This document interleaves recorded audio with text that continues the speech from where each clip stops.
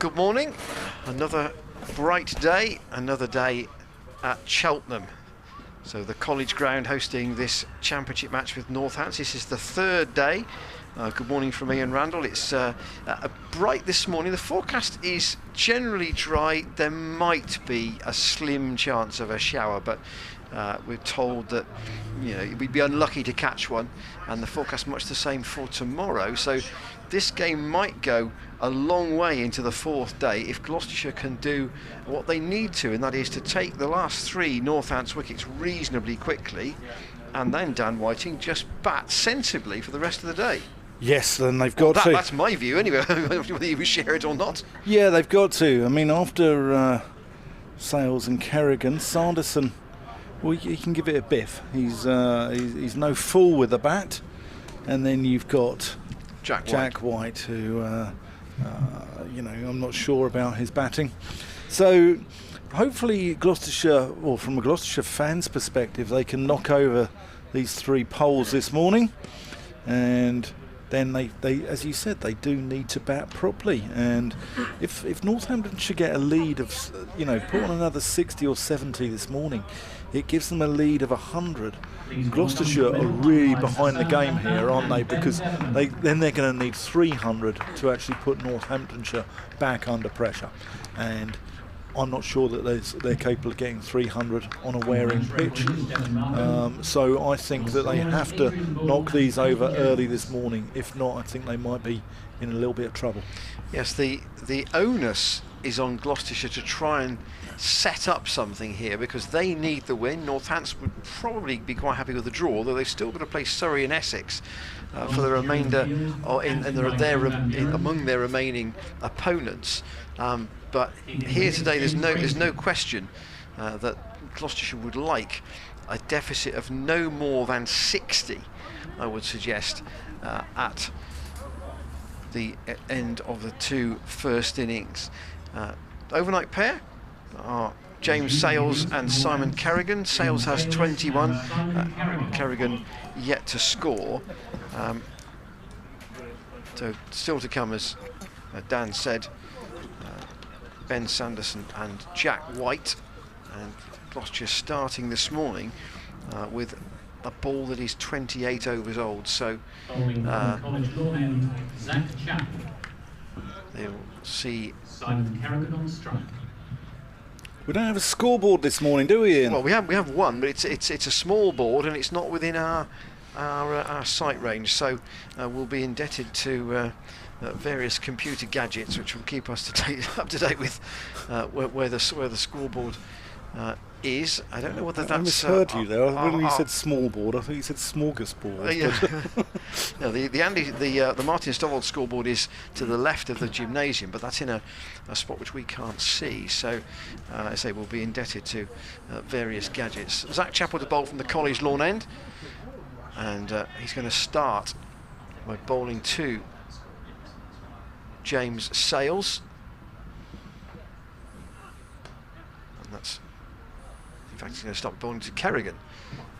Kerrigan takes a single down to David Payne at long leg. So Kerrigan off the mark. 354 for 7 Northants. And Zaffagar had a long bowl yesterday. He did feel that the game was still reasonably even, but how much Northants can eke out of these last 3 wickets? Will Sales really try to attack, or will he just play sensibly as he does there? First ball from Chappell, who defends. Gloucestershire have got 2 slips and a gully and a backward point for Chappell this morning. Sales 21 off 66, and he looks a competent young bat. Didn't offer too many opportunities. Only hit 2 boundaries, but picked his boundaries. Both actually played through the same area, played sort of past a rather straightish mid wicket. He waits here for Chappell, and that's pulled safely down to long leg, where again David Payne does the fielding. Some of you have been in touch on Twitter asking what Cheltenham had to offer today, and John Whiting, no relation of mine, he was here on the ground the other day, he's a big Northants fan. He says hopefully some early runs and plenty of Glos cricket wickets later. We have Mark Hallowell's been in touch. Morning Dan, interesting quote from Dale Benkenstein after yesterday. I'll come on to it after this ball. Kerrigan waits for Chappell and lets that go through to base, took the bat well out of the way. Dale said we played some really poor cricket in the final session of the first day when we had a chance to score 400 plus and put them under real pressure. Suggests he wasn't happy with the collapse. Well, I don't think Dale's the only one. I think that's the general consensus, isn't it? Yeah. So Bobson Dugnut thinks we'll get loads of wickets. Zaffer to go far. Oh, very good, Bobson. And another lady I was speaking to this morning, Michelle Garland, big Gloucestershire fan from Gloucester. She's rooting for Zaffer. Chappell in from the college lawn, and it's very fine from Kerrigan, and David Payne's dive can't haul it in, and the first boundary of the morning goes to the, we can call him the former England spinner because he did play one test match, and Northants tick up the lead to 42. Yeah, he played the one test against Australia in 2013 and had a torrid time, didn't he? Just got the yips. Yeah, it really looked to have the equivalent of the golfing yips. It's funny how that happens to sportsmen, isn't it? Kerrigan, bat raised, waits for Chappell, again defends, and Chappell goes to a dummy throw of the stumps at the striker's end. At the moment, the main scoreboard on the ground is, shall we say, going through a little bit of an identity crisis. It's not working. Needs a bit of love, doesn't it? It does. It needs does a cuddle.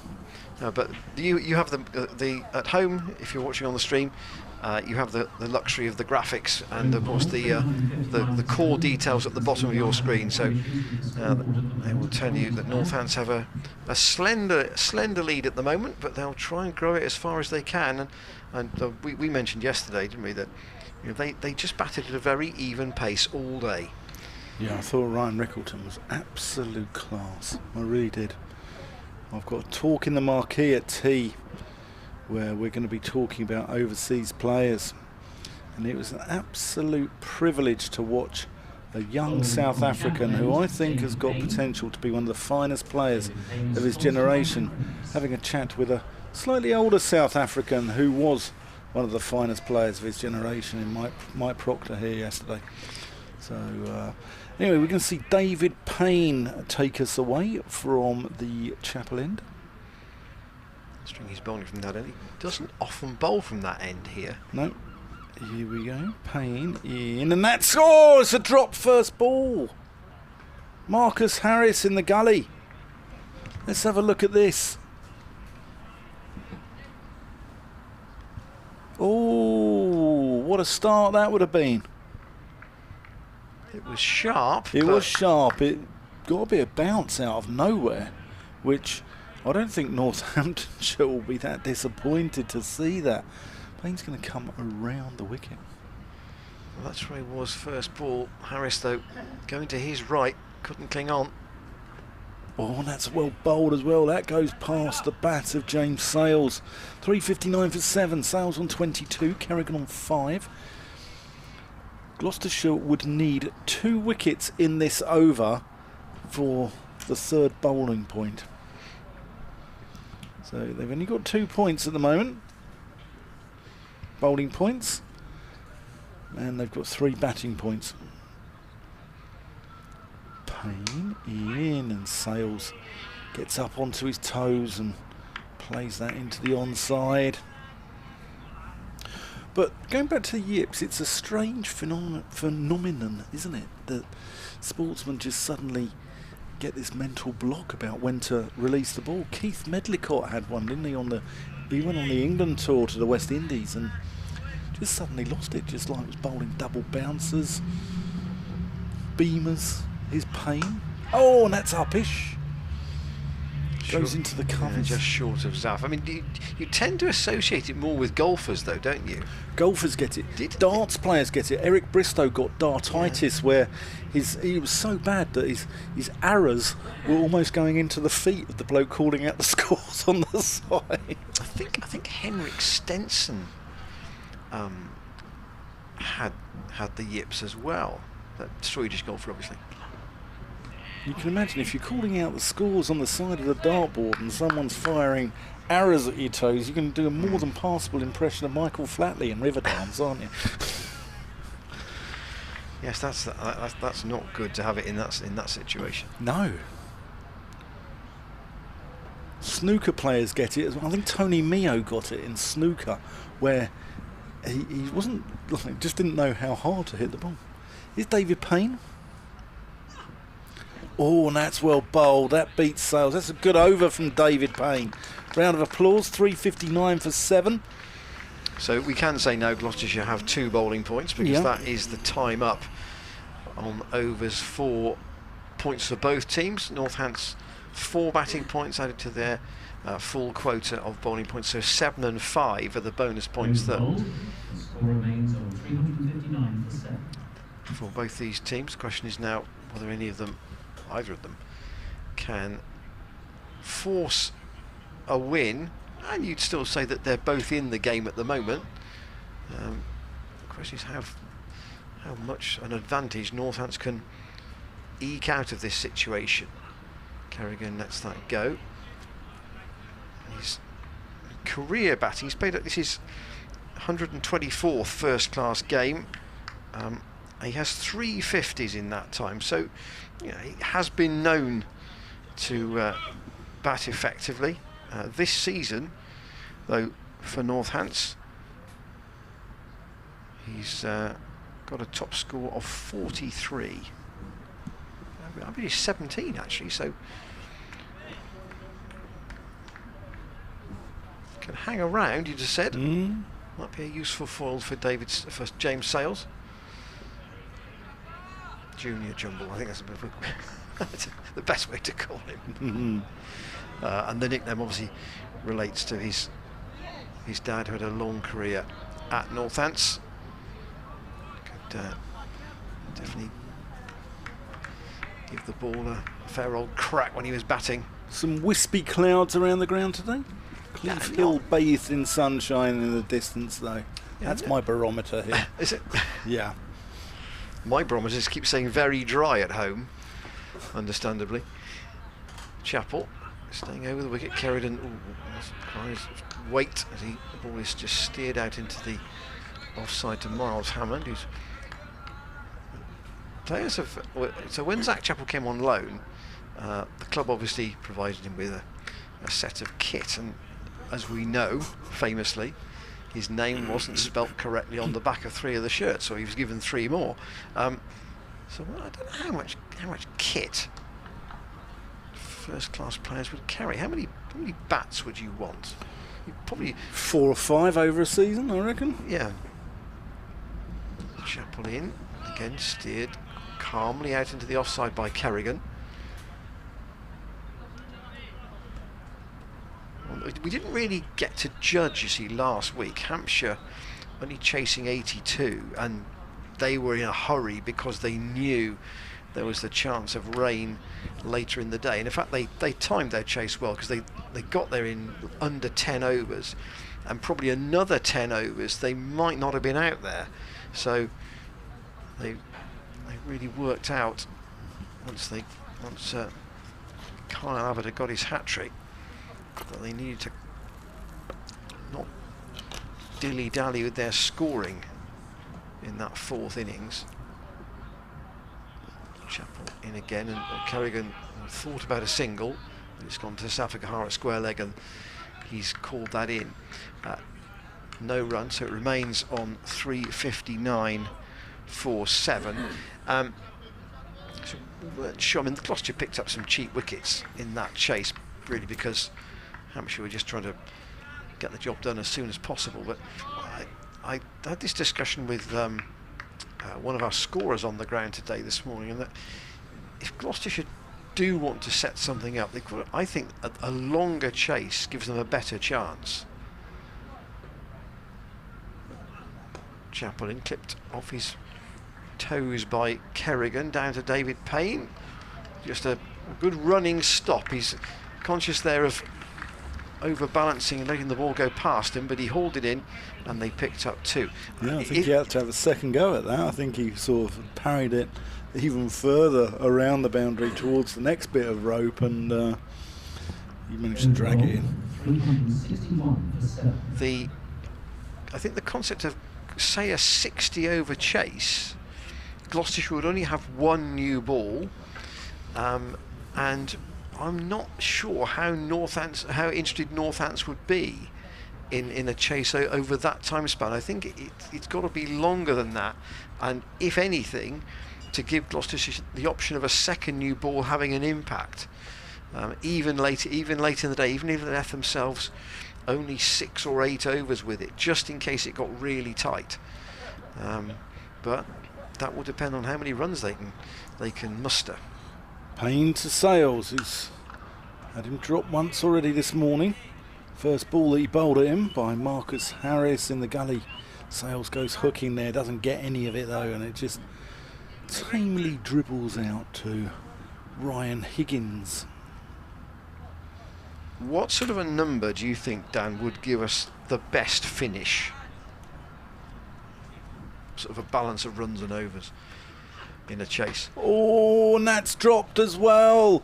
Ollie Price at second slip goes through him for 2. Payne gets the edge of James Sales' bat again, and Ollie Price spills him this time. That's twice in 8 balls this morning. Payne's had Sales dropped. Oh my godfathers, Ian Randall. Yeah, that was...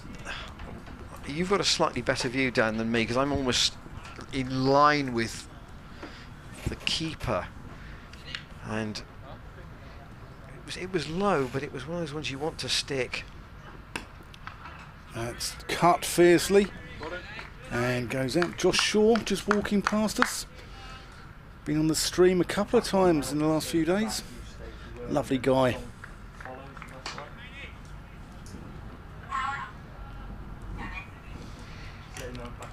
Just go back to that quote you mentioned about Dale Benkenstein looking back at the first day.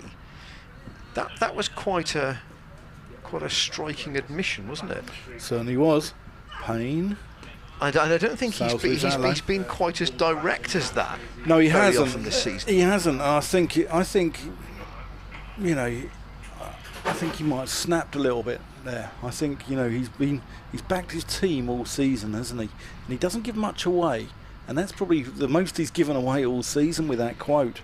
And I think, well, he's right. He's right. And that's gone up in the air. Where's that gone? That's gone over the keeper's head. Oh, it's hit him on the helmet, I think, because they give him 4-leg byes. He's gone to play the pull shot. Yeah, he's gone to play the pull shot. It hasn't got any bat on it. And it's gone over the top of the slips, actually. So it's... I thought it was bat, but it's obviously come off his helmet. Let's have another look at this. Yeah. No, we can't have another look at it.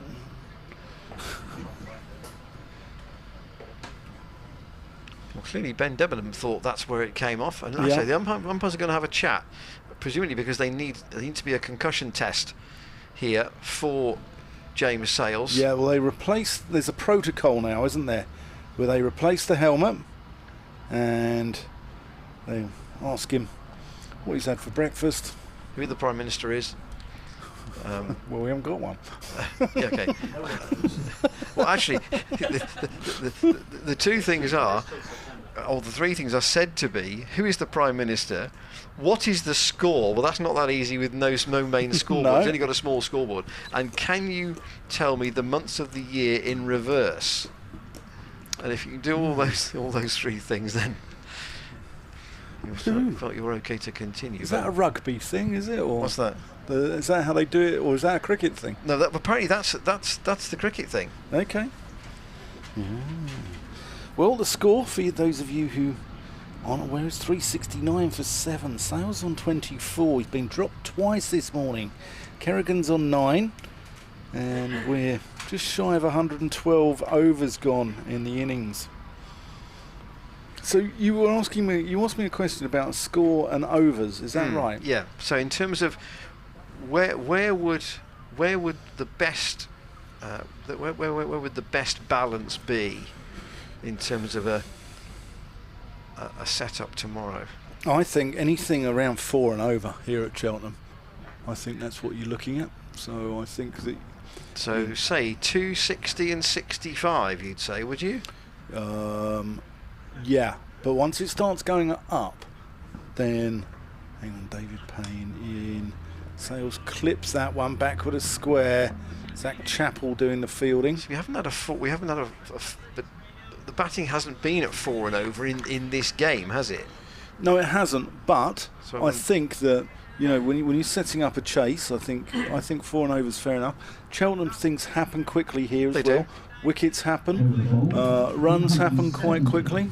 So I think, I think 4 and over is not beyond, the realms of possibilities.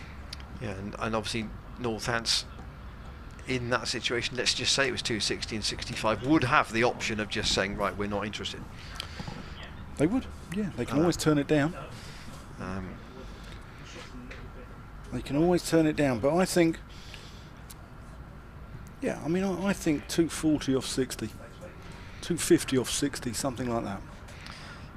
Chappell to continue from the College Lawn end to bowl to the taller of the two batsmen. And I think they take it on. I think they take it on up to a certain level, because they can always shut up shop if they need to. Under that scenario, though, as Gloucestershire would only have one new ball, and Zafar would have to come into the game in a big way. He's obviously had a long bowl in this first innings. We don't always get what we want in life. No, that's true. Chappell under cloudy skies here. Into Sales. He'll pinch a single out to the right of Ryan Higgins. And there was a concept this morning that Northants might have a bit of a dart for an hour, but I don't see them doing anything different to what they did yesterday. They're just trying to bat sensibly, bat as long as they can, and this is what Lancashire did at Bristol, isn't it?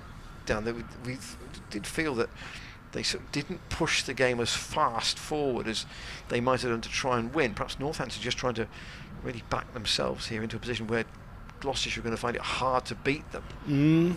The minimal chance of losing, yes, we might have a small chance of winning, but the more important thing is we're just going to bat ourselves to a safe situation. Yeah, I don't think getting as big a lead as possible on first innings. I don't think it'll be too long before we see Zafar Gahar come into the game. He's bowled 31 overs already, 4 for 93, and on a pitch that's conducive to spin bowling, I think that he should probably come into the game reasonably quickly. 3 slips for Chappell. Past Hassan Adnan again. 1 run for Kerrigan. Quite happy to just almost amble a single down to Zafar, who's down in front of that sort of tomato red marquee, far side of the ground. So again, good numbers in today, we gather, for the hospitality marquees. Yeah, one thing I would say on tickets is that we've got Wiltshire here in a warm-up on Sunday. Tickets are going reasonably well for that, but Warwickshire here Tuesday. If you want a ticket, get it now. Chappell in. Over 4,000 sold already. 4,000 sold. 4,000 sold for Warwickshire here in the Royal London Cup next Tuesday, 2nd of August, 11 o'clock start. And if you want a ticket, I'd get yours now, because I think this could be a sellout. It'll be very close. Yeah. And that's we have to bear in mind that there is less tiered seating on the ground than is often the case with a crowd like that. Chapel in, hit into the ground by, try to pull it onto the You've got to remember it's Community Day as well. leg side. It's Community Day here on Tuesday. It is. And we've got some wonderful things. It's the Cayman Island Cheltenham Cricket Festival in partnership with Bowler. And that's they're a Community Day and Schools Day partner. And on the 2nd of August, the purpose of the day is to bring together businesses and organisations from the local area and celebrate the community of Gloucestershire County Cricket Club represents. Days will consist of a number of varied, exciting activities, including looking inside some emergency vehicles, including a fire engine, ambulance and police car. Ian Randall's been inside a few police cars in his time, I tell you.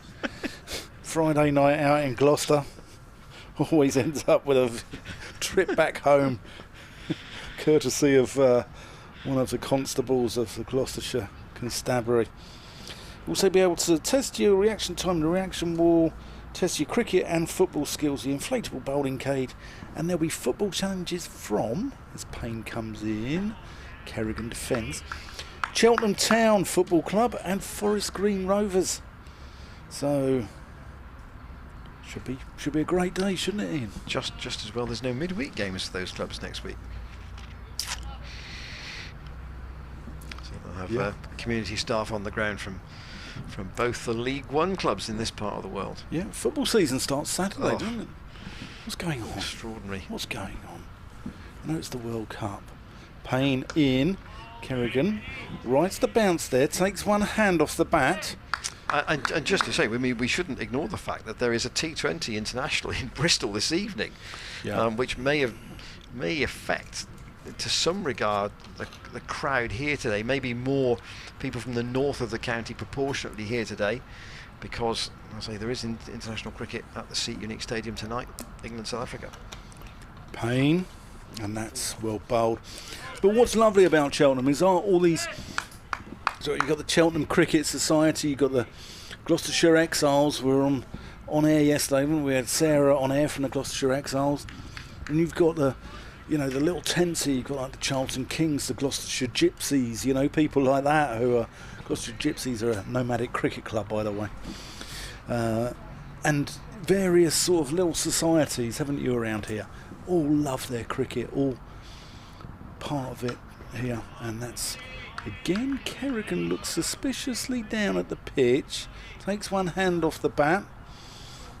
But you've got a number of people here who, make up sort of the various little tents here at Cheltenham, and that's what's so wonderful. Some of the tents aren't actually too little.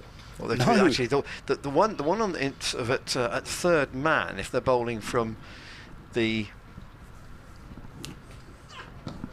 Oh, that's a big appeal. Not given.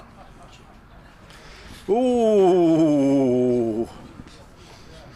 Ben Debenham's been. It's happening for David Payne this morning.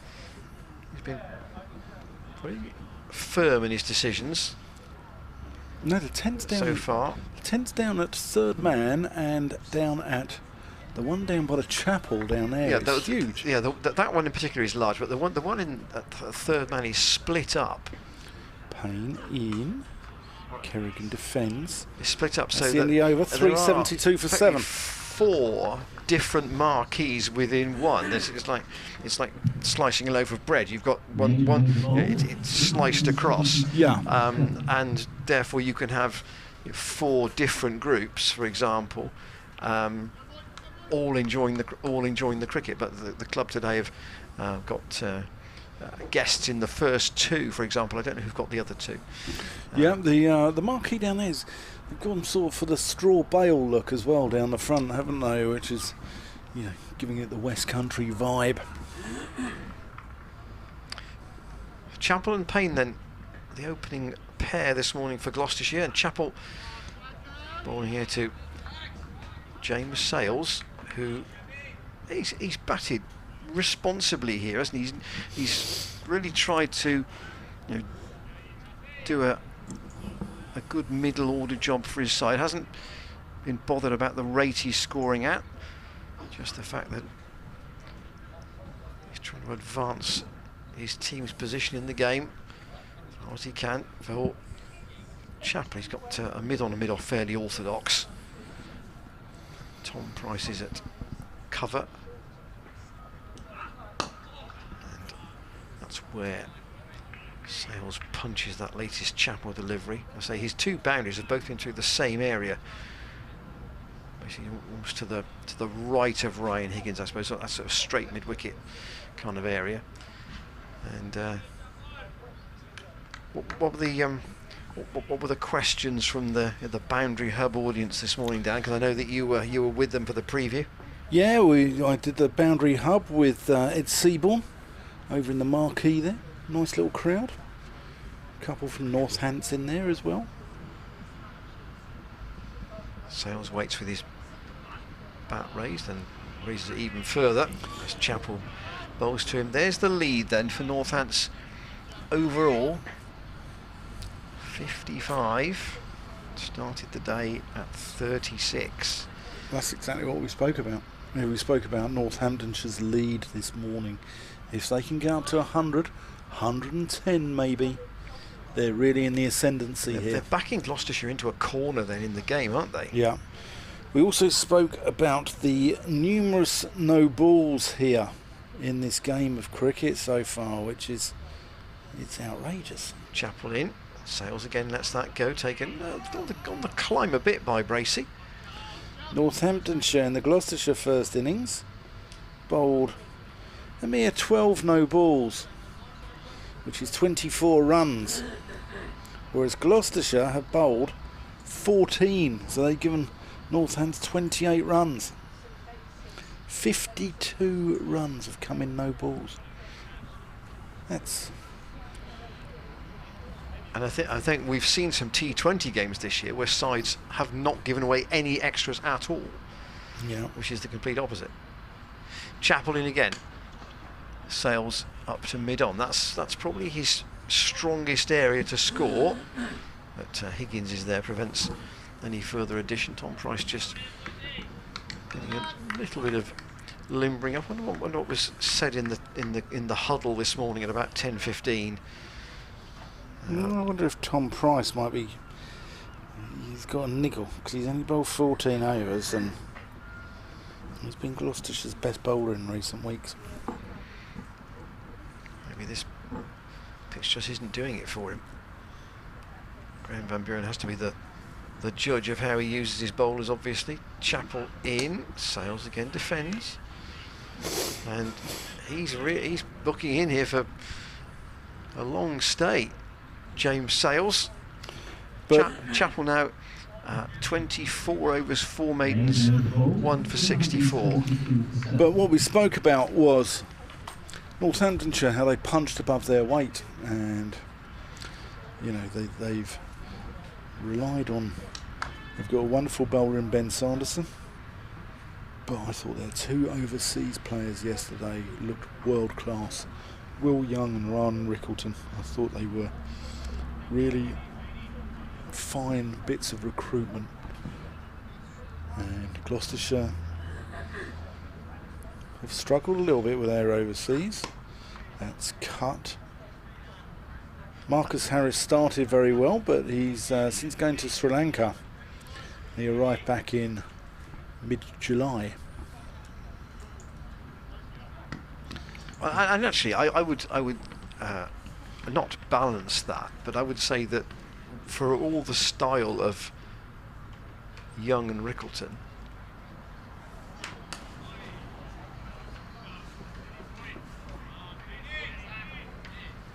a single to Kerrigan. Luke Proctor was as effective, not in any kind of a, you know, in a very understated but very effective way. Doer, as the Scots would say. Yes. It was you know, if he was batting on a Drich day, Drich day north of the border, then that would be his innings from yesterday. But look at Drich. But look at the card. What's three? Well, it's exactly what you said. Yeah, and to go back to Marcus Harris, so he's got a century in both his first 2 matches in Bristol, and he got a 67 in the first innings at Old Trafford, and since then, I say his highest score is 32 in 9 innings. Yeah, but he's a world-class player. He is a world-class player, but I am backing him in the second innings here. Payne in. Sales gets that one backward. The square. Yeah, I'm backing him. I think he's the, he's quality, but I think Northamptonshire have gone out and got themselves 2 very, very good batsmen in Will Young and Ryan Rickleton.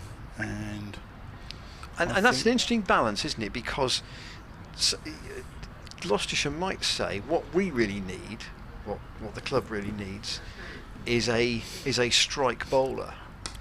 And what Northants have done is said, okay, we'll make do with the bowlers, but we'll make sure we've got enough runs for them. Well, they've already got Sanderson, who is one of the best bowlers in England, I think. We've discussed Gloucestershire's issue, which we went into depth yesterday on, which is they can't bowl sides out in the first innings. Payne comes in. That's a lovely shot there. Sales. Nice cover drive. Zafar Gahar can't reach it. And that takes the score on to 377. So Gloucestershire at home this year. The first game against Yorkshire was the lowest they bowled a side out for, which was 376. But then it's 603, 591, 402, 457, and Northants look well on the way to 400 plus here as well. So that creates an issue. And then what you've got, if you've got a side who've been in the field for 120, 130, maybe 150 overs, James Bracey can't bat at 3, and then that, it has a domino effect, doesn't it, into your batting? It does. Chappell in to bowl to Kerrigan, who is it's physically impossible. Yeah, it's a difficult one, but I say Northants have taken the view that they will put their money into their batting, and they will try and eke every ounce they can out of their bowlers. And if Gloucestershire do that next year, and if they put their money into their batting, where are the wickets going to come from? They've got a 2-pronged problem. Kerrigan might no bat there. Went off his pad down to Zafar Gahar at deep backward square. Oh, there was a bat on that. I didn't think that the majority sound came from the pad, but umpire Hassan Adnan judged that 1 more to Kerrigan. And this Northants lead has already got to the level where we felt it was really as much as Gloucestershire would want. Still got 3 wickets to take. Trampling into Sales. He's kept that down, and again it's gone out to Zafar at deep square. Sorry about the 1 more to Sales. Sales on to 30. Has that ticked up yet? It's gone. He's gone to 30. Yeah, sorry about the smashing there. I had a spider on my arm. Sales to 31. It's one of those that you can't get rid of, where it's is it a money spider? It is a money spider. I wonder if I'm gonna. Maybe I should do the lottery later. I do buy raffle tickets, but I don't do the lottery. Here is Chappell. He's lying, guys. He's lying. No. He actually won that 190 million last week. He's telling fibs. I know. People like I will say here, I support the RNLI. I am a supporter of Guide Dogs, the Guide Dogs Association. Been a long time supporter of them. I think what they do is a tremendous, and also charities, I'm a bit of a soft touch for raffle tickets. Are you? Are you? Here comes Chapel once more. And I think that's Dogs Trust and RSPCA and that the sort like, of thing. that sort of thing, And actually, just organisations that by and large do not get any central funding, and the RNLI and the guide dogs are probably the biggest two that people would know. Yeah. And you just admire people who, you know, in their wills, leave money to those charities, leave legacies to those charities, because that basically that keeps a large part of their income comes from that source, I think. Here is Chapel in again. That's let go by Kerrigan. He's a doughty competitor, Simon Kerrigan. Certainly is. He's hanging about here. There are the Gloucestershire bowling figures. Chapel 1 for 66 from 25. Zaffa, who we've not yet seen today, but he may not be long before he's involved. 4 for 93 at the close last night. Well, as you know, I'm an ambassador for Melanome UK. Yeah. Do a lot of work for charity. Don't like to talk about it, you know, that sort of stuff. But could be well announcing one of our Pushing the Boundaries shows at Bristol next year. Watch this space. With a few of the Gloucestershire players. David Payne into the wicket. Sales whips him through square leg.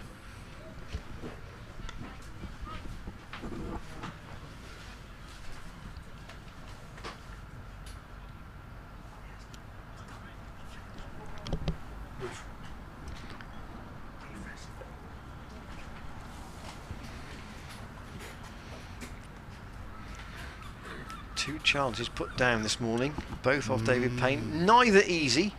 No. Payne in, Kerrigan defends in that sort of hopping style. Yeah, both chances off James Sales. One at 21, one at 22. I'll go back to your point about first innings scores in a minute, Dan. Payne in, that's a lovely shot. Miles Hammond slides, that's great work from Hammond. Great work, keeps it down to 1, cuts off the boundary. With Northampton having gone past that 376 that Yorkshire made, obviously that is now the smallest first innings score against Gloucestershire this season, but as somebody noticed last night, what it's also meant is that Gloucestershire have not had a first innings lead against anybody. Payne into the wicket. Again, whipped, that's straight to Hammond though. So this is the 10th match, and you know, they haven't got to the halfway point with their noses in front. No. Tells the story, doesn't it? Yeah. I think, you know, we're given where they are in the table, the tension is going to be further up the table, you suspect, rather than in the Gloucestershire games after this one. Oh yes. Payne in. And actually, I've said that wrong, because this is the 11th game for Gloucestershire. They've only got 3 more after this, not the 10th. So this is the 11th game, and they haven't had a first innings lead in any of them. And it really comes down to that point you made about, you know, can you get? Is there somebody? Is there a strike bowler out there, a bit under the radar, that they can find who can? Payne in. You know, Driven. put those 4 for 40 spells in rather than 4 for 100. That's the challenge, isn't it? Yeah, there's a lad in the Cheltenham area called Randall, who I believe can do a bit of work and often comes on first change. Well, that'll be a long Prepared time. to bowl up the hill into the wind. Up the hill into the wind, yeah, long time ago. Mike Selvey used to say his nose was, I think, flatter than a Jehovah's Witness who had a door slammed in his face most of the time, having bowled up the hill into the wind. Mike Brearley used to make him bowl up the hill into the wind, and Wayne Daniel would come with the wind. So Chappell taken off after 5 overs this morning. 5 overs for 14. And we're going to have Ryan Higgins for the first time today. And we're down to 2 slips. This is on the verge of getting away from Gloucestershire here. Higgins has to make something happen, and soon. Lead 65.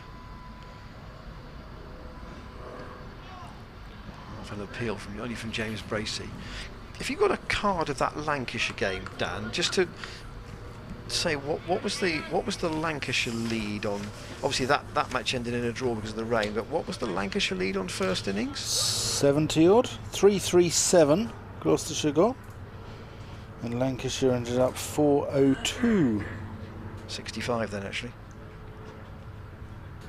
So exactly where Northampton are at the moment, but they took too long to get there. They did. That was their trouble. They did. I think Northampton's a better place and they've got more time left in the game than Lancashire had. Josh Bohannon got 34 and he crawled to it, didn't he? Yeah. He really was slow. Croft was slow for his 80. Jennings was slow for his 94. And then obviously in the second innings it was Hammond and Bracey who got Gloucestershire into a, well, would have been a reasonable position on the last day, but they certainly had a deficit that was just didn't feel quite enough in the game. Kerrigan ducks out of a short one from Higgins, but yeah, the onus is unquestionably on Gloucestershire, and there's a lot of talk been about playing positively. So would they say, right, okay, once we've eradicated the deficit, we've got to basically play it like a warm-up game for the Royal London and attack because we need to get runs on the board. But at the moment they still need these last 3 wickets, and Kerrigan again lets that go through outside the off stump. Yeah, as I mentioned earlier, tickets for the Royal London are selling fast here. Going to be a big crowd for the game against Warwickshire on Tuesday the 2nd of August. And I'd get yours now if you want to avoid disappointment, because it could well be a sellout. And it's going to be a big day. It's community day here as well. And can Gloucestershire get some silverware? Down the leg side, Kerrigan doesn't get a touch. Can they get something out of this miserable season? Well, the group is, I say, it's mixed. It's not the same as the T20 group. They've got to go to Hove. Yeah, again, there's some nice little games there. As they did last year. I saw a really good game last year with Adrian Harms at Hove, which Gloucestershire won. Very tight finish. Higgins in, Kerrigan again defends. There's some interesting games there. As you said yesterday, sides don't normally play. We're going to Durham. We've got Nottinghamshire at Bristol, haven't we? Obviously don't play Notts in the T20 normally. We've got Warwickshire. We've got Leicestershire. Leicestershire obviously played in the Championship, but very little cricket against Notts in recent seasons. And more spider trouble, Dan. Yeah, is he a friend of yours? I seem to be like awash with spiders. I don't know. Perhaps I am going to come into money, Ian. James Bracey's just asked for the lid here, so I think he's going to. We're going to see Graham. We're going to see Zafar from the chapel end. A change at the chapel end. David Payne again. 5 overs this morning for 11. Might have had a wicket, might have had 2. Although, to be fair, the same player was dropped twice, so certainly feel James Sales should be back in the pavilion. Ollie Price getting himself kitted up as well.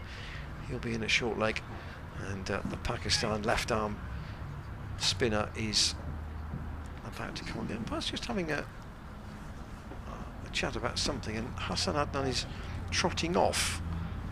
Unless there's an issue with the ball. I don't know why that would be, but this break in play just gives us a chance to look at the actual situation based on what we've seen so far today in 45 minutes. Northants started the day 3:53 for 7, so they've added 30, and the overnight pair are still together. Water being brought out for the batsman. It may be that Hassan Adnan just needed to leave the field for a moment, and that was why he took the opportunity of a bowling change for a comfort break to do so. One thing also was mentioned, and I didn't know about this, and I think the club obviously kept it quiet from a security point of view, but there was a royal visitor on the ground yesterday. Yes, there was. And that's why the tea interval was very slightly extended. Yeah, it's the Duke of Gloucester, is that right? Yeah, apparently. Prince Richard, is that him? Yes, yeah. And where's he in line to the throne? Oh no, that's probably beyond my pay grade to know. Oh, that. Ian, come on, come on. But there was a brief presentation of the Duke of Gloucester to the players at tea. Yeah. There was a small group who walked out. Oh, well, there is going to be a change of ball by the looks of it. So Jared Warner's got the 2 boxes, and the umpires are going to compare the one that we have been playing with, which is 39 overs old, to one hopefully they can find in that box, which is of a similar wear and tear. But there was also a party of about 8 people who went out to look at the wicket during the tea interval, one of whom was the chairman of the club, David Jones, one of whom the former managing director at Cheltenham Racecourse, Edward Gillespie, who became deputy lieutenant of Gloucestershire for a spell, a big Gloucestershire cricket supporter, and I'm guessing that the other gentleman was security for the Duke of Gloucester. Yeah, I'm disappointed, Ian. You can tell me everything about Gloucester, from cheese rolling to the Woolsack race, to the Woolsack race, to Dumbleton being in the Village Cup. But you can't tell me where the Duke of Gloucester is in line to the throne. And that's, this is sort of information I need at my fingertips. Zafar Gahar's going to take us away from the chapel end with a different ball. Wonder what it'll do. Here we go. Tossed up, first ball, driven into the covers. Yeah, there's Lady Michelle Garland, who I was having a chat with before play. Lovely lady from Gloucester. And she's a big fan of Zafar Gahar. Loves his enthusiasm. Loves the way he plays the game. Oh, and that's well bowled. That'll please Michelle Garland.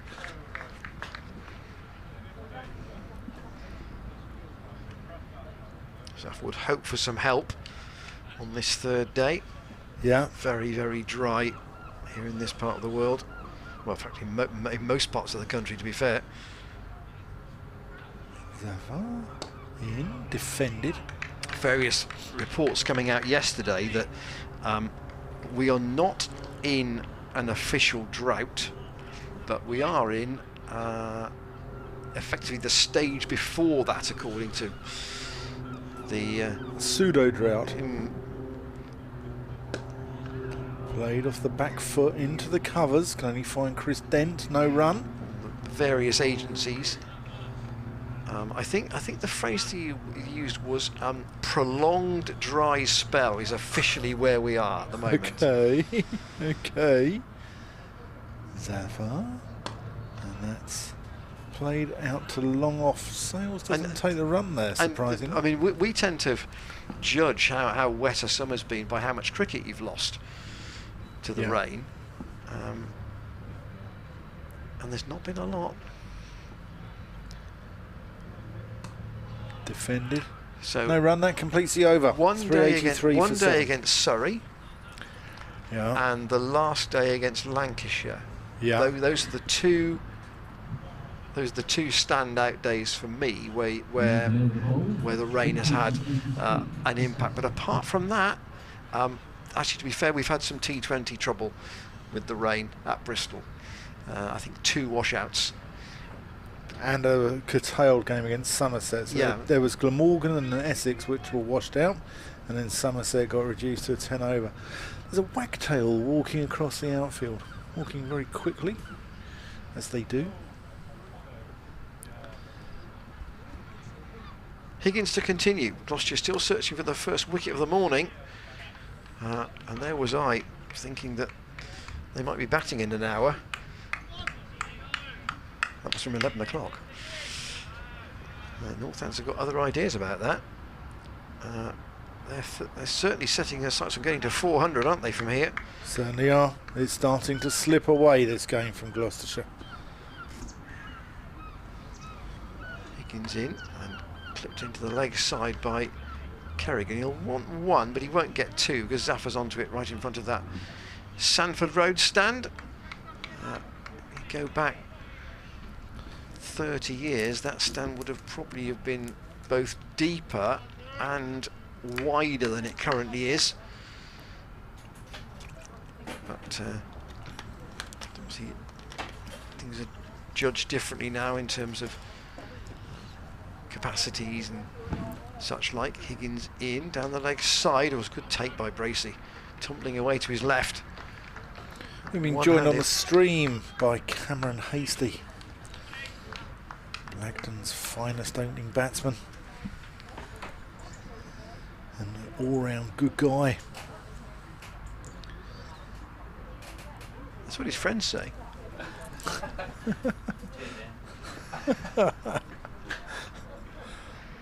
Higgins in from the chapel end, and Sales trots through for another single. Do you know what's really disappointing though, Ian, is I bought James Healy some jelly beans this morning because I thought it would keep the spirits up for the team and, you know, give us a little sugar rush when the play goes a little bit quiet. And he's gone away with them and he's kept them to himself. I've not seen sight nor sound of them in the marquee this morning. Higgins staying over the wicket. The two right-handers here, and Kerrigan, who has proved very adroit this morning in supporting James Sales. Kerrigan now has faced 50 balls.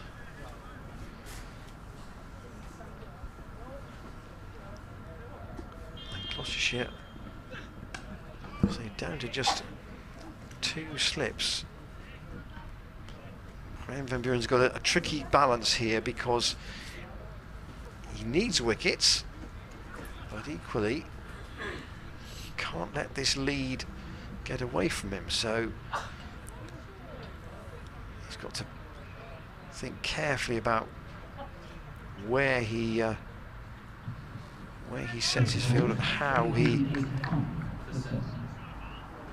goes about trying to winkle out these Northants tail enders who are supporting James Sales in good fashion at the moment. Kerrigan's doing a super job. Still got Sanderson and Jack White to come. Sanderson might feel he wants to have a bit of a biff at things, but might have a bit more licence to do so as this lead goes up and up.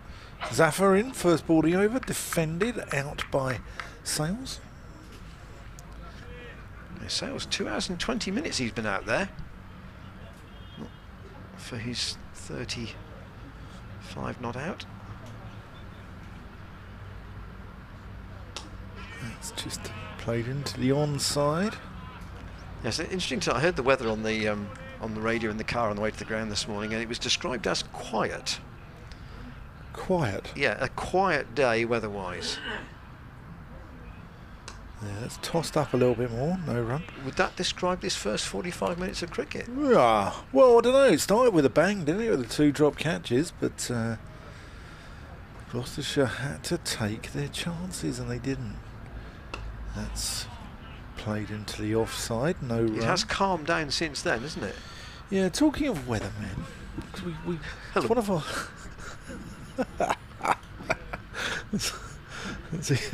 Ian McCaskill suddenly has temporarily replaced Ian Randall. But a friend of mine, Zafar, went to Saudi Arabia once, and he worked out there for 6 months, and he was put up in this hotel. This was in the 80s. There wasn't a lot to do because, you know, you can't go and get beer or whatever at night. There's nothing to do, really. So, Zafar in, defended, that's completely over. So he was in his hotel room every night, and the weatherman would come on at the same time, and he'd be rambling away in Arabic, of which my mate didn't speak any. And he just had this map of Saudi Arabia with sunshine, sunshine, sunshine. And he wondered what he spoke about for 3 minutes, 4 minutes every night. What do you speak about? What do you go on about? Give you some scores from elsewhere in the First Division. At Old Trafford, Lancashire 145 and 54 without loss. Still trail Kent by 71. Kent 270 all out yesterday. Grant Stewart got some runs down the order there.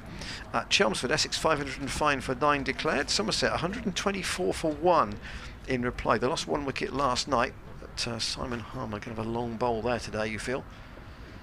Higgins in, and again defended by Carrigan.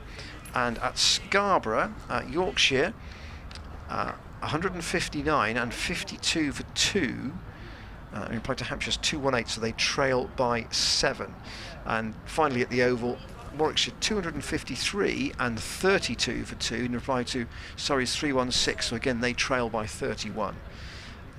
So the most obvious game tactically at the moment is the Essex Somerset one. It's Carrigan again defends, where Essex clearly have wanted to bat and bat once, and now they're going to look to Harmer in particular, who will feel to try and bowl them to victory. Somerset, of course, in 9th place in the table at the moment, and the thought of them being in a relegation scrap will not all please their supporters. Kerrigan ducks right out of the way of a short one from Higgins, ends up with these knees on the floor to amuse Ben Debenham to some degree. Higgins wicketless so far in this Northants first innings, which, as you can see, is now beyond 122 overs. We've had a message from Philip Gamage, and I'm going to read this one out after this ball. Higgins into Carrigan, and he again defends. Because he's very pleased to see Northamptonshire get a good lead, but also from Ian Randall and myself, I want to say a massive congratulations to Wolverton Town under 11s, because they beat Stony Stratford under 10s by 48 runs last night at Wolverton, which is just on the edge of Milton Keynes. In fact, the train goes out there from Euston, doesn't it? You just go right past the football ground there. Higgins in, clipped by Carrigan, good stop at mid-wicket. Miles Hammond is there. And Sam Dalling, who's one of our fellow commentators down at Somerset, he's raising a few quid, which Gloucestershire and Somerset and a number of counties have all donated their playing shirts to. Here is Higgins once again under cloudy skies, and Carrigan thinks about playing the pull shot and then sways out of the way, and it goes through once again to James Bracey. So Gloucestershire have just dried the runs up a bit here, but still no breakthrough this morning. Higgins now 0 for 83 from his 27 overs. So these shirts, these playing shirts, Dale Benkenstein's donated. It was for a chap called Mondley, who unfortunately was got into an incident in Bridgewater. He's an overseas player, I think for North Petherton Cricket Club, and he got into an incident and he's had to have a number of operations on his brain. I think he's had about 5 or 6 operations. So they're trying to raise a few quid for him, and you can auction for the shirts of David Payne, Nassim Shah, Paul Van Meekeren and Glenn Phillips, and they really are wonderful shirts, and they're going cheap. Zafar Gahar in, And you can get these at uk.givergy.com and support Mondley. So get onto it.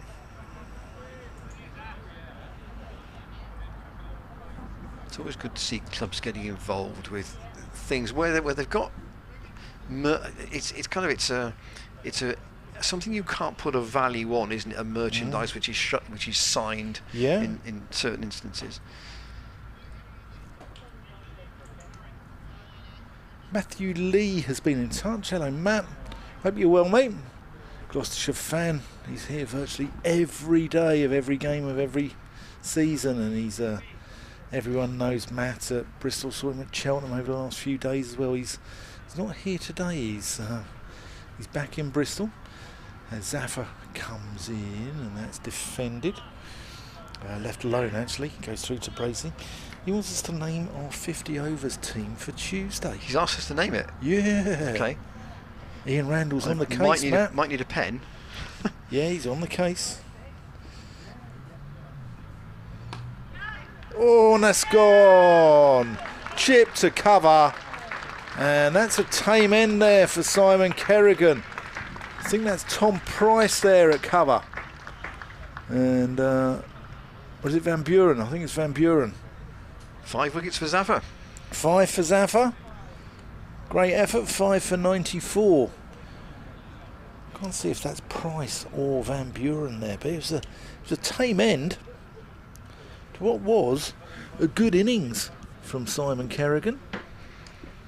Hung about. He departs for 14, and that is 386 for 8. Gloucestershire needed that one. They did, and Ben Sanderson's coming out at number 10. The new batter, Ben Sanderson. That stand, though,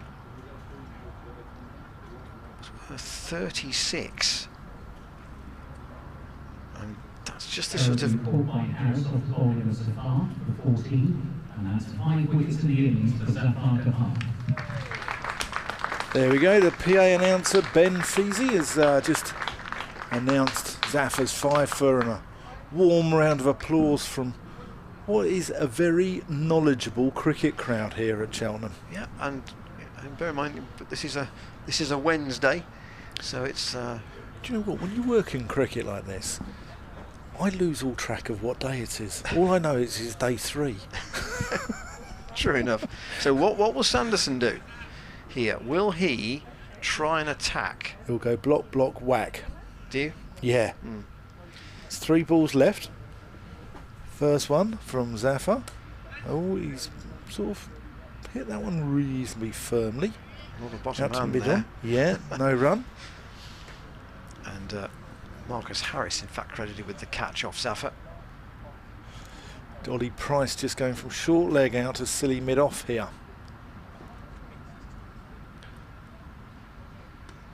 Sanderson leaves that alone. Here we go. Will this be the big wind-up? Will he do more damage to that chapel down there than any man since... No, he's not. He's blocked it. I was going to say that any man since Oliver Cromwell, but no, he blocked the it. end of Zaffa's over, and he's got 5 for 94 in 34 overs. Northampton, though, still handily placed. Gloucestershire have got to try and get these last 2 wickets with minimal added damage here. And Sales and Sanderson just having a chat about what the approach might be. Higgins to continue. Pick the Royal London team. The batting actually a bit harder to pick than the bowling, perhaps. Pulled away, and Zaffa didn't read that. And is that going to go for 4? It is. He went to his left, the ball went to his right. I think he lost the track of it when James Sales pulled it round on the leg side. and a partial stop has spun past him and it's gone for 4. It's not an easy ground to pick things up here. It's got to be said. I've lost a few in those trees over the back there. And equally, for the players on the Sanford Road side of the ground, they're looking up the slope into the gymnasium building, which is quite dark brickwork, pulled again by Sales. I'm also looking into a red marquee as well, which doesn't help. We used to have indoor nets at our cricket club with a school which used to have a maroon wall in the background, which was wonderful sight screen to play the quicks with.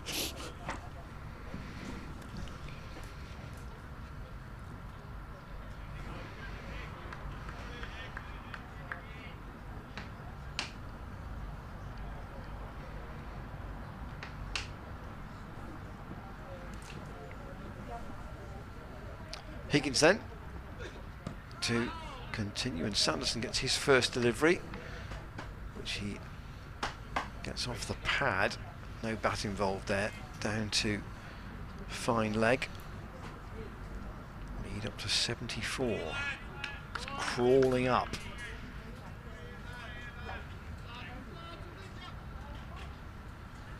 Gloucestershire had to work really hard for these wickets, and yesterday they got to the end of both the first 2 sessions with very little reward, and then just perhaps changed it a bit with the 1 wicket, and that's 4 more.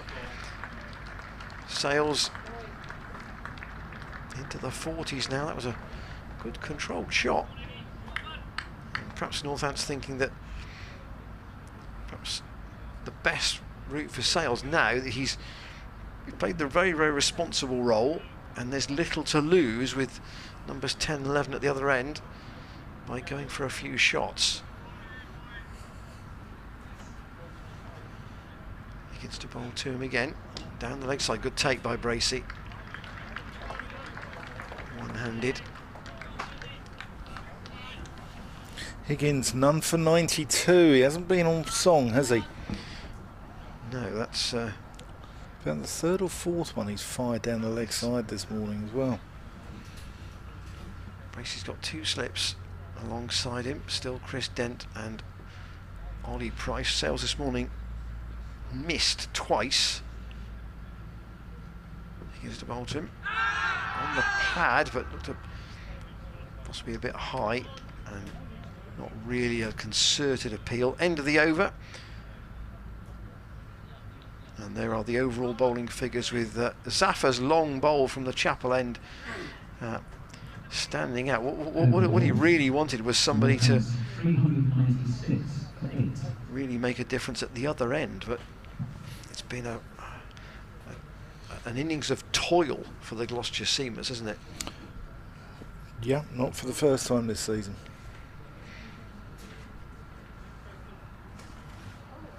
Not for the first time by any stretch of the imagination.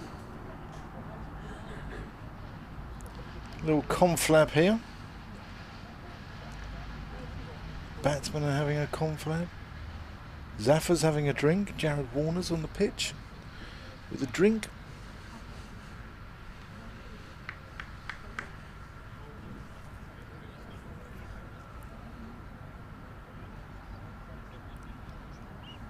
The umpires were having a conflab. Everyone was having a conflab, Ian. What's going on? Like a union meeting out. They're discussing the train strike. Zafar into the crease. Tossed up, well bowled. Sanderson plays firmly at it.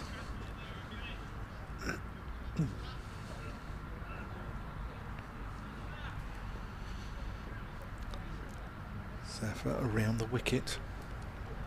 Oh, and that's well bowled. Sanderson plays a flat-footed drive, which he misses and goes through to the gloves of James Bracey.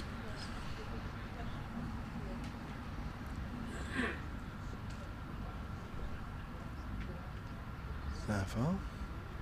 And that's all chipped by Sanderson. Graham Van Buren.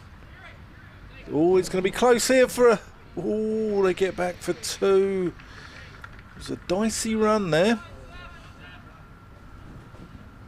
That was chipped perfectly, like a sand wedge just over the head of Zaffa and straight in between Zach Chappell and Graham Van Buren at mid-on and mid-off.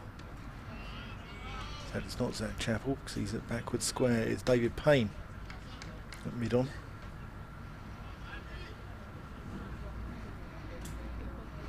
Chappell preferring the wide-brimmed sun hat as Sanderson just works that one to Payne and takes the single. 3.99 for 8. Lead of 81 now. Starting to get into that sort of territory. The Graham Van Buren, Dale Benkenstein, the think tank of Gloucestershire cricket, will think about possibly saving the game as opposed to winning the game. Oh, we've had a flicker from the scoreboard. Have we? Just a flicker. I mean, we had various flickers before play. And that's a big shot there by Sales. No run. That's the end of the over. 3.99 for 8. 126 overs gone. Yeah, it was a flicker. It was like how I can imagine sort of the beginning of the Bible goes where, and God said, let there be light. And it was like the sort of beginning of time, beginning of the earth, if that's your thing. A few clouds starting to build up over Cleve Hill in the distance. Ian Randall has his 50. Well, I'm struggling a bit because I've almost overstocked the team with batting, and I think you've got to have 6 bowlers really. You can't afford to go in only with 5. So who have you got? And also the debate would be, does James Bracey need a rest? And does Ben Wells? Then does Ben Wells play? That's my other debate. Tom Price is going to bowl from the College Lawn end. Dangerous you end up with a very long middle order.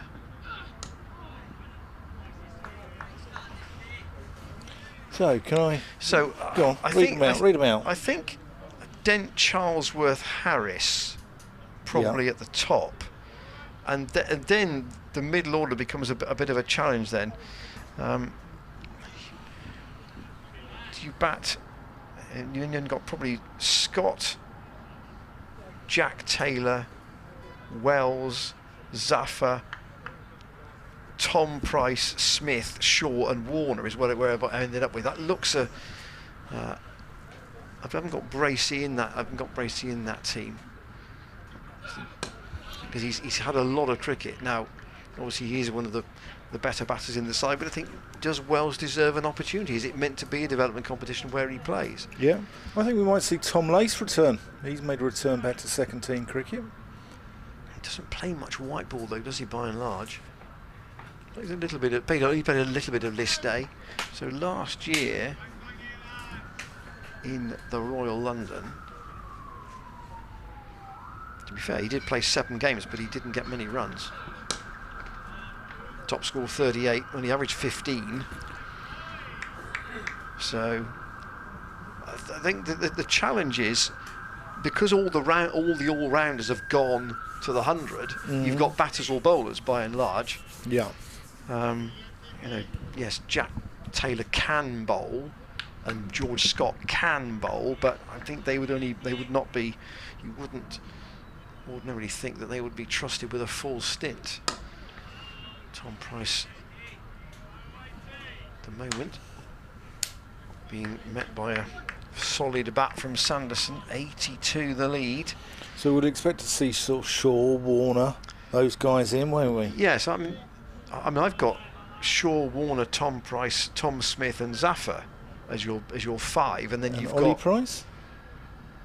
But Ollie Price would not be a bowling option to me in that team.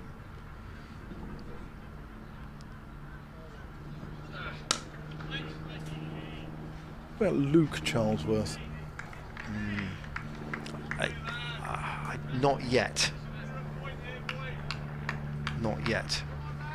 So the greater challenge is to me is probably the picking of the top 6 rather than the bottom 5. Yeah.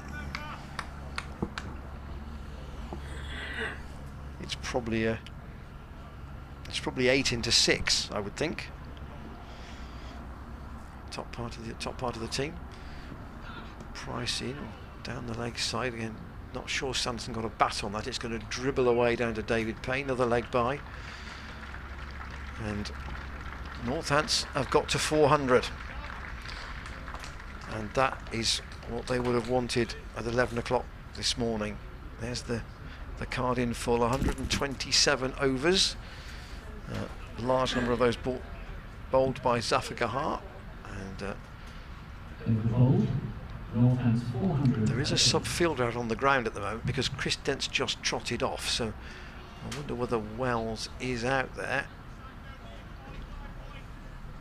Zafar's going to continue from the chapel end.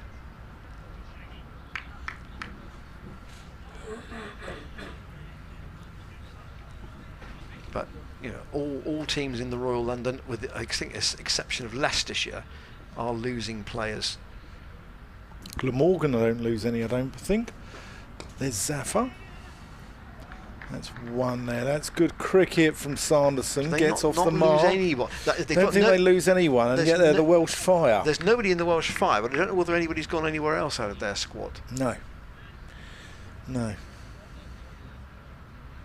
They, of course, are the holders, so they will be determined to defend it as strongly as possible.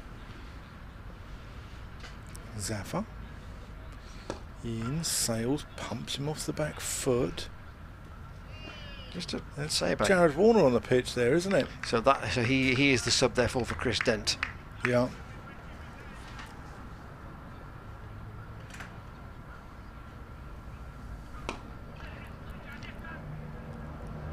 James Sale's highest first-class score, and this is only his 4th match. He's 53. Yeah, got that against Durham, I think. First game, or one of the last games of last season.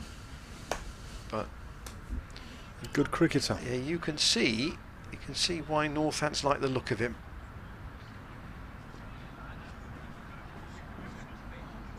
Zafar around the wicket. Sanderson plays that to Payne at mid-on. It's all getting a little bit easy again, isn't it? The lead is creeping up towards the 90s now.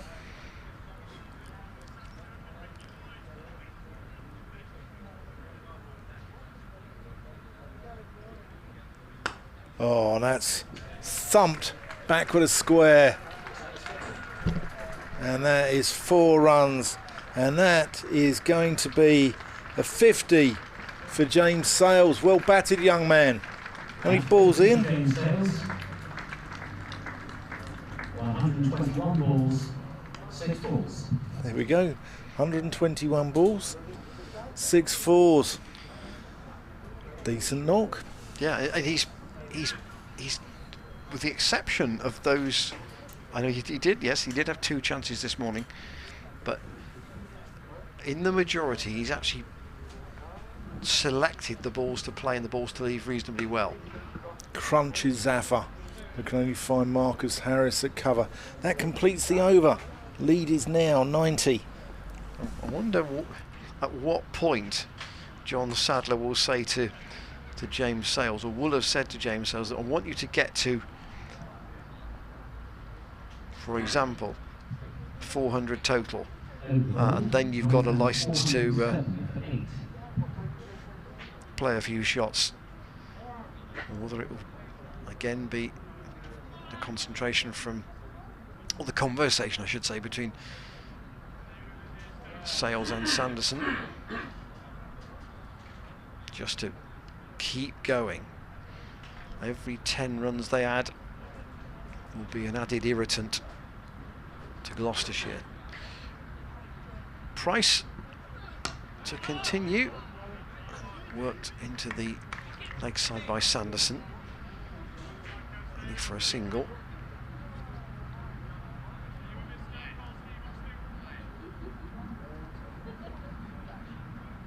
That's the view from the polished lawn end of the ground, obviously to the left of the sight screen.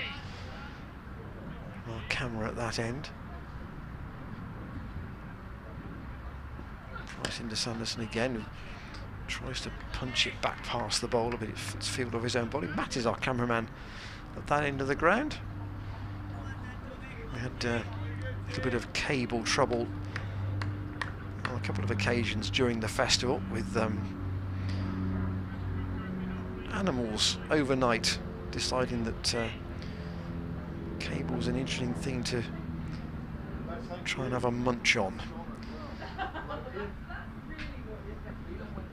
Price in, that's all nicely played by Sanderson. He's going to get 4 for that, past Jared Warner, up towards the gymnasium boundary. That's a square cover. He didn't really play that with any great force, but it was probably about the timing of the shot and the pace of the outfield to some degree. And Sanderson on to 9.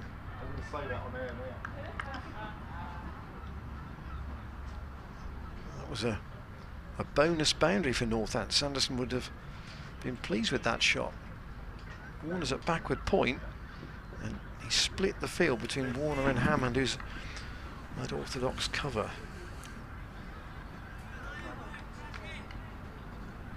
Price with that little hitch kick in the middle of his run. Comes in again, and Sanderson will bottom hand in that. And just flicks it out to Marcus Harris at mid-wicket. It isn't a day when necessarily sun hats or caps are necessary. Chappell is fielding in a sun hat. Jared Warner, who is a sub-fielder, is not. Chappell is a man who is follically challenged, shall we say? Yeah, well, same as me. Yes. To be fair. I'm getting there, Ian. I'm catching you up, mate. Price in, or Sanderson gets struck on the pad. Might have been 2 sounds there. It's gone away down towards the third man boundary. Was there any bat in that? Hassan Adnan says there was. And there is also, for those on the ground, I'm pleased to say, a little bit of life from the main scoreboard. There was nothing displayed on it at all until a few minutes ago. And now we have at least seen the Gloucestershire badge fleetingly. I did say to you, Dan, before the festival that there, over the years, the scoreboard at Cheltenham has been a constant topic of conversation. Yes, indeed. It remains as such. Price in. Right on the bottom of the bat, right on the toe of the bat there from James Sales. Squeezes it up to mid-off, and Chappell, no sign of a run. Well, speaking with chance of a run. And Northants, they've batted on this morning, have got through an hour and 25 minutes, and they've extended the lead up to 95. Well, speaking with Sarah Bloden, who was on air yesterday from the Gloucestershire Exiles earlier, and I did tell her that you went jam first with your scone. And that's the Cornish way, apparently, isn't it? Is that the Cornish? I believe so. I believe that's the Cornish way. And there's a lovely lady called Ruth Charville who goes to every game, home and away, takes photos. And she said her grandfather always used to go jam first and then put butter on it. Oh no. That's just wrong, isn't it? Well, that's how they roll down there. Zafar from the Chappell end, let go by Sanderson. Umpires just crossing to point. Can't see there past Ollie Price at short square. The scoreboard looks like it's working. James Healy here on the stream. He's been running around all morning trying to get these things working. Zafar Gahar throws that one a little bit higher. The thing is that with gadgets like that, sometimes they need to take time to load all the information, and maybe that's what it's going through. We have a badge on the board at the moment, but it may be it's just taking time to get going in the day. Zafar to Sanderson. You see, that board needs just time to load, and you know, we need breakfast as humans, don't we? Well, I do. What about you? Always. Breakfast? Always. Always. I've been travelling out to Michael Wood Services, which is ironic because I know a chap called Michael Wood, Michael Wood Services on the M5. That's defended. I've been picking up a bacon sarnie and a cappuccino. Gone down a treat. I've been shunning the Gloucester Farm Shop Services. Which has a very, very good reputation, I might add. It does have a very good reputation, and it should have at those prices. That's defended and just worked into the onside there by Sanderson. Picks up the single. Service station prices are, diesel at $2.15. They're outrageous, aren't they? I think you have a larger car than I do. Is yours diesel? It is diesel, yes. And mine's a petrol. Oh, that's a little bit of bat pad, but doesn't quite go back to Zaffa. Yep. I don't want to have a load of Greta Thunberg types getting on the stream and getting on my case for having a diesel car. But it's cheaper for motorway driving. Yeah, and we should say, making the point about Northants getting to almost 12:30 with 8 wickets down. It is possible here that lunch may be delayed if we get to 1 o'clock and 9 wickets are down. They will keep going, or they can keep going, obviously. But drinks here for these two. Sales in particular doing an excellent job for his team. We weren't sure about the Northants middle order, how it would pan out when it was set up yesterday. We thought that McManus would actually come in higher up than number 8, but Northants just moved Tom Taylor up the order, and that meant there was a little bit of further insurance, if you like, further down, and the lower order have actually done a great job for them. We're also, not only has Sales got to his half-century, we're now approaching a half-century of extras as well. 46 in all, as you saw on the full card a moment ago.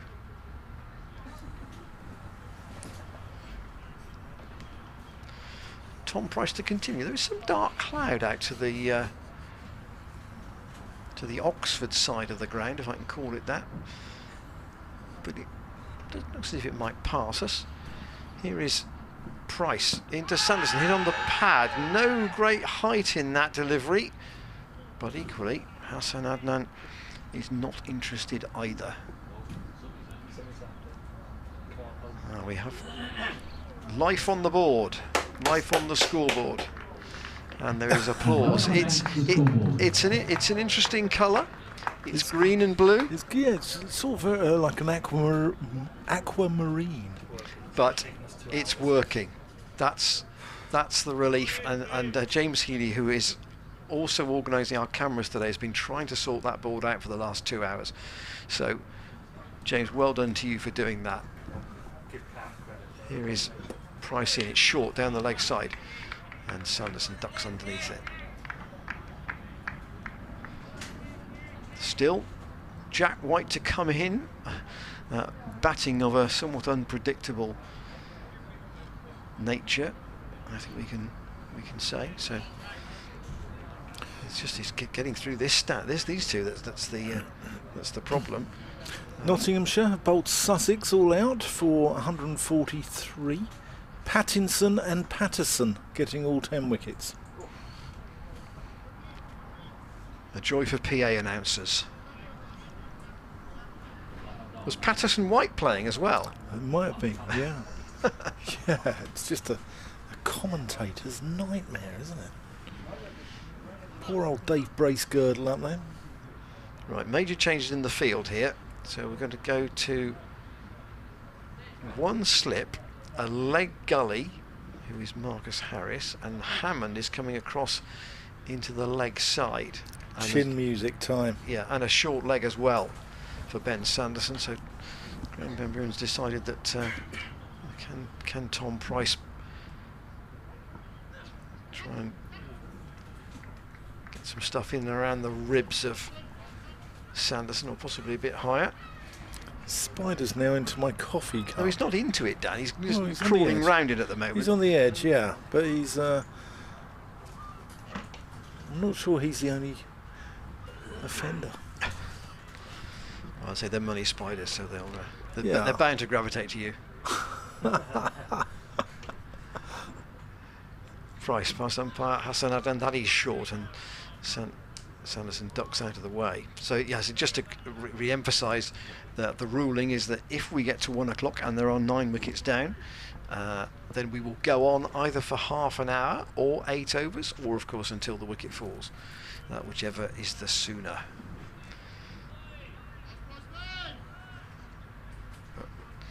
That lead probably almost where Northamptonshire want it now, I would think. 100 was what they were probably aiming for at the outset, and they're very nearly there. Sanderson defends once again, and I think this now poses Gloucestershire the greatest question. How do they get something out of this game? How do they set something up? Well, they've got to get 300, Dan, haven't they? Bluntly, Got to, and quickly. 300 in 3 sessions is probably the target. And if they can do that, and that's basically what they did on the first day, 317, and actually inside 3 sessions, that would give them at least a chance of winning the game, because it might just tease Northants into believing that they can also win. And sometimes you've got to dangle the carrot in order to try and win the game yourself. That was a maiden from Tom Price. First things first, they've got to take these last 2 Northamptonshire wickets. That's true. They don't look like doing it at the moment. That's the thing. And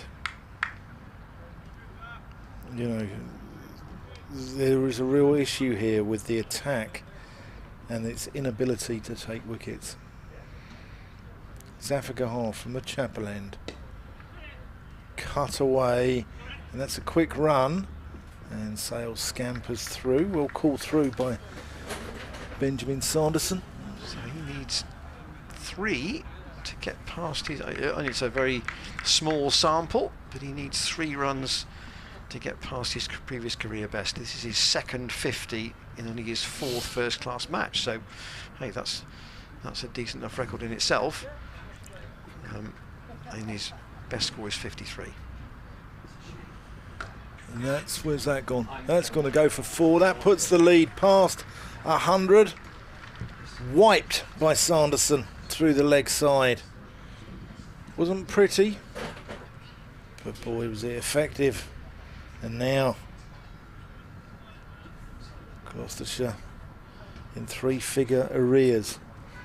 Again, not for the first time this season. And that's basically... it's a sessions batting to eradicate the deficit now, isn't it, Dan? Yeah. That's the in broad terms. Yeah. That's outside the off stump. If Gloucestershire don't get 300, they're going to lose this game. You would have thought so. The weather forecast for say for tomorrow is much the same as today. Large amount of dry weather. Ian Randall's barometer tells us. That's defended by Sanderson. Like I say, it's been saying very dry in my hallway for... Do you have a barometer on? I do. I do. It's about as big as a tea plate. You know, it's only small. That's thrown out. That's gone. Oh, just out of the reach of Graham Van Buren and dribbles away for 4. I thought that was down his throat immediately. Sanderson using his feet to Zafar Gahar, but it was just out of Van Buren's reach and goes down in front of the Chapel for 4 runs. I think. Do you think the 100 lead is the licence to swing hard now for these two? I do. Or particularly for Sanderson anyway. It will be one of those James Sales where everything must go. There we go, Sanderson. Bottom hand again. Thumping that one off the back foot, doesn't go anywhere. 422 for 8, Sanderson 19, Sales 51, Zafar Gahar 38 overs 5 for 114. He bowled 65 at Old Trafford, didn't he, away? In the, I think, the third game of the season at Lancashire. Yeah, they've added 69 this morning, Northampton, so 69 in an hour and a half. And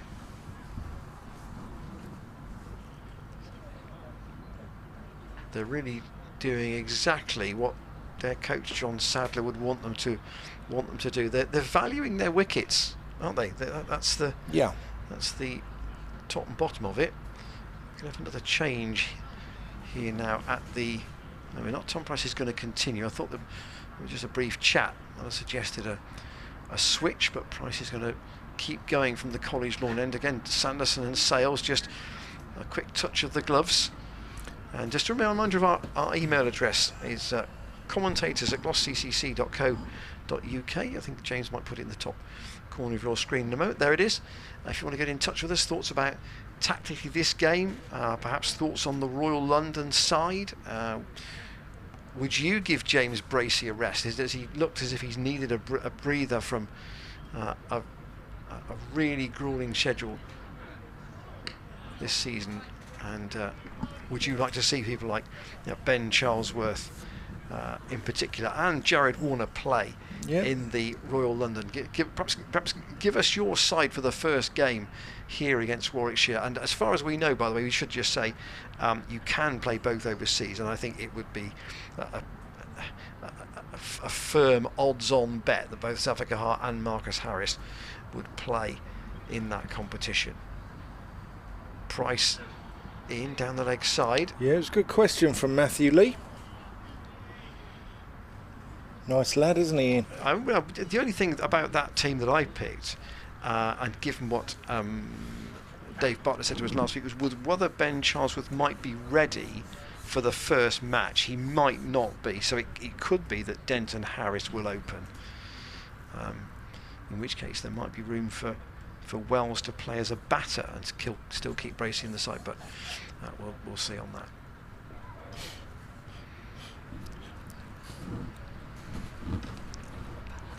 Price going round the wicket, turned into the leg side by Sales, takes him to 52. That was quite a good stat of yours from We've had 3 emails come in. One from Tony, who says, following our brief discussion yesterday, it was 2017 when our good friend Bob Hunt spoke to the Bristol cricket lovers, so that's 5 years ago. And he says, please pass on our best wishes to Bob. We'll certainly do that. We're trying to remember when Bob had been to speak at that evening in Bristol. And I thought it was longer ago than that, but thank you, Tony. And somebody always knows the answer to any question that we pose. And the Duke of Gloucester is 31st, apparently, in line to the throne, Dan. So that would have taken quite a bit of research from us. But somebody has spotted it, and Mark Halliwell, needless to say, is on the case. I also got an email from Mark from Madrid as well, which we'll get to in a moment. Worked away again, this time by Sales, gets him to his joint career best score. And Mark from Madrid, as he's known, Mark Kidger, says, I guess when we mark the 2 Northampton games, the Kent game and one of the Somerset matches as the games most likely to win when we looked at them pre-season, given that we have generally been better in the second innings, we've only kept one first innings deficit below 100, he says. That's an extension of the stat we gave yesterday. Can we pull this one round? There is Price in. That's short and taken by James Bracey. I have a feeling that Zafar will be the key man. He'll take at least 2 of the last 3 wickets and would be the key man on given a 4th day target. I was surprised he didn't open the bowling today. Can we pull this one around? In a nutshell, I don't think so. Do you? I think there would need to be a marked improvement on what we've seen in the first 2 days and a session of the game. We're going to see Graham Van Buren have a bowl for the first time in this innings. Zaffa having a breather. But coming from a position in the... And I know Gloucestershire did this last year. They're coming from a position where they're behind in the game. But Sanderson, the view seemed to be that it's you're over done. Van Buren, and starts with a full toss. Out to long off. Gloucestershire look ragged. There's misfields, there's full tosses, they look like this is slipping away and unravelling, and we've seen them unravel before spectacularly this season, the game against Somerset, and I really hope that they can show a bit of pride here, show a little bit of professional pride, as Sanderson plays one out to Miles Hammond. 3/4 of the way back at long off. Because we weren't sure whether that Somerset game was going to be over in 3 days, but Jack Leach made a nonsense of it. Van Buren, and Sales plays that out to deep cover. And you know, Sanderson didn't have the greatest impact on the first innings, did he? But you know, when you come out and have a bit of a bonus time with the bat, and he's got 20, can that carry on with the ball? Sometimes it does. Yeah, I can see this. There, that's carved away, backward a square by Sanderson. 432 for 8 now. The lead goes up to 115. Yeah, this is very awkward. I mean, even if the pitch is really flattening out, then Gloucestershire are really going to have to bat well from a position where they're a long way behind in the game now. Van Buren in, floats that one up. That bounced really curiously as it went down towards Miles Hammond. Yeah, I think it came off Van Buren's boot. And yeah, went. They scampered through one, so I was just distracted there. That's a lovely shot from Sales. Opening his shoulders now, moves on to 59. That's a 51-run partnership as well. And Gloucestershire 50 partnership look like they're staring down the barrel. Yeah, 50 partnership in under 11 overs for the 9th wicket.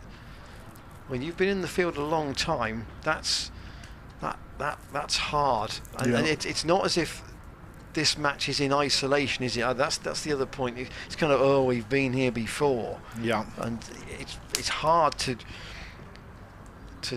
lift the morale at that time, and that's the difficulty facing the skipper out there, just to try and keep everybody going. Thanks, by the way, Tony, for your email about Bob and clearing up that date. And Mark Hallowell for letting us know who the Duke of Gloucester. How far down the line where he is in line to the throne, and to Mark from Madrid, who is often in touch with us. Look at that overs tally, 134. Price in, or almost Yorks, Ben Sanderson, but he's doing a really very effective job here.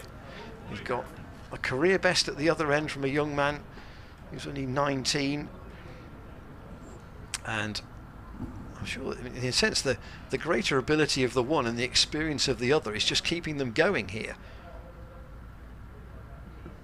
Price to Sanderson, who steps inside that and lets that go down the leg side, taken by Bracey. So Gloucestershire obviously in the field. This is the 5th session they'll have been in the field, because there was obviously the mini session at the end of the first day. Yeah. Only 12 overs, I take that, but mini session there, and increasingly this looks like it could be Might even be a 2.5 hour morning session if Northants really try and advance their case of. It's gone straight to Van Buren. It's a no ball, I think, as well, and they've still scampered through for 1 run. Sanderson's got through to the other end, and the total advances with that to, well, it will be 49 extras now in that total.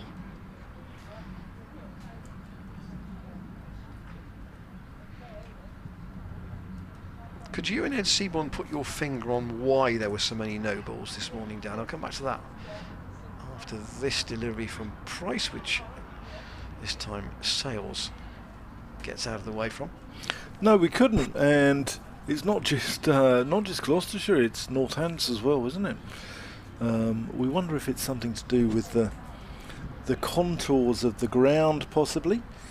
It undulates, doesn't it, here? It falls away down towards the Sanford Road, down towards the hospital side of the ground. It's flat in the middle where the square is, or it's mainly flat. It gets flatter actually as a one run. It was a. Yeah, it does. It's flatter on the. It says on the top side. It really sounds as if it's like a 1 in 3 hill. It's not. But the flattest pitch is probably the one that they're always going to use from the Warwickshire match, I think. And then the 2 championship pitches are on the far side of the square, on the far side of the slope as it drops away down towards the Sanford Road side.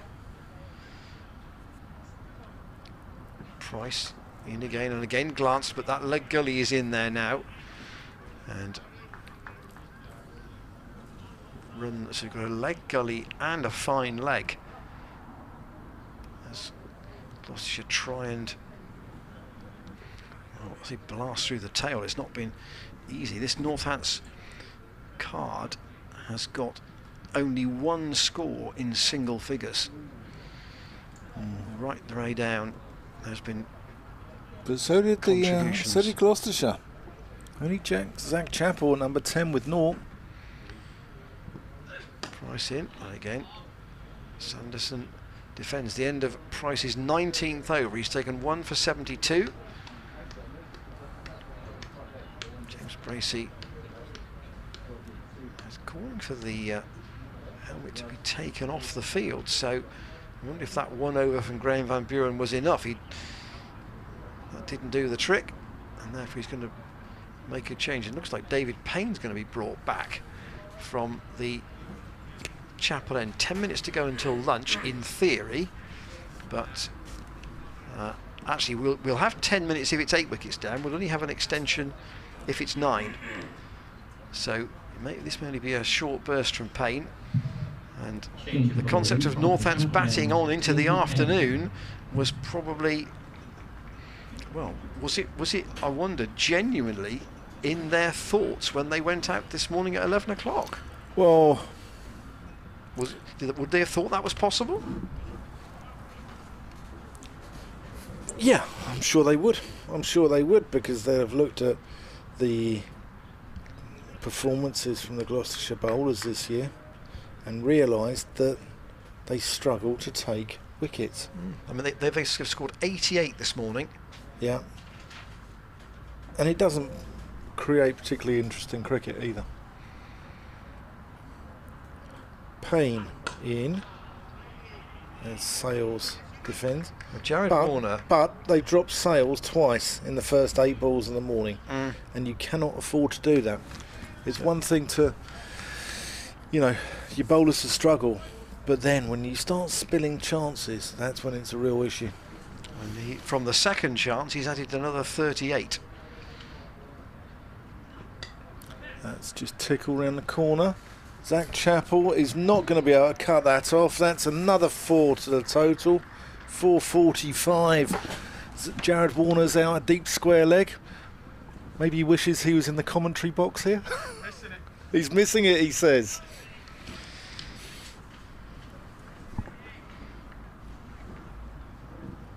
Gives us a thumbs up. There's not a lot of thumbs up about the cricket we're watching though at the moment. Not from a Gloucestershire perspective. Payne into the wicket, around the wicket. Just gently. It doesn't look anything for the seamers at all, does it? No, it doesn't. It looks so easy for Northants here. It really A little does. bit for Zafar, but Andrew Rabb was talking yesterday about Rob Keogh, the Northants off spinner who took 3 wickets in the first innings, and he said that he's actually upped the pace at which he bowls this year, he thinks. Payne, and that's gone in the air over the top of point. 3 bounces into the boundary boards, and that brings up the 450 in the 136th over, and it's just getting, well, it doesn't get any better for Gloucestershire fans, does it, Ian? Yeah, they got from 400 to 450 quite quickly, actually. We thought 400 was a dangerous point to get to, but now the lead is, well, it's appreciable. Payne in, Sanderson defends. Sanderson's top score this season is 33. Yeah, he's on 30 now.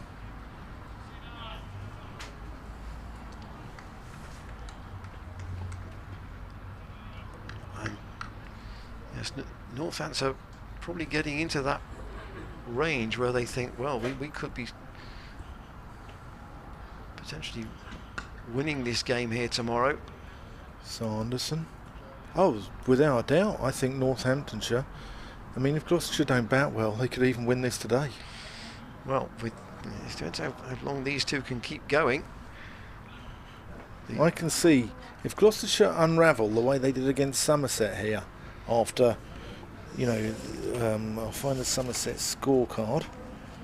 So they played. That was Leach, remember, doing that. Yeah. So they've got a good pair of spinners here. So 12th to the 15th of May, Somerset batted first. They declared 591 for 7. Gloucestershire then capitulated to 186 and then 159. Jack Leach taking 8 for 90 in the game from 45 overs. Now, we've only got 6 minutes to go until lunch, but that doesn't mean that we can't have another change of ball. We've had, interesting that in the Northants fielding period, the ball wasn't changed once. And yet here we've had 2 changes of ball. There'll be a second change of ball in this morning's session.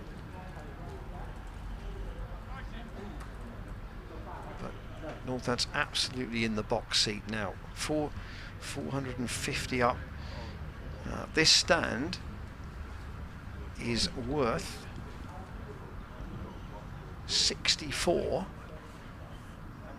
and in fact they were 349 for 6 before McManus was out, and now here they are 450 for 8, and that is where Gloucestershire in both this game and the Hampshire game there were innings where the last 5 wickets went cheaply.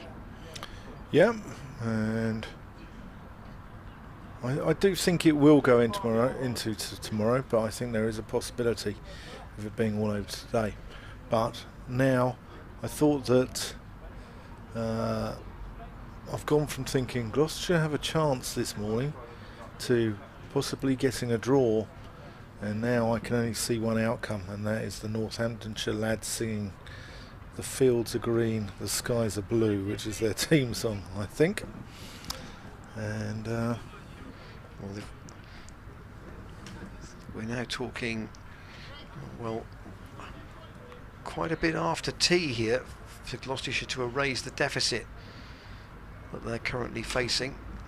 Ryan Higgins is going back to the boundary at deep point, and this might be the last over before lunch unless a wicket falls.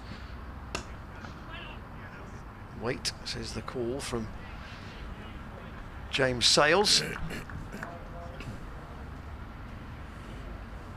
Wonder what the chunter will be among the spectators at lunchtime. I saw one post at the maybe during yesterday's play that said, you know, we can't let Northants get 500. Well, they're going to get quite close if these two have a bit of fun after lunch.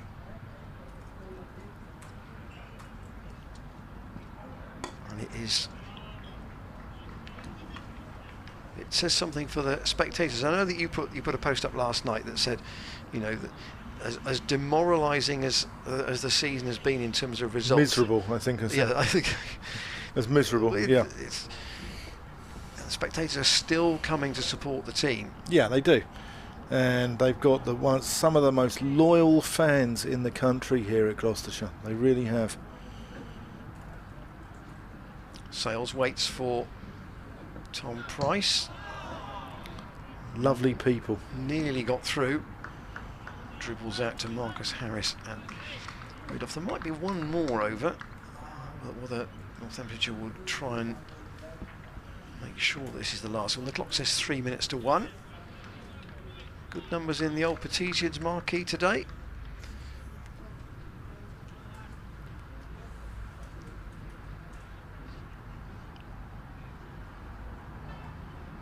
Price pass umpire Hassan Adnan. Slight grunt as he delivered the ball, but Sales just clips it to mid-wicket.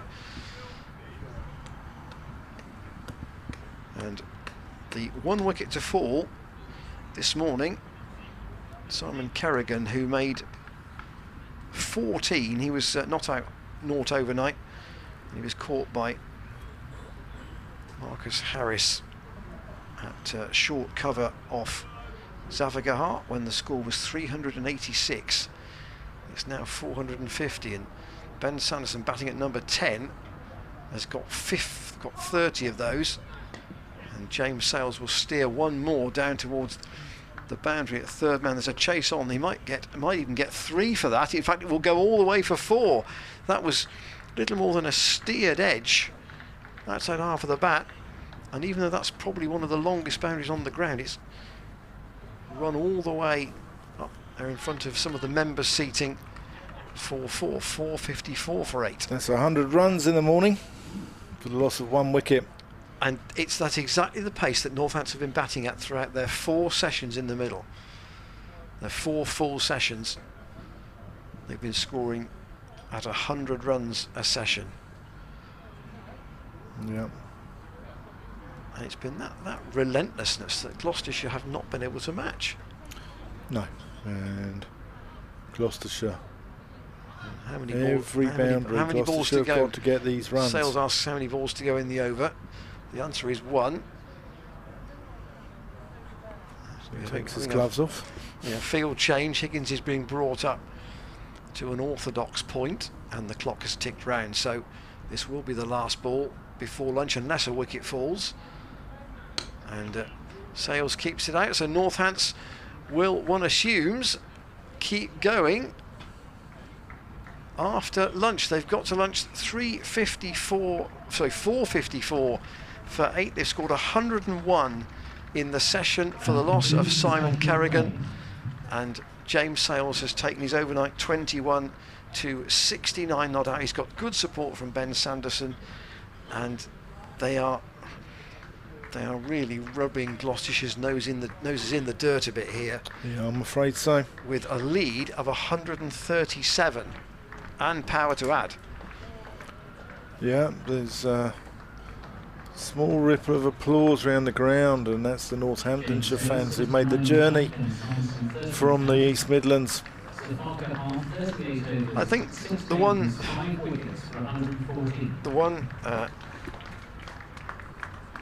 shining light in this Northants innings has been the bowling of Zavagahar, who has now taken himself up alongside Ryan Higgins with 27 championship wickets for the season, 5 of them in this innings, but it's taken a lot of effort and a long bowl for him to get them. He's been economical, but he's had to really graft hard for those five successes. Yeah, he has, and you know, I can see here in the afternoon, I can see James Sales getting to 100. I really can. I can just see him easily getting to 100. I can see the score being 550, them sticking Gloucestershire in, and having them 4 or 5 down by the end of play. And I really, you know, it's hard to keep positive here for Gloucestershire fans. They have to get behind the team. If Gloucestershire can get a draw out of this now, they'll be pleased with that. Well, we'll rejoin you just before 20 minutes to 2. Hope you enjoy your refreshment over lunch, but there is the rather one-sided card that we see. Core details at the bottom of your screen with a big lead, 454 for 8. Kerrigan out this morning for 14, Sales has 69, Sanderson has 30, and Gloucestershire will be coming out to field in what will be a 6th consecutive session. We'll join you just before 20 to 2.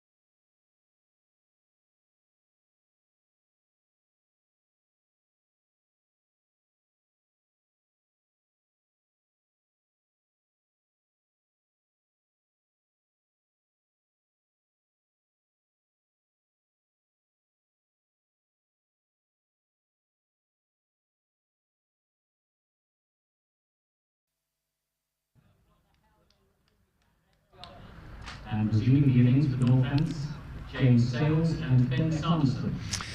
And Ben Fesius announcing the return of the two Northants batsmen for the 9th wicket. And they've had a good last hour, the visitors. 454 for 8. Here's the lead. You can see 137. So they've added 101 in the morning session for the loss of Simon Kerrigan. Still Jack White available, and Zafar Gahar's going to come back on again from the Chapel end. 38 overs he's bowled. From the Chapel end, Zafar Gahar. And Graham Van Buren turning again to his Pakistan test spinner. 5 for 114 he's got, but that's taken a lot of effort. And what will the approach be from Sanderson and Sales now? Will it still be to just soak up time, or will they try and attack with a view to getting Gloucestershire in again? And looking at the top order, slashed by Sanderson. First ball, he's gone past the slips. It will go down to the third man boundary for 4, and Sanderson goes to his highest score of the season with that boundary at 34. 458 for 8.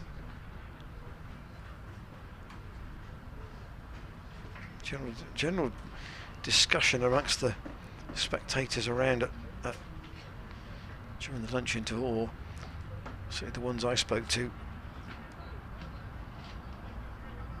was one of a very dispirited nature, which was a pity, after the hope this morning might have been a manageable deficit, but it has not been, it's not become a manageable deficit now. You were in the queue for some refreshment at lunch, Dan. Was that the tone of the people around you as well? Yeah, very disappointed. Very disappointed. No one could see this coming. Zafar just tosses that one up a little higher, and Sanderson leaves it alone. No one could see it coming at all.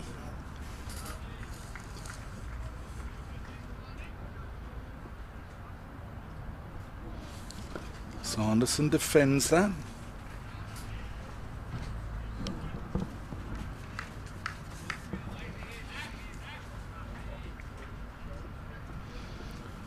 Just Zafar wheeling away. And Sanderson plays that backward at square. As the ball spins, Harris watches the spin.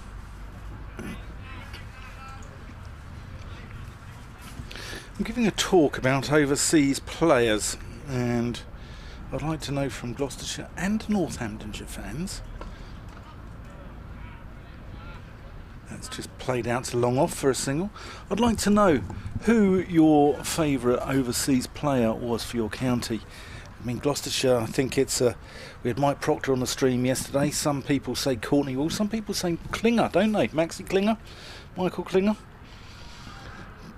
Northants have had some wonderful overseas themselves. They've had people like Alan Lamb, Mushtaq Mohammed, Sarfraz Nawaz, Bisham Beatty.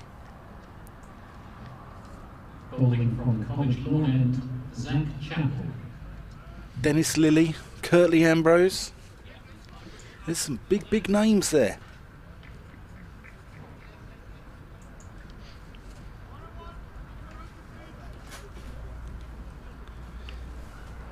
Chappell then to bowl from the College Lawn End. First over after lunch.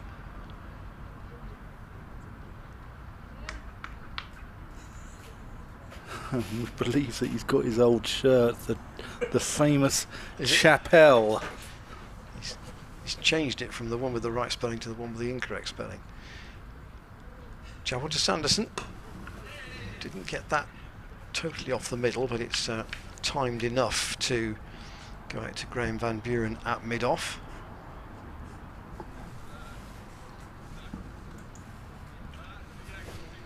Now Sales, what does he look to here? Dan was bold and he said there might be 100 here for him. Well, that would be a he'd be batting an awfully long time to get that, I think. 143 balls for his 69, so he's been patiently accumulating since late yesterday. Child well to him into the leg side, straight to mid wicket. Yeah, Michael Klinger, obviously 7 seasons at Gloucestershire. Left the club in 2019, and for some spectators, I think he would be bracketed with Procter and Walsh, I think, in terms of the impact he made, because it was certainly 2 formats, if not 3.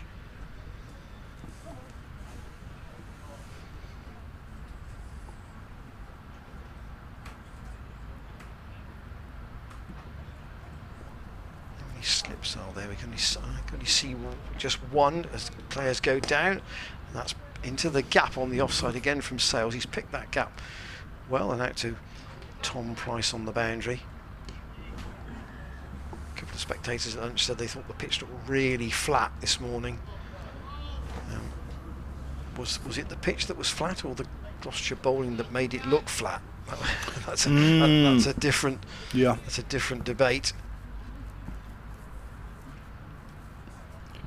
But partnership now. We're talking about energy levels with Jack Taylor and how players need to fuel up in between sessions. Well, they've certainly needed to do that over the last 4 out in the field. Or Sanderson gets a short one. He just about does enough to keep it down. It was almost a get out of the way kind of shot. I'd like to have put a bit more on it, but didn't do so. Zafir's at square leg. There isn't a boundary rider on the leg side for Zach Chappell, so Graham Van Buren reasonably confident that he can bowl one side of the wicket. He's got a man out on the cover boundary.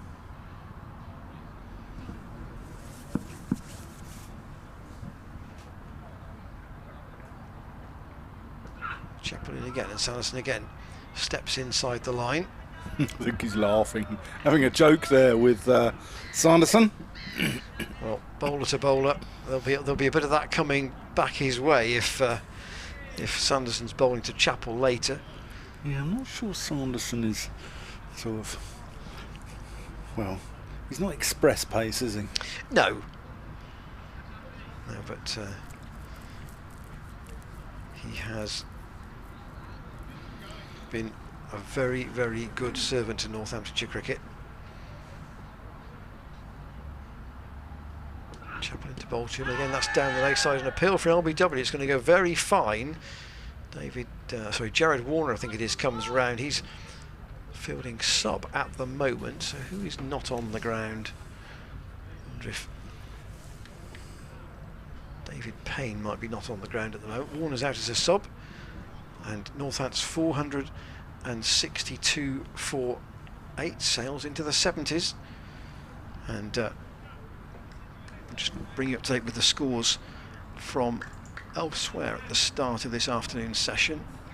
Old Trafford, Lancashire 109 for 1 in their second innings, lead Kent by 16 with that 1 wicket down. Somerset facing 505 for 9, 196 for 1. That's a pretty spirited effort. Tom Abel's been getting runs down there, hasn't he? Still trailed by 309. Zafar Gahar into the crease. That is let go. Another wicket at Scarborough. Yorkshire are 98 for 3 against Hampshire in their second innings. They lead by only 39. And at the Oval, Warwickshire 80 for 3 against Surrey. They lead by 17. Zafar in. Sanderson attempts to cut, misses it. Goes through to Bracey.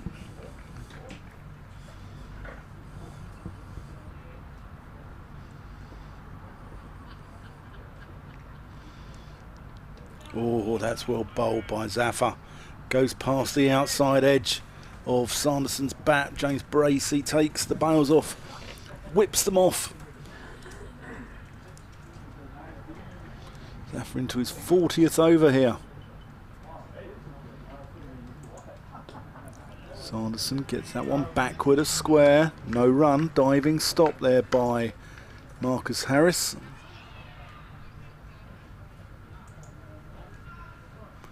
Harris looked like a sort of fly slip there. And there's a man just over his shoulder. As that's played into the offside, out to long off.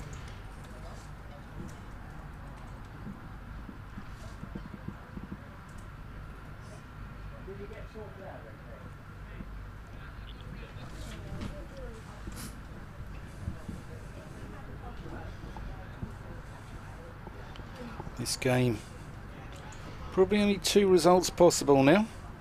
Either a draw or a Northamptonshire victory.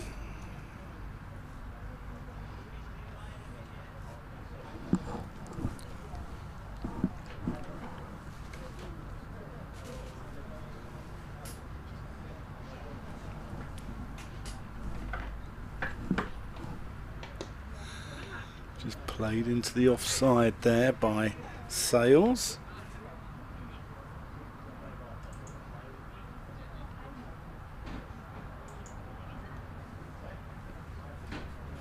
That completes the over. 463 for 8. Ben Sanderson 37. James Sales has moved on to 70.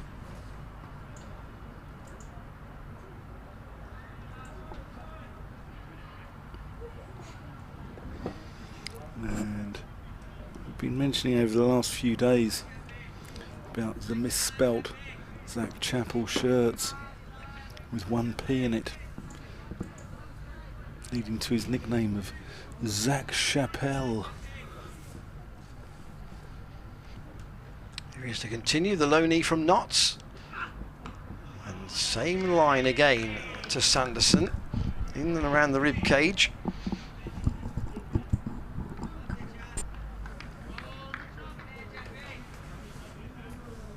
So Klinger was here for what, 7 seasons, Ian? 7 seasons, yes. Yeah. Correct.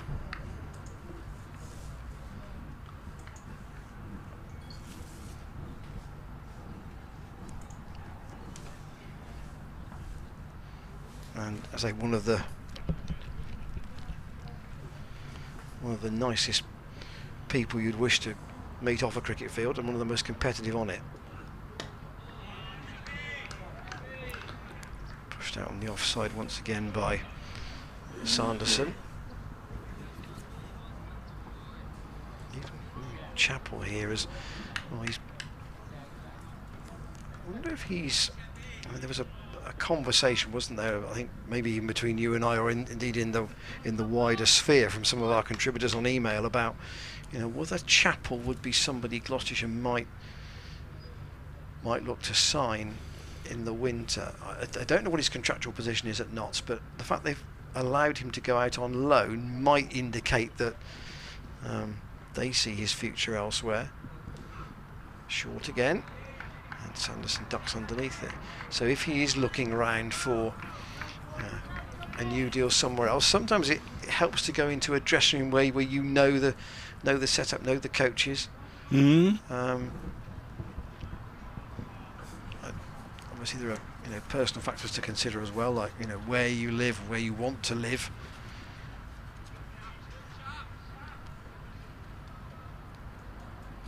But obviously he will almost certainly will go back after this game and almost certainly play quite a big part for Notts in the Royal London Cup. He's got Sanderson on the pad there, but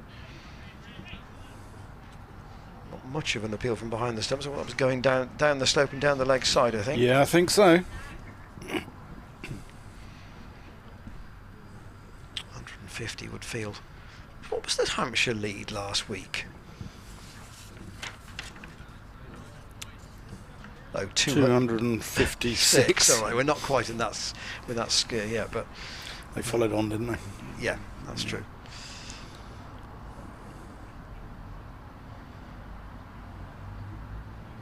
Chappell again. Oh, that's way down the leg side. That can be given us a wide? No. But you never know. They're still at the wicket. Well, they It are. could They be are. They 256. are still there. That's quite true. I mean, Sanderson 100. well, career best score is 42, and here he is on 37. He might have thought so. Well, first chance of a first-class 50.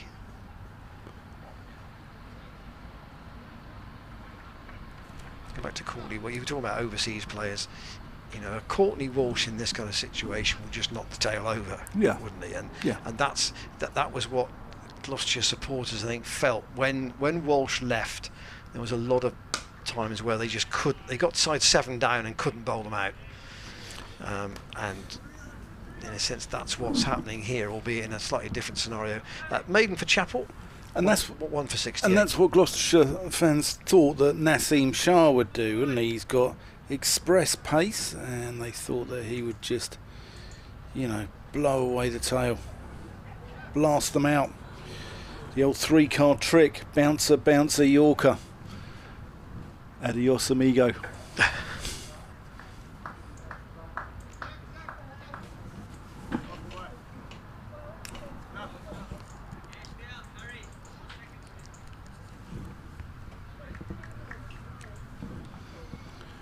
Yeah, I'd be interested to know, Northampton and Gloucestershire fans, who your favourite overseas player is. Is it Ian Harvey? Won how many cups here? 4? Ooh, well, do you As a player? As a player, I was going to. Do you include Zafar in, that's played out. No run. Do you include the one where he was assistant to Richard Dawson as a coach? He didn't play in that though, did he? He didn't play in that, no. No. Just the player. Zafar. And that is really well fielded there. That's try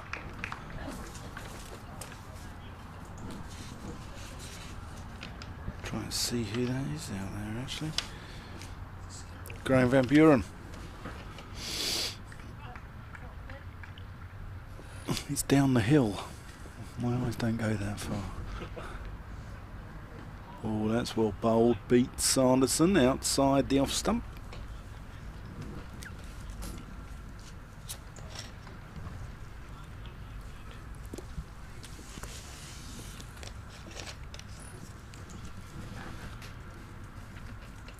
Zafar.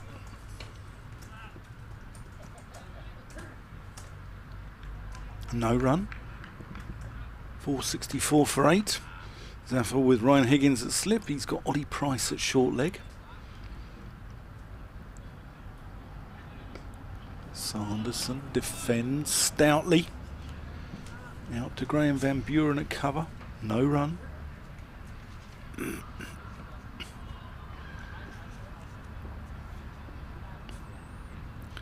Here he is wheeling away. That's the end of the over. Zafar's 41st. And it's been a long, long day for Gloucestershire.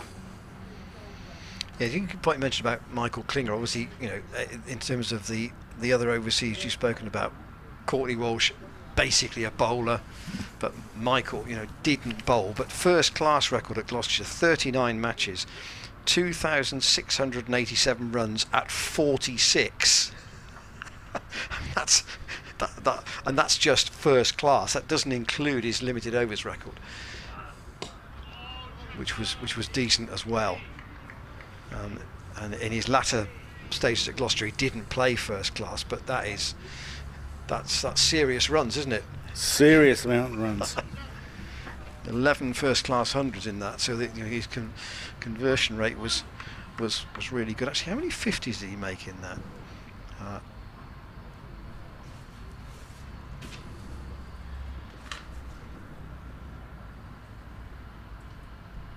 Chapel in again down the leg side, Yeah. and a faint feather, and James Sales has to go for 71. Finally the breakthrough. Bit of leg theory from Gloucestershire both these batsmen, and that stand, which has been a real irritant, a big ninth wicket stand for Northants. 75 according to my maths they put on, and Sales walks off for a career best 71. Yeah, he'll be gutted. He deserves 100 there. Young lad.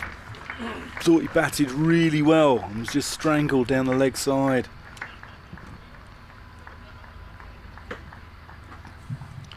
Chappell's toiled, isn't he? And he deserves that. He's still running in hard, still trying to bounce Sanderson. I don't know if they've had a little talking to at lunch from Dale Benkenstein, Steve Snell, but they seem to have come out in a determined mood, Gloucestershire here, I'd say. So they're, if you'll pardon the pun, given the lead, Gloucestershire are needing snookers, aren't they, with a deficit of 147.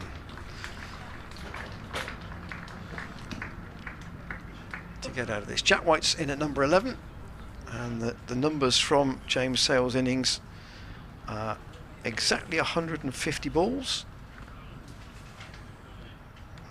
3 3/4 hours and 9 fours. And we now have 50 extras in this Northants innings as well.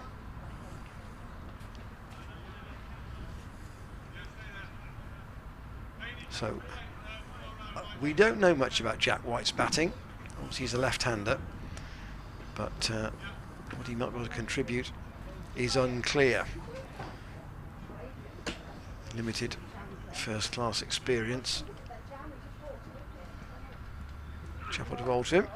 He's going to play a few shots by the looks of it. That's not a bad shot to start with. He leant back and he's not quite timed that all to the way to the rope through extra cover, but he's picked up 2. Very pleasant, wasn't it? Very nice. Well, he's going to come and have a bit of fun, I think, from this position there. He's quite within his rights to do so. Sanderson might be thinking about a career best score, mind you. He might think, OK, well, actually one blow would do it. He's on 37. A score of 42. Chappell 2 for 70 now in his 28th over.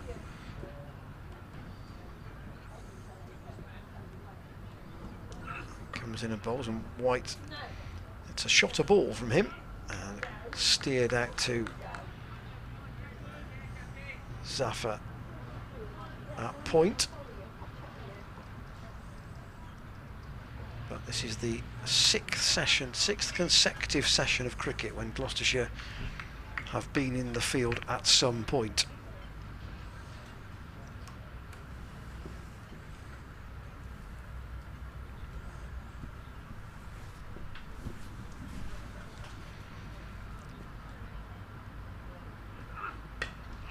Chappell in again, and White defends. Didn't really seem to time that too well. But the other thing, of course, Dan, about the length of this innings is that yes, the Northants bowlers bowled for most of Monday, but not all of it. But they've had a complete day with their feet up, and a morning session as well today. So there's still 60 overs left in the day, but there won't be a bucket load of work for all of them. It won't be like a full day on their feet. But Chappell in, and White defends, does enough to keep that out. But Dent and Harris and the rest of the top order will be getting into batting mode mentally now. Wicket for Chappell, 28 overs, 6 maidens, 2 for 70. And Northants 466 for 9s. You can see there's the full bowling figures, and Zafar's does stand out in that 5 for 121. It's your over, Dan, so I'll have a look at the emails in a sec. Go on in. I'm just wondering as Zafar is bowling, we might have a struggle to get the emails into this over, but we'll see.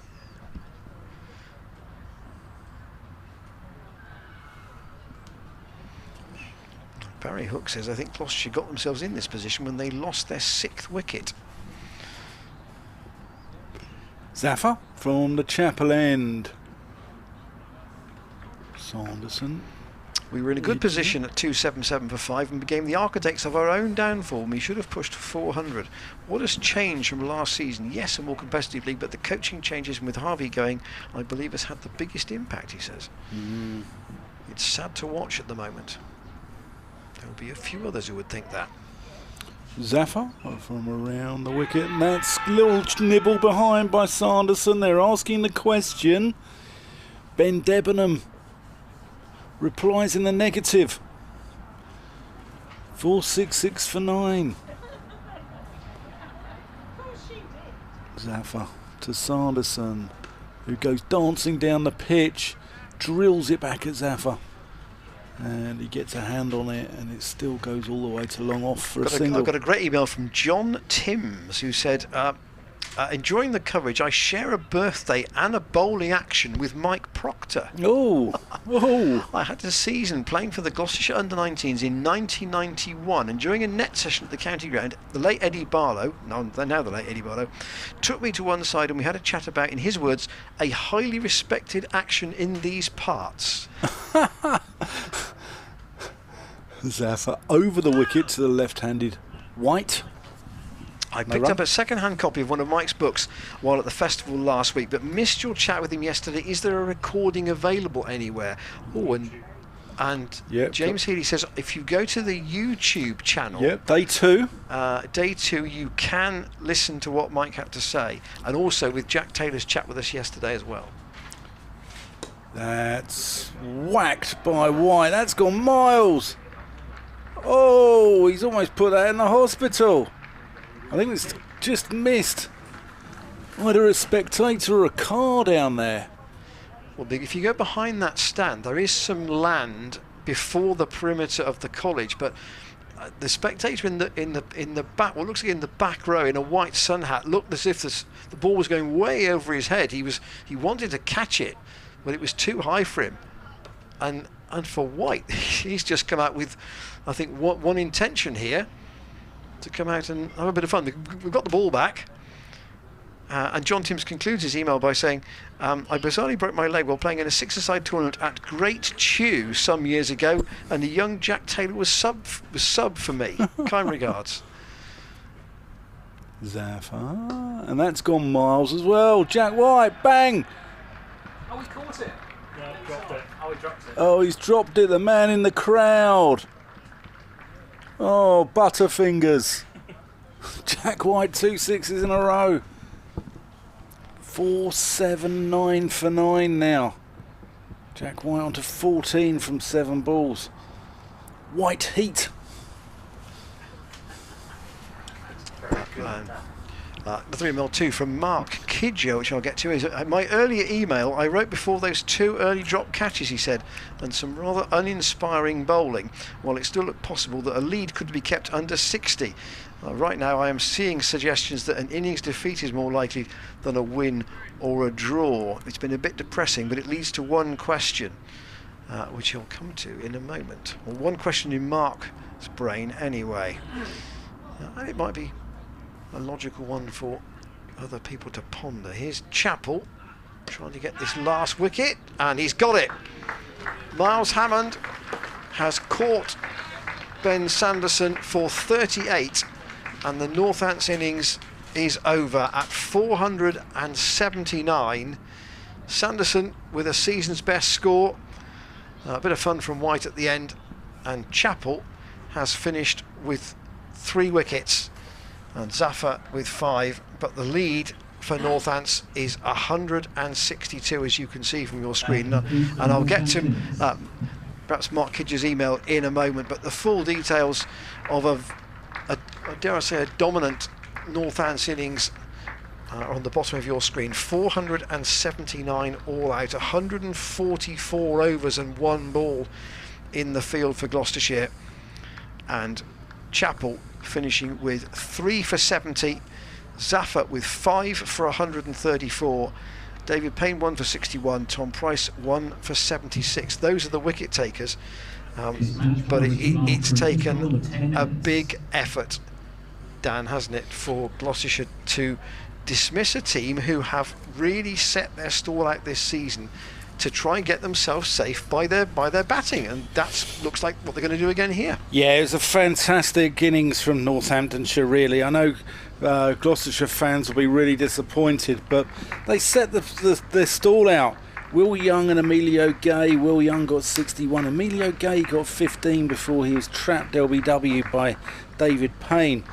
Ryan Rickleton then joined his fellow overseas. So Will Young's a Kiwi, Ryan Rickleton's a South African.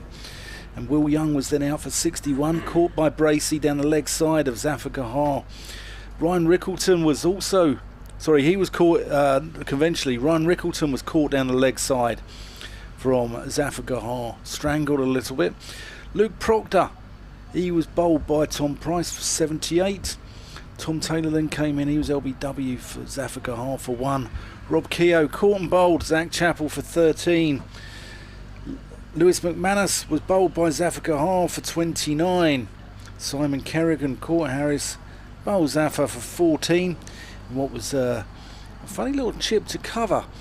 James Sales was caught by James Bracey down the leg side off the bowling of Zach Chappell, before finally Ben Sanderson chip one to cover, caught Miles Hammond, bowled Zach Chappell for 38, leaving Jack White not out on 14. 479. Northamptonshire will not lose this game from here. Shouldn't do, and the contrast is that they were 293 for 5 and Gloucestershire were 277 for 5, and the lower order for Northants has contributed far more. Yeah, and I also think that if Gloucestershire don't win this game, they are mathematically relegated. On the terms of two sides going down? On the terms of two sides going down, I believe so. We'll check that out in due course. I've given you the bowling figures with the bowlers with the wickets, and I'll just confirm Mark from Madrid's question, which maybe we'll ponder when we come back in about 5 minutes' time.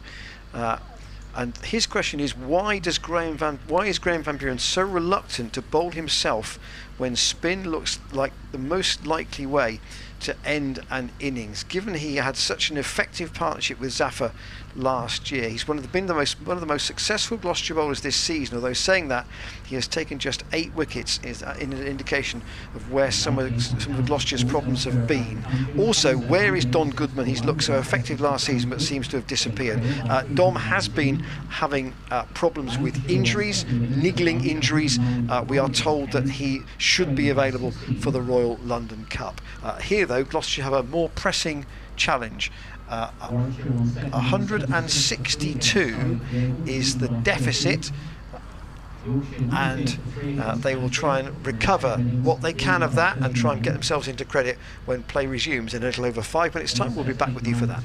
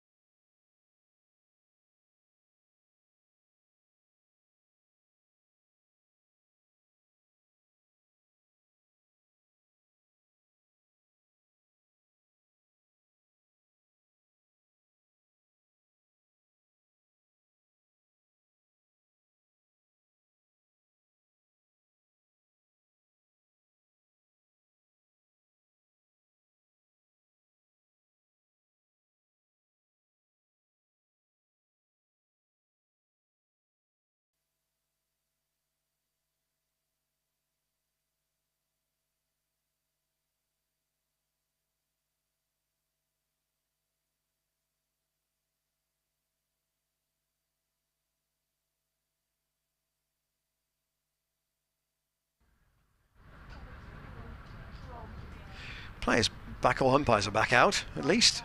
Hassan Adnan just changing ends with Bain Devon, of course, at this point. And Gloucestershire with 57 overs left in the day and 162 runs behind. It's hard to see them being very far ahead tonight, Dan, on the basis of the rate of runs we've seen in this match overall.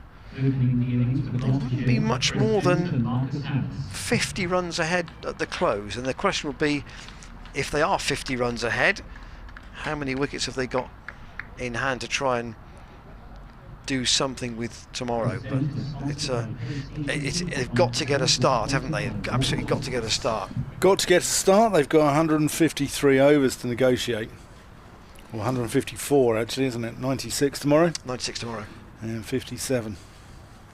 But do you think it is only a question of just batting? No, because I think then a bowler gets on top of you, and I think that you have to continue to score runs. And also, you know, you might get to a situation where tomorrow, if they bat well, and this is if they bat well, that they will possibly want to be 100, 200, 150 ahead maybe if they bat well. And then that takes time out for Northamptonshire when they have to bat again. So they can salvage a draw, but they're going to have to bat well even to salvage a draw. Yeah, it's a long game from here. Could they possibly set up a short chase which would tease Northants here? Sanderson with 4 slips to come into bowl to Chris Dent. He and Marcus Harris are opening the innings, and Northants will say we'll have, fresh bowlers. It's not a full day for them in the field now, and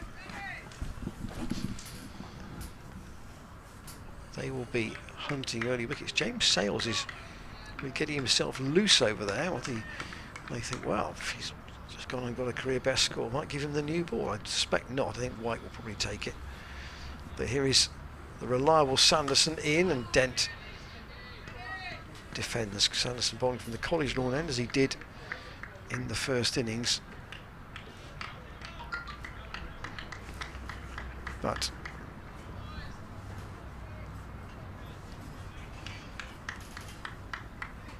the question is, how much life is there left in this pitch?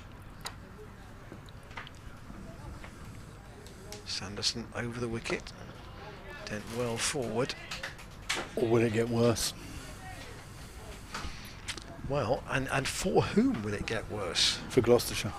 No, I'm thinking, will it start to crack up? Will it start to go through the top a little bit? Well, will the bounce become a little bit inconsistent?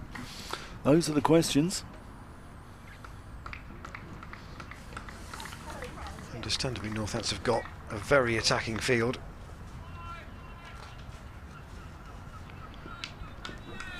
Rickleton, Young, Gay, the 3 slips. Taylor at 4th. Oh, Dent pushes at that. Sanderson, not that he's most effective in the first innings, but a bowler of his reputation, wouldn't be right to think you can keep him out of the game completely. He's no more than probably a fast medium, but he's accurate with it. Comes in the bowls and Dent defends. That just seemed to keep a bit low. Fielded by Simon Kerrigan.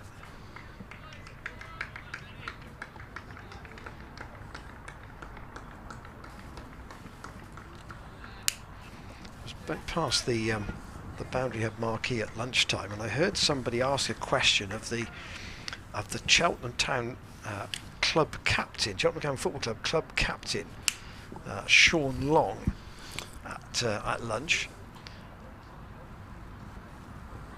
Sanderson in, Dent squeezing that up to mid-on, and he said, who is the best cricketer he's known in his time at Cheltenham Town? And he said, well, the goalkeeper, Scott Flinders, who's now left the club, left the club this summer actually, thought of himself as a decent spin bowler. He's from Rotherham, so he's from good Yorkshire stock. Don't get many spin bowlers from Rotherham. And it will be White to share the new ball with Sanderson. And he also said that the best batsman he'd come across was was a striker, now retired, called Luke Varney. So he obviously had a career at points at the top level or top 2 levels. I came to Cheltenham towards the end of his career, but according to Short Long, not a bad cricketer. And actually, guys who play professional sport with a ball are generally not bad at maybe a squash player or a golfer or with a ball of another sort. Yeah, generally they've got an eye for a ball. So what's Marcus Harris's sight like for Jack White, I wonder? Got him out in the first innings. He needs a score. Yeah, Jack White bowled him an absolute perler in the first innings. Here he comes in from the chapel end as Harris plays that pleasantly out through the covers. That could go all the way. No, I think they're going to get 3, but that's a lovely way to get off the mark there for Marcus Harris. Jack White got him with an absolute peach in the first innings. Came from around the wicket, pitched on middle stump and took the outside of off. And sometimes, you know, when you're out of nick, those are the balls you get, aren't they? Yep. You know, and long chase for Rob Keogh there. They've only got one man in front of square on the offside here, Northants. White around the wicket to Dent, who leaves that alone.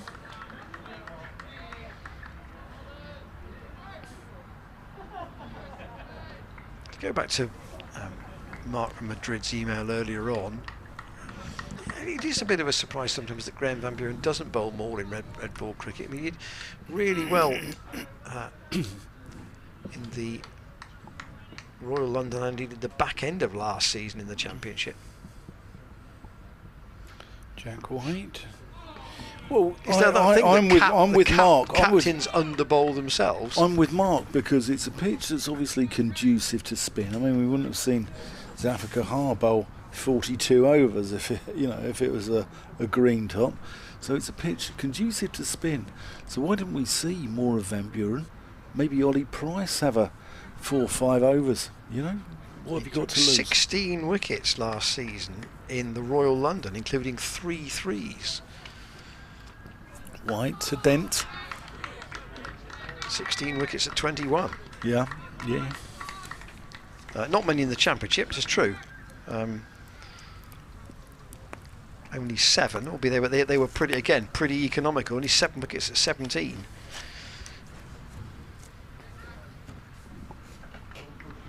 And this season, you know, his numbers are not ineffective. He's 8 wickets at 37. He's not bowled a huge amount.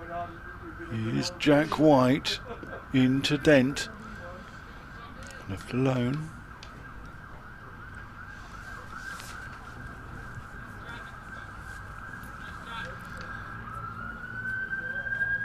Another ambulance goes past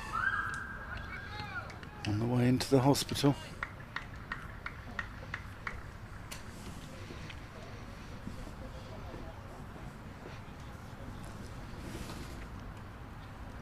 White sprinting into the crease outside the off stump. Dent leaves alone. That's the end of the second over. 3 for none. Yes, 57 overs to go in the day, so we'll take tea at when there are 32 overs left. Whether that will be on time, I would doubt. I'll probably have a late tea. We are nearly at 2:30 already. And to come back to the point that Dan was making about the Royal London next week, very strong ticket demand already. So if you are interested in coming, don't delay in going to the club website and booking your ticket. I'm also told there will not be a members area next Tuesday either. Sanderson. Harris playing back to that. Played inside the line, so it'll basically be the ground will be completely open in all areas next week.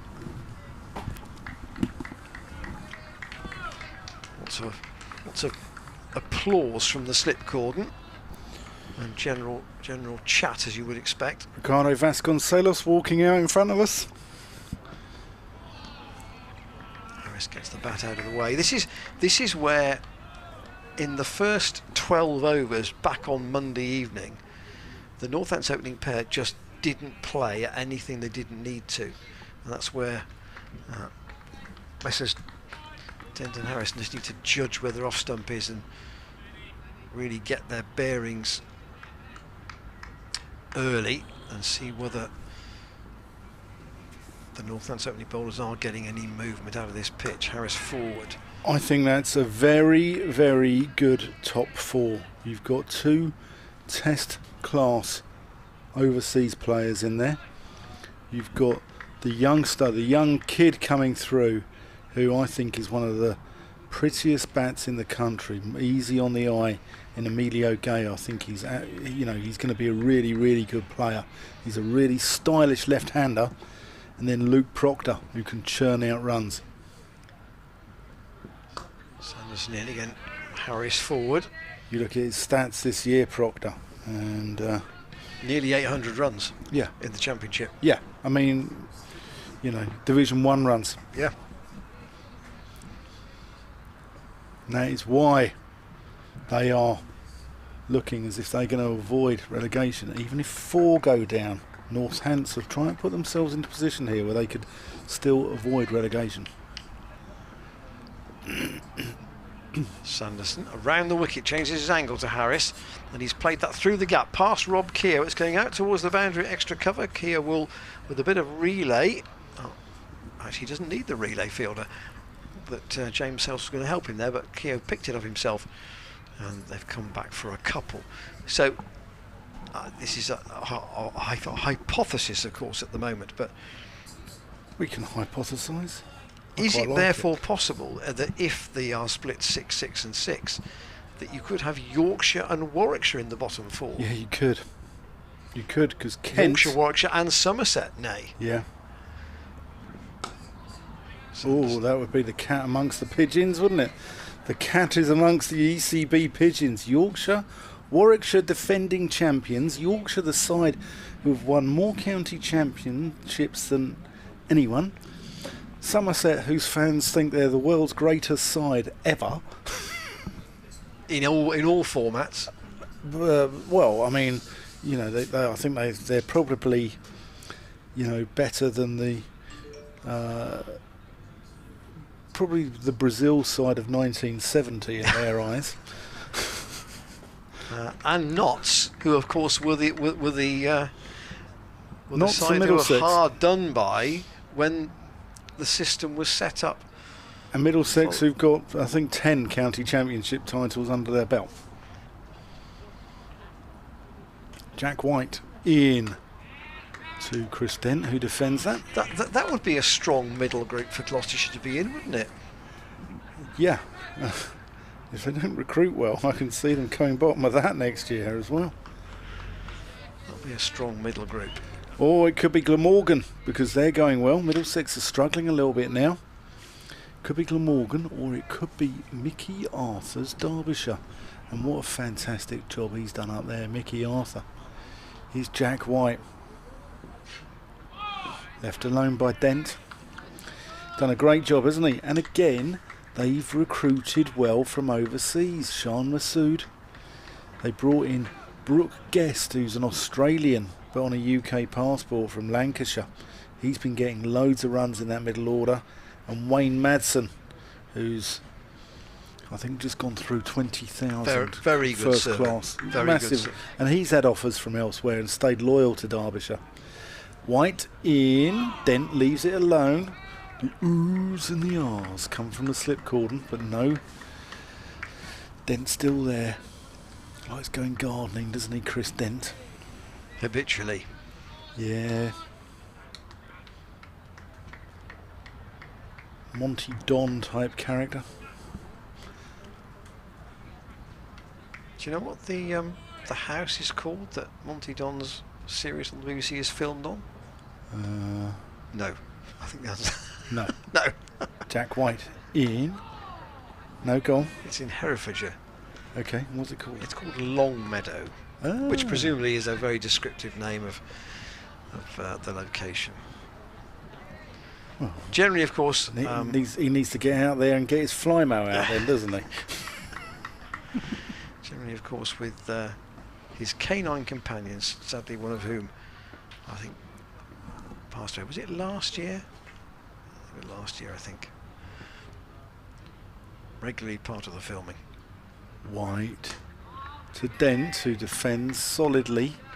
Still yet to get off the mark. 17 balls he's been there now, Chris Dent.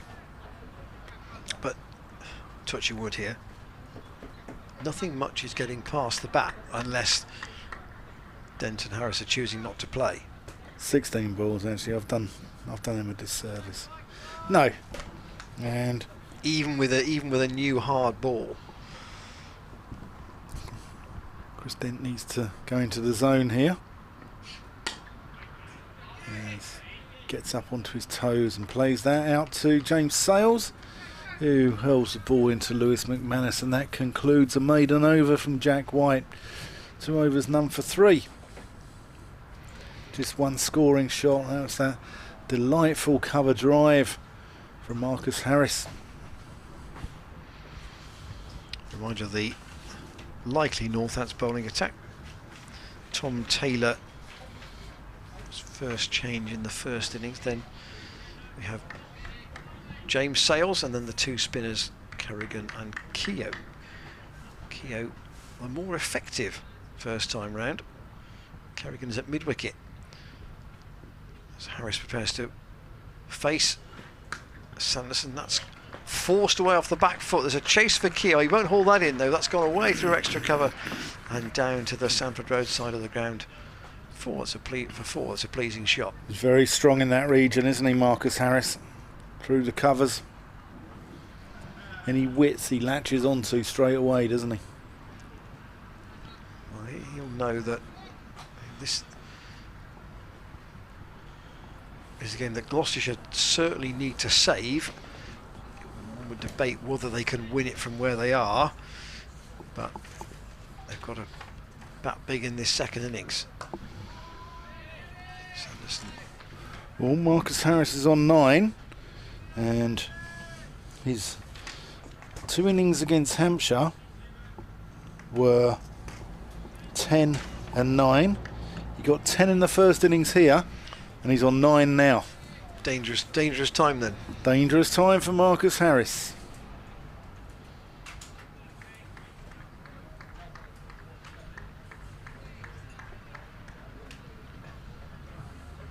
Sanderson, 1 ball round the wicket. He's gone back to over the wicket, and that's out again to Keogh, who's in the covers. Northants bowling coach and assistant coach, former Gloucestershire bowler Chris Liddle, didn't play. I think he played any red ball. He might have played literally 1 or 2 games red ball cricket, but a bit like a Paul Van Meekeren sort of signing, basically signed as a white ball player. Sanderson in, and that's let go by Harris. It was down the leg side. Didn't attempt to get a little flick on that. Northamptonshire have always had a lot of links with the northeast, haven't they? And players from the northeast of England. Jeff Cook, Peter Willey, Simon Brown, I think he was there at Northamptonshire.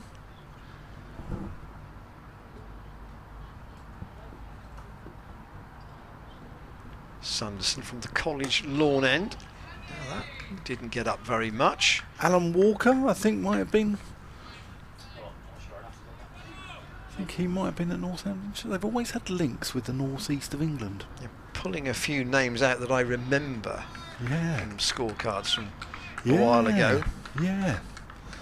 Just trying to think who else there was. I'm sure there's more. Gloucestershire 9 without loss, still trailing by Well, a lot, basically. 153. Sanderson in. Oh. Harris again, just gets out of the way, just dangles the bat and then takes it out of harm's way. And they're that far behind because Northants made 479 in their first innings. James Sales going on to make 71 today. Ben Sanderson 38. And our old friend Extras ticked up to 50. There were 5 wickets for Zafar, but it was a long bowl. 42 overs, 6 maidens, 5 for 134. I knew his Australian cousin, Mr. S. Undries.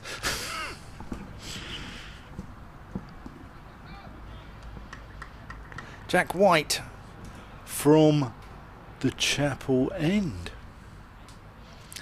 Into the wicket, Dent leaves it alone. Good bounce there from White. Got a head of steam up here. He's had a day with his feet up. And he's gone out and struck a couple of lusty blows before his partner was out. Yeah, the first one was huge.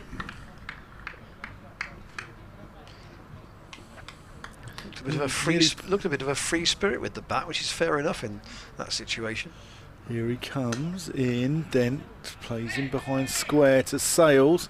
Hurls the ball in, nearly takes out Tom Taylor actually in the gully, who's directly in between him and Lewis McManus, the wicket keeper. Taylor taking evasive action. That's one for the over, James. But the first blow that Jack White hit, there was like heads in hands, wasn't there, from people in the stand and players. That's just defended into the offside. Played with soft hands again by Dent, just kept the angle of the bat really low there. Still, the hospital's only over the road. It is, and that's the handy thing about playing at Cheltenham.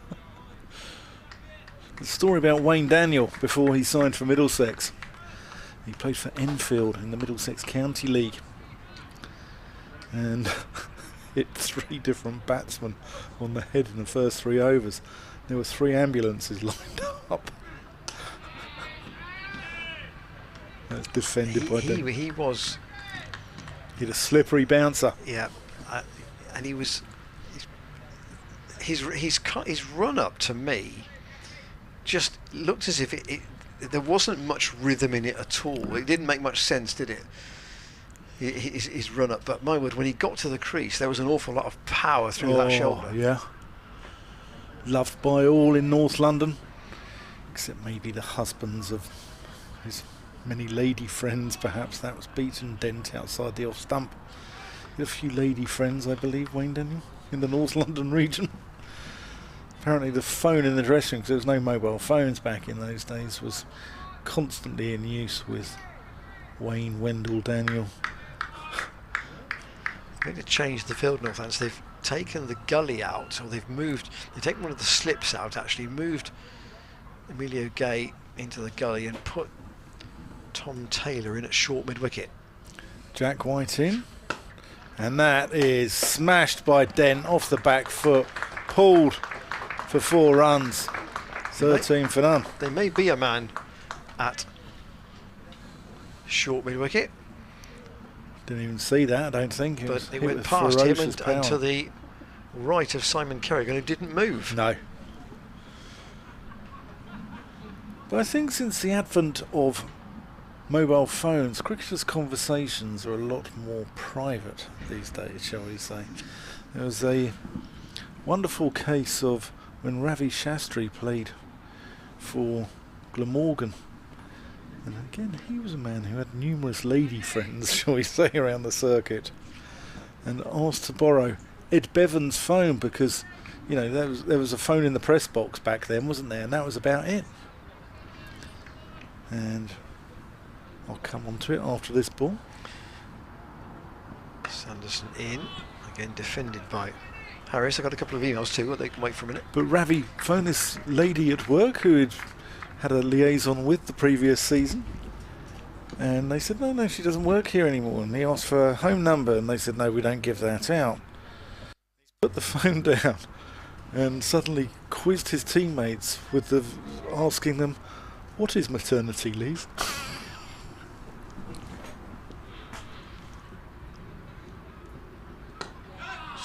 Squeezed out onto the leg side by Marcus Harris. Lee has been in touch on the email and says the amount of extras in the game is staggering, but don't forget we, Northants, have a number 9 in young Sales who captained the England under-19s to a World Cup victory. His father should have had many full England caps, but unselfishly put his family first. Kevin Morgan's got a team for next week, which I'll bring you in a minute, the next Tuesday. Taken low down that by McManus. So his team is Harris, Dent, Charlesworth, Wells, Scott, Jack Taylor, Zaffer, Price, Tom, Smith, Warner and Shaw, and that's kind of where I got to. I think the danger is, of course, that you don't have many all-rounders in that team, so it's either batters or bowlers, really. Scott and Taylor would not bowl much, therefore you've got to find 5 batters and 5 out-and-out bowlers, really.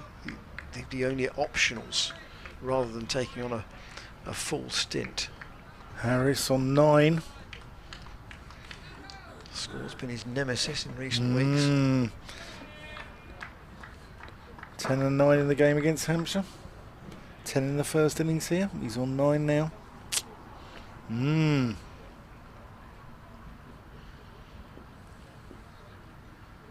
Kerrigan walking in at mid-wicket. Oh, that's taken down the leg side by McManus. That's how they've gone. Sanderson's got his wind up here, isn't he? That's how they've gone a long way, or it's angled right across. Obviously, we're not right behind the bowler's arm with the camera, but look how far McManus had to stretch to get that.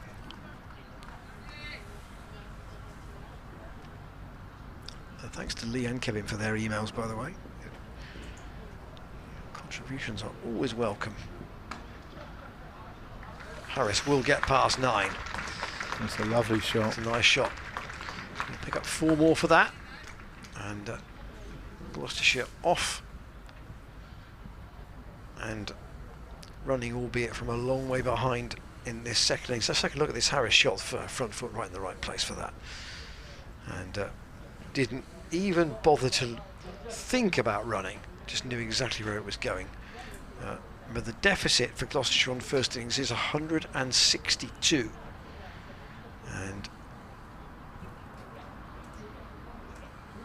Northants are going to make a change straight away here. So Jack White has only bowled 3 overs, and we're going to have Tom Taylor to come in from the Chapel End. I wonder if that is because Taylor might bowl more over the wicket than round, and then that would cause more problems with the rough for the left-handers if Keogh is bowling from the College Lawn end. And Kerrigan, he'll go over the wicket into it. Yeah, that's a very good point, Ian.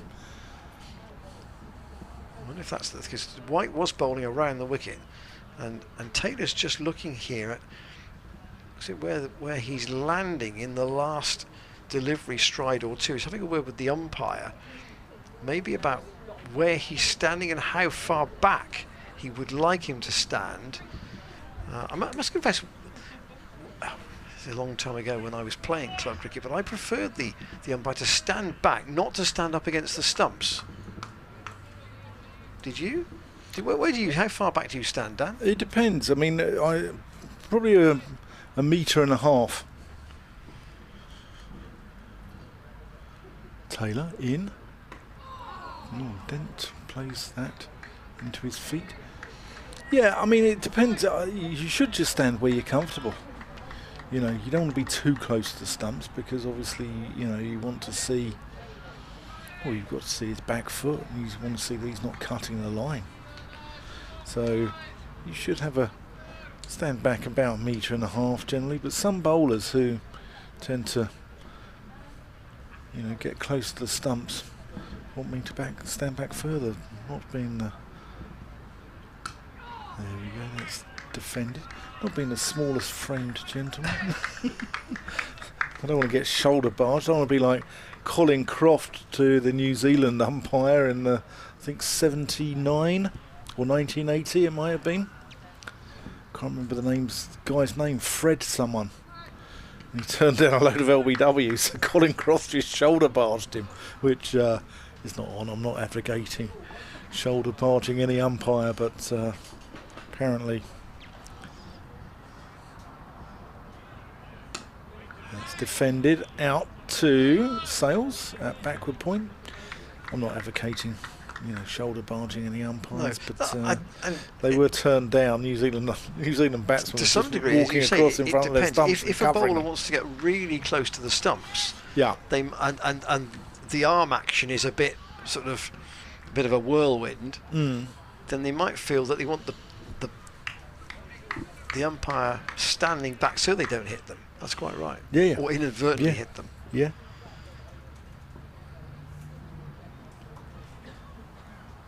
Taylor in. Dent plays that firmly out to Keogh.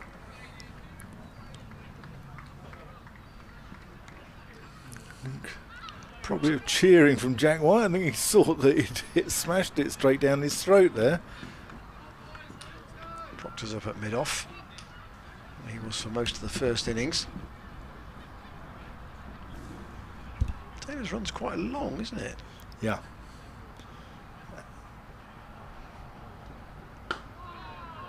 Defended by Dent. Yeah, it is long and sort of nose to the ground, isn't it? He leans right over like Concorde back in the day. We better not go to cricketers with large noses, have we? we better not go down that road. Lenny Pascoe.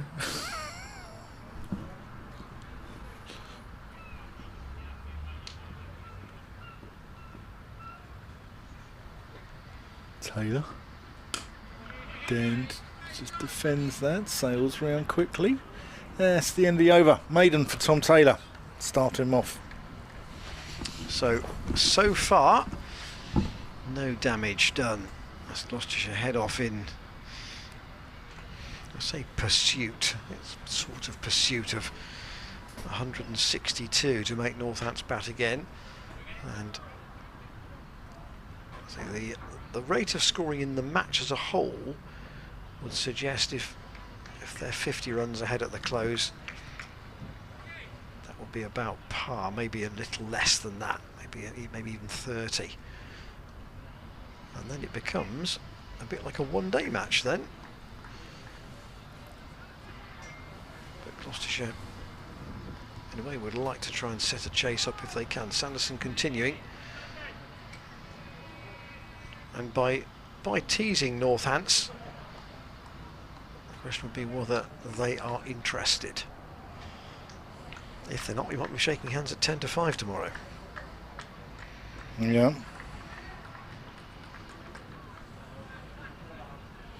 But we can only do that. Tom Wade. Oh, he was on the email yesterday. Yeah. Sanderson in, Harris again defends. Said that Northants did exactly when they batted what Gloucestershire needed to do and should have done in their innings, which I presume is, the last 5 Gloucestershire wickets went for 40 runs, whereas the last 5 Northamptonshire wickets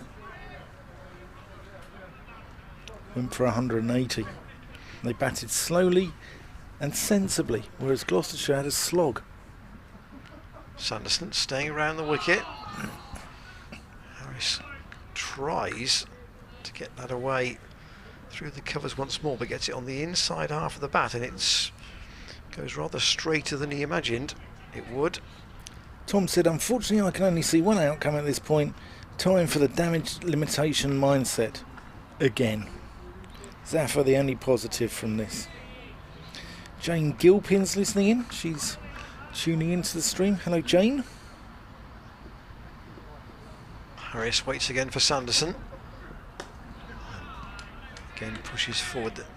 The thing about Sanderson is that, yes, we've made the point that he isn't express pace, but he doesn't bowl very much that's loose. He might get driven, that's true, but all he's trying to do is give the ball as much chance as possible of moving. He doesn't bowl a great deal that's short because he doesn't have the pace to do that. Staying around the wicket, Harris forward, again has to defend. And out to Kerrigan at mid-wicket. Kerrigan hung about this morning, part of a handy stand with Sales. Steve Pye on Twitter. Wicket. Steve Pye on Twitter. Not necessarily Northampton's greatest overseas player, but favourite in his time was Anil Kumble. 105 first-class wickets in 1995. Made him believe that Northampton could win the county championship. Well, Northampton have never won the county championship. They were runners-up in 1912, 1957, 1965 and 1976. Sanderson in again. Has that gone a long way after it's gone past Marcus Harris? It's taken a long way down the leg side by Lewis McManus. Another Sanderson maiden. 5 overs for 10 he's bowled. Nigel Dean saying, look at what the Northampton tail contributed compared to ours. Says much. Mark Hallowell on Twitter, only 3 players in the first 2 innings didn't reach double figures. Chappell, naught. Payne, naught not out. Tom Taylor, 1. And no one got a ton. Good point. Very rare that happens.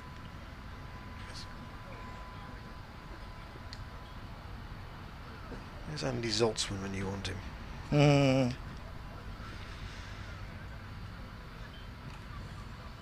Understandably, it's a quiet start to this Gloucestershire second innings, but it's quiet at the moment. It's trouble-free. The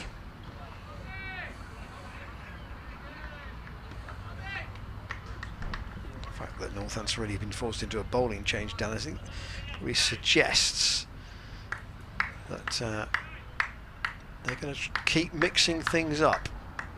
I think so. Will Young's got 6 genuine bowlers he can turn to, so why not keep the Gloucestershire batsmen on their toes? Yeah, Taylor.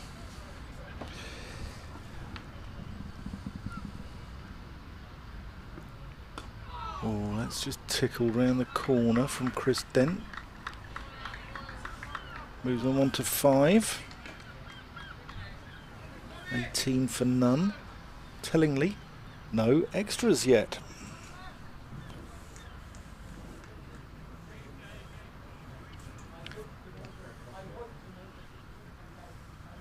Somerset have batted for 80 overs against Essex at Chelmsford and only lost 1 wicket.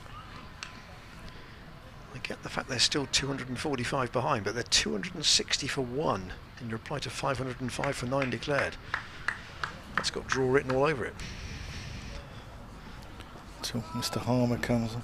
I'm sure he's had a good bowl already. Taylor to Harris. Other scores at Scarborough, Yorkshire 132 for 4 in their second innings, lead Hampshire by 73.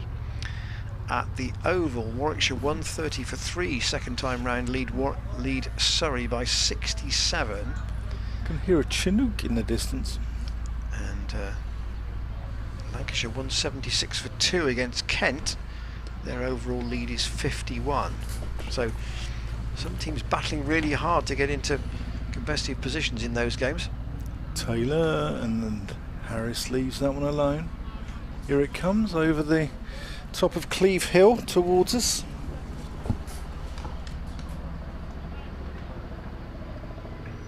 You can tell it by the sound, can you? Yeah, it's got quite a distinctive sound because it's got the double rotors. And this one is going to make a lot of noise on the effects mic. Coming in from the sort of the Oxfordshire side of the ground. Taylor, oh, and that's uppish. Harris nearly picks out Kerrigan there, I think it is. At short mid-wicket. Yeah, there it goes above the ground.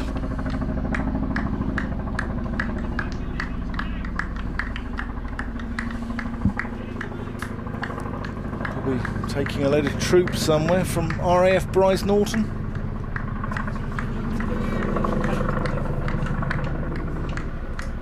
Power on. Taylor's just ambling back to his mark as a result of the overhead noise. Yeah. Taylor in, that completes the over. There it is. There's the Chinook flying over the chapel and over the... Well, it's on his way over towards Gloucester now, isn't it, probably? Well, if he's going to Staverton, that's where he'll be going, but he could be heading onwards further than that. Thanks, mate. 7 overs gone in this Gloucestershire second innings. Sorry, 10 overs gone. Taylor's bowled 2 overs and White 3. Sanderson bowled 5. Actually, it's not oppressively warm today, but pleasant enough for watching. So Sanderson might feel he can go a bit longer here, particularly having had a bit of a breather. Coming in now to Dent, who's on strike. Strike almost equally shared between the two openers. Where is Staverton? Where is it? Yeah. But it's between Cheltenham and Gloucester. Okay. Yeah, so it's Is on. it an army base there? No, it's on the old road. There was a dual carriageway built between Cheltenham and Gloucester. Probably, I guess it must be 50 years ago. Very nearly 50 years ago. Here is Sanderson in, and Dent's got that away very, very fine. That will go for 4. Sanderson just straying down the leg side a bit too much, and Dent working away. Yes. So the dual carriageway is junction 11. Those of you who know the motorway, you come off and onto it at junction 11. Would that be the 417 down between towards the motorway, the old road, has the airport just off it. The old Gloucester to Cheltenham Road. Sanderson in from the College Lawn end on the bounce to Emilio Gay. First bounce in the gully, gets a slap for the fielding by Will Young.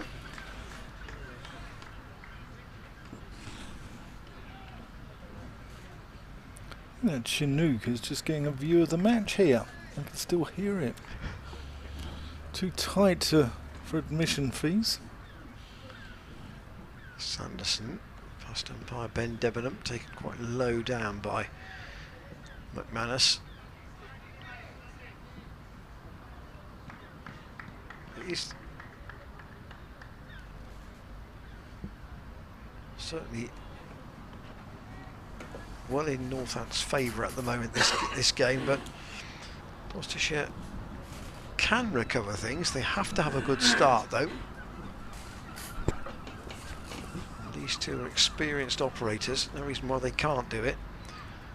Sanderson in, Dent lets that go. Stepping inside the line, getting his bat well out of the way. Reminder of our email address, thank you for those who've been in touch since lunch. commentators@glosscc.co.uk. We spoke to Jack Taylor yesterday. He wondered how many players were genuinely in contention to play in the Royal London, and he implied there were probably 15.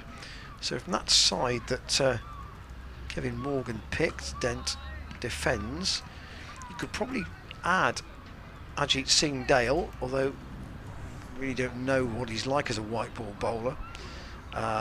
Tom Lace you could add to the batting side, but again not played much white ball cricket. There will be 2 extra names, and we've probably got 13 on our squad list, so I've scribbled down here. So the debate would be, I say, how you balance the team up. First chance to look at that will be on Tuesday here against Warwickshire. Other home games, just to remind you, Somerset, Notts and Leicestershire. Those are the home matches.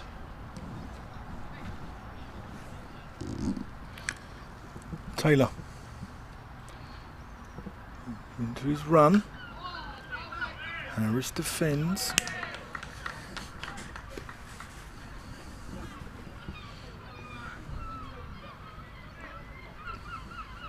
Can hear the gulls. We're not at Dan's favourite seaside venue. Where would that be? Sidmouth. Yeah. I knew you'd say that. I didn't wonder whether you might say Hove, actually. Yeah, I like Hove. Taylor in. Harris, gorgeous. Absolutely sumptuous. 4 runs. Umpire Hassan Adnan had to jump out of the way. That was very, very straight. Looked like Nureyev there, didn't he? Nimble on his feet. Yeah. The ball going right down in front of the advertising boards in I like Chapel Hove. End. I like Hove. Hove's sort of quintessentially English, isn't it? It was, you know, well, it's a square ground more or less, isn't it? Hove. It's a Taylor in. Harris plays it to mid off. It is actually, yes. Yeah, it's a square ground with a slope, with a big slope, and it's sort of place where you've still got blue and white striped deck chairs with seagulls trying to thieve your lunch. Got to watch yourself at Hove. Yes, it's a ground of bits and pieces, spectator-wise. Taylor in. Yeah, it's got some, like, one really smart stand there, hasn't it? And the rest are sort of hodgepodge and blue and white striped deck chairs. But that's what makes it. Yeah, exactly. No, I agree. I tell you what's lost to Hove though is that little pub on the outside. I think it might be called the Cricketers, but they've knocked that down. That's been developed, I think. Yeah, they put flats in there, I think, and that was always a wonderful addition to the county scene. But Sidmouth is lovely. Sidmouth's gorgeous. Taylor in. Harris defends. I like to think of it as a what's it called when a swimming pool looks out into the yonder? Lido. No. What? We've lost the word. Infinity. Here's Sidmouth. If you look from the pavilion, it's like an infinity cricket ground because it looks like it just goes straight out to sea. But there's a road sort of underneath it, and then you've got the beach, haven't you? But it's got a thatched cottage pavilion, thatched roof pavilion. Taylor in. Harris defends. And it's a belting batting track as well, isn't it? It is. It is. And if you go on a Saturday, you can still get a cream tea. Can you really? Yeah, you can. Yep. If you can on a Saturday, if cream on first in Devon. 26 without loss. Gloucestershire here, and Denton Harris surviving thus far. But here's, in a sense, why White was taken off early. He's going to go and have a go from the College lawn end. Sanderson's opening stint. 6 overs. Now we get for 14. Yeah, beautiful ground, Sidmouth. Yeah, Devon, cream first, followed by the jam. Cornish is the way you went, Ian. And you went jam first, followed by cream. So long as you've got both elements, you know. It all goes down the same way. Yeah, it kind of does. It kind of does. James Sale's doing some limbering up too. White in for I think it's his first bowl from the College lawn end in the match, actually.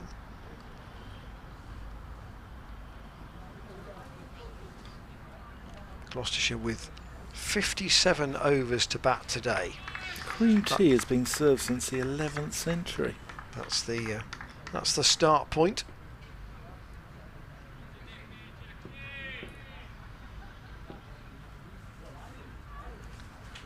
White in again, clipped away by Dent over the dive of Kerrigan. It will go out towards the boundary at mid-wicket. The ball, I think, will not quite reach the rope. It's been chased by Luke Proctor, and he's got the throw back in quickly enough. They can not run 4, but they will run 3.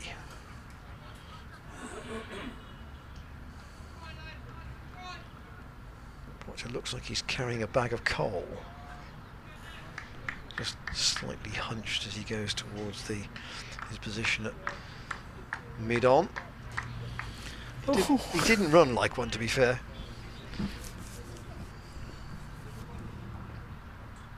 Harris waits for White.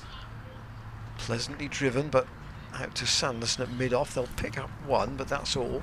Gloucestershire go to 30 without loss. Being a meticulous man, I've had to research the cream tea. And I've had to go onto the site of Hello Magazine, accept their cookies, and no doubt I'm going to be spammed with all sorts of God knows what into my inbox. But Darren McGrady, who worked for the Queen and Princess Diana as a chef. White in once more, and Dent stretches forward, defends. Says the Queen has her scone with jam first. At Buckingham Palace garden parties, the Queen goes jam first, like you, Ian. She's copying you. That would be stretching a point.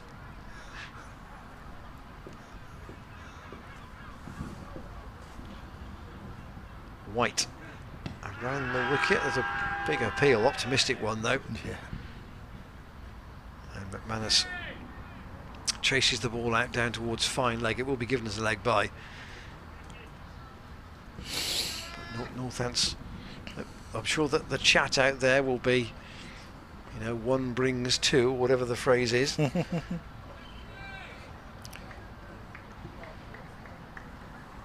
Let's see the number 3, bang bang, you know, it'll be all that sort of stuff. Quite a tense situation for Ollie Price to come in at number 3. This big deficit to face, and that's edged. Oh, and was that put down by Will Young. His body language suggests it was a low chance. Will we see it from our camera? He's at second slip. No, sure. Didn't quite carry. But those are the ones that Northants have got to cling on to if they do come their way.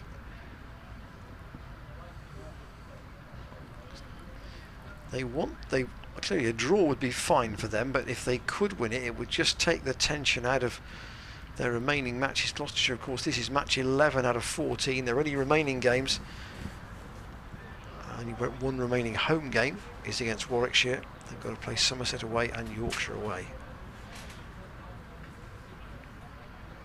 And I did actually remember something last night that I just ought to mention.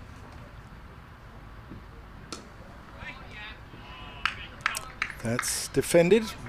Emilio Gay in the gully. Takes it on the bounce. Good fielder, good batsman. Very impressed with him. Northants were the last team to come up to Division 1 and go through the season without winning a match. 2014, they lost 12 and drew 4. Taylor. Dent defends. And that kind of a season, I think, if you put it into other terms, in terms of other sports, if you have a really poor season and you are relegated, what tends to happen is that you try and get that losing feeling out of the dressing room and out of the team, don't you? You try and get some new blood into it. Yeah, I think so. Taylor in. That's played out to mid-off. Yeah, I think, you know, sometimes the players can be scarred. You know, anything in sport becomes a habit. Winning's a habit, but losing's a habit as well. And the players can become possibly scarred. I don't know. I don't know how Gloucestershire get out of this. Taylor approaching the crease. Bang. Dent. 4. Made a very early decision as to the shot he was going to play to that ball. Really picked it up very early and it went thundering away to the boundary at mid-wicket. There's a second look at it. And that's on that line. That's pulled from just outside off stump. Yeah. There's no one out there though. It's pretty safe. As long as you don't put it down the throat of the man at short mid-wicket, you're all right.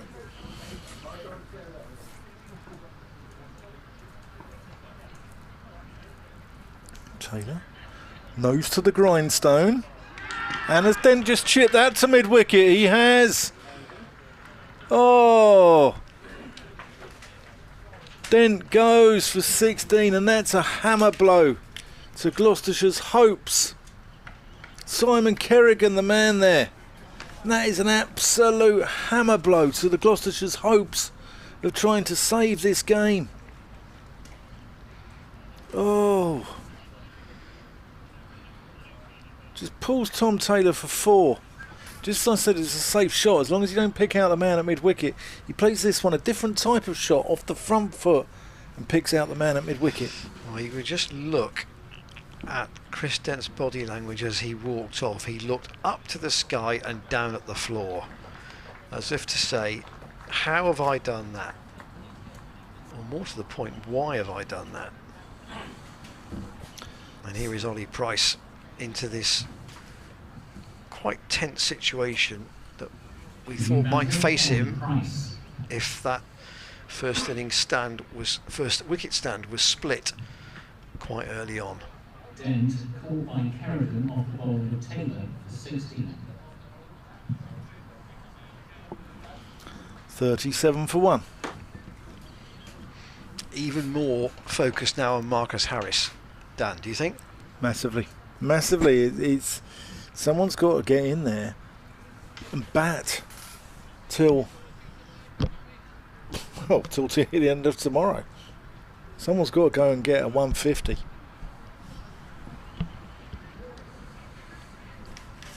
Gloucestershire this season have got 900s.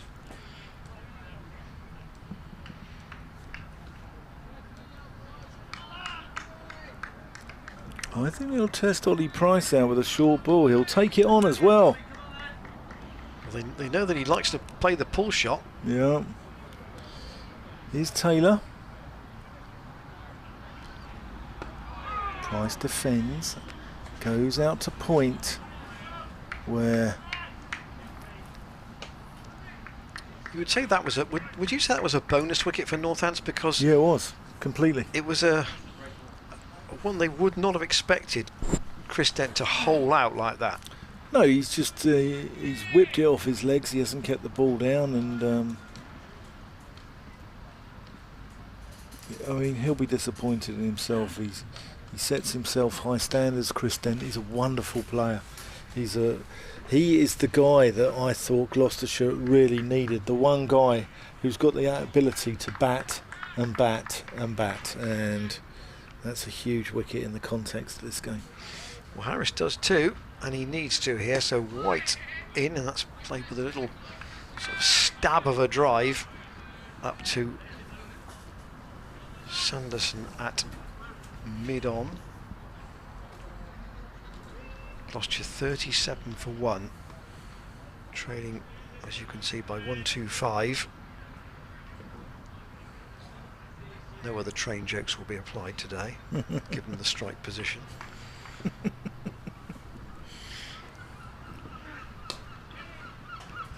Harris calls for the single and gets the call. Ian, I expect better from you.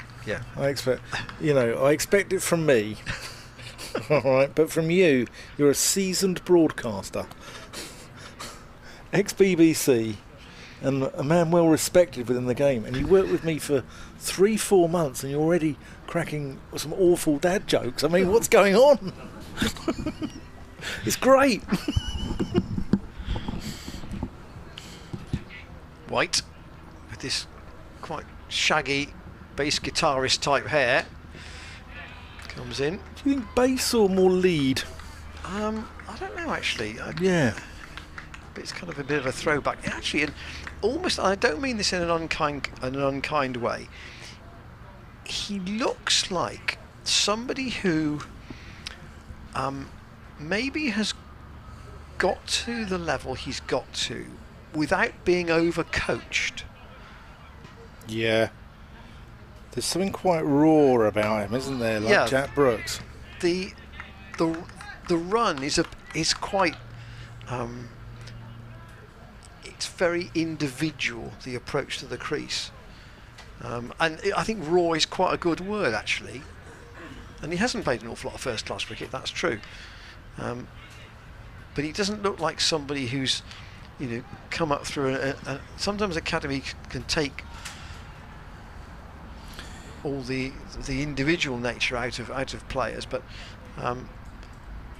he still has that. Oh, saying a hook trap for Ollie Price.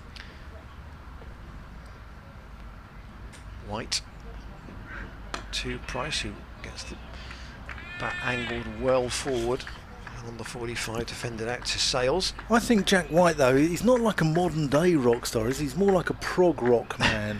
Sort of something like Emerson, Lake and Palmer. You know, like a Jethro Tull type sort of, Yeah. you know, sort of rock star. Would he go well with Ian Anderson, do you think? Yeah. Plays the flute.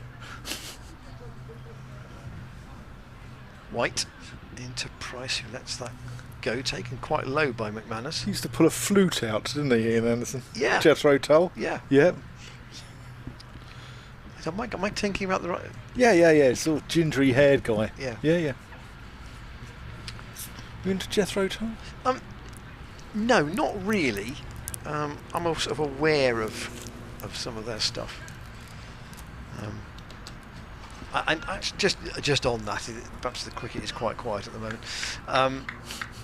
Yeah, we do apologise having a private conversation. Are you somebody who now would pay to go and see a tribute band rather than see the originals who maybe aren't as good as you remember them? Yeah, full well, I would. And I have. I'll come on to it after this ball. Tom Taylor, left alone by Marcus Harris. There's a band I've seen a couple of times. They're called the Smyths, Smyths. They're a tribute band of the Smiths. Now, the Smiths will probably never ever play again due to the musical, political and various other differences between Morrissey and Johnny Marr. So, seeing a tribute band is the next best thing. But even tribute bands now, I'd like about 20 quid a pop for a ticket. But I think that's quite good actually. Yeah, it's £20. Decent, it's decent entertainment. Yeah. There's some good ones around. There's a From the Jam. They're quite a good one. Guns to Roses are quite good. Okay, yeah. Tom Taylor. You've got to think of a clever name, haven't you, for the... Yeah.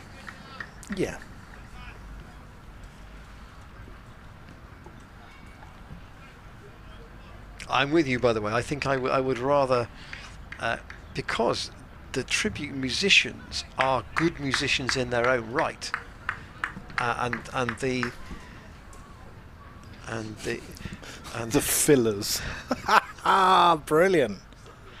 James has got a...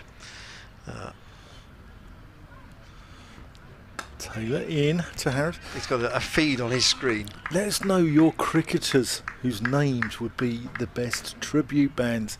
Drop us an email to commentators@glossccc.co.uk. That's where we're going this afternoon. Got any to start us off? So the name So the cricketers' names will be good for a tribute band. Okay.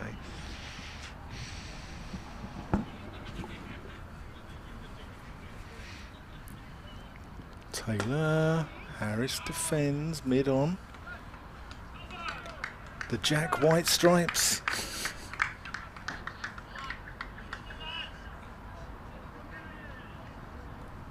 And the other thing about Kerrigan, Lake and Palmer. not quite. Not quite. Not quite.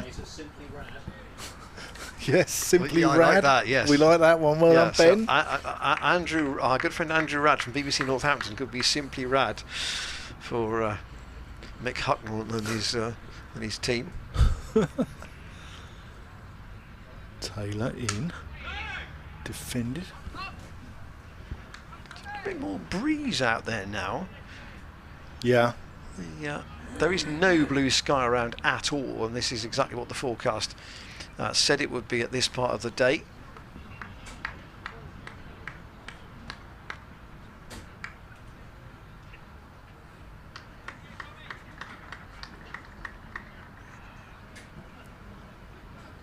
The scoreboard actually is quite bright, that blue and green.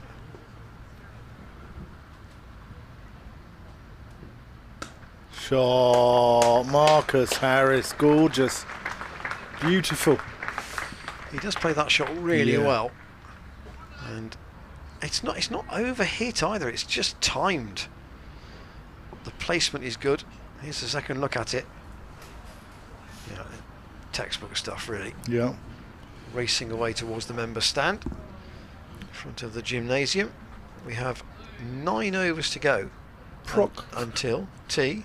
Proctor and the medics. You've done well there. That's the standard we're up to. Here we go.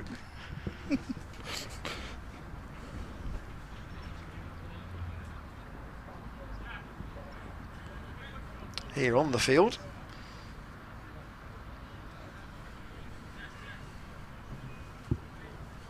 We don't want any gags about Gloucestershire being imposters of first-class cricketers. That wouldn't be fair. No, keep it nice. Keep it nice, guys. White doesn't get that one to bounce very much outside the off stump. Emilio Gay is seems to be the chief person to get the ball back up the pitch. To Kerrigan at mid-wicket, then to Proctor, and then back to Jack White. Will Young with a bit of instruction from Slip, maybe to Kerrigan. White in. Oh, that's edged by White, by Price, and he's gone. White has a wicket. Ollie Price just pushing at that. Little bit of extra bounce maybe from Jack White here. Here's a second look at it. Oh no, he did. Right. Yeah, Went just to play, followed it. Yeah, went to play it a bit late, and Ollie Price goes, and Gloucestershire are 42-4-2. Yeah. James Bracey, who's had a long time in the field with his pads on, he's probably already sitting in that player's area with his pads on as Miles Hammond walks out at number 4. It is getting a bit gloomy out there actually. Yeah. Likewise. Other, Yeah, Cleve Hill in the distance, bathed in sunshine. it is Hammond coming out at number 4. It might be a case of Keogh and Kerrigan coming on, but I don't think we're in danger of going off just yet. I think it's relative to the light we've had in other parts of this festival. It just looks not quite as sharp at the moment. Hammond coming out, and Kerrigan is definitely limbering up here to have a bowl from the chapel end, so you would certainly see a situation where Will Young, as Hampshire did last week with Organ and Dawson, would be quite happy to have his 2 spinners bowling if it meant that Northampton stayed out there. Yeah, so yeah. The lights on the scoreboard have suddenly got very bright. Yeah, that's what I was referring to. It's just that the blue suddenly looks quite sharp out there. I wonder whether there wasn't a reading taken. I don't think there hasn't been a reading taken at any point yet. And the lights in that is it old Petesians? That's the old Petesians marquee. Yeah, they look a little bit bright over there as well, don't they?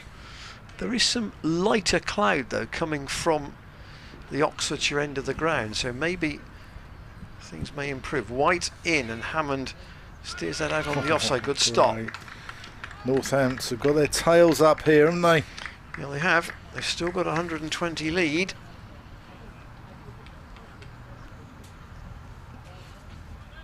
And White, who had a bit of fun with the bat earlier on today, coming in at number 11, had a pretty free licence, and ultimately he was left high and dry when Sanderson was out, left 14 not out.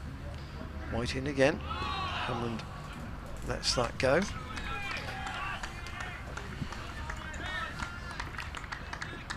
On the emails, Alex Jeffcut says, my simple question is this the worst season we've ever had? Oh, thanks for that. I don't know whether I'm looking for validation of my misery or some kind of consolation that it's not as bad as it could be. Hopefully you can satisfy my curiosity.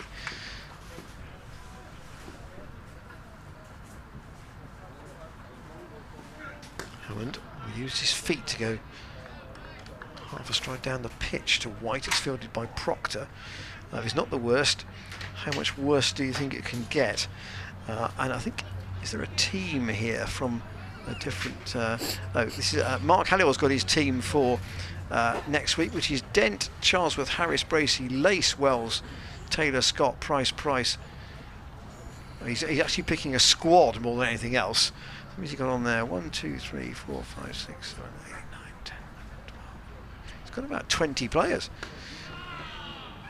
Hammond punches that up again to mid-off. The one person he's put down who we shouldn't forget in all this, and he's largely a T20 bowler, but of course he can play in the Royal London, is Paul van Meekeren. Yep. Again, another bowling option. He was out there warming up at lunchtime, actually. He's a great guy, Paul.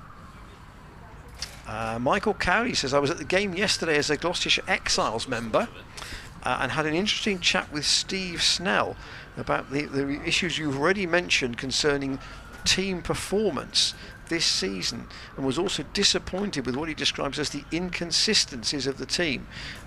Interesting to hear your thoughts,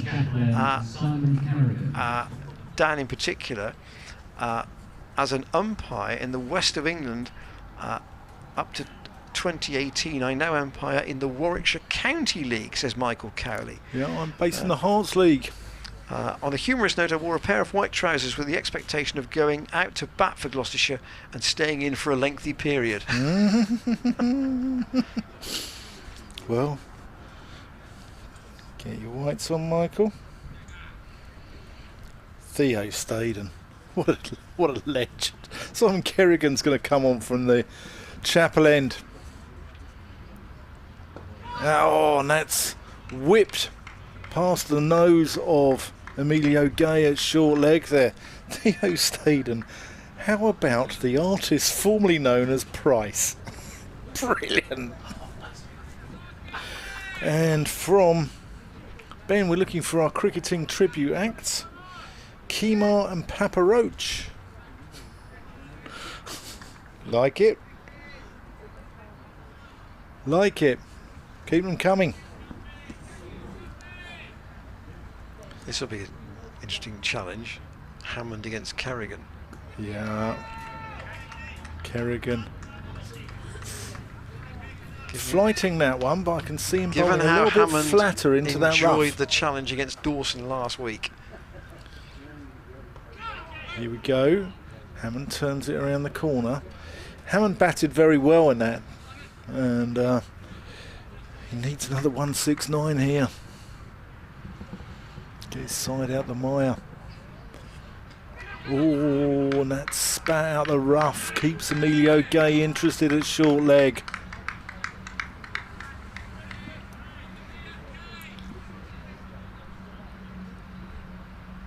Kerrigan in, fires that one a little bit quicker. Hammond uses his feet, gets down the pitch, smothers it. Lots of noise coming now from the men in maroon.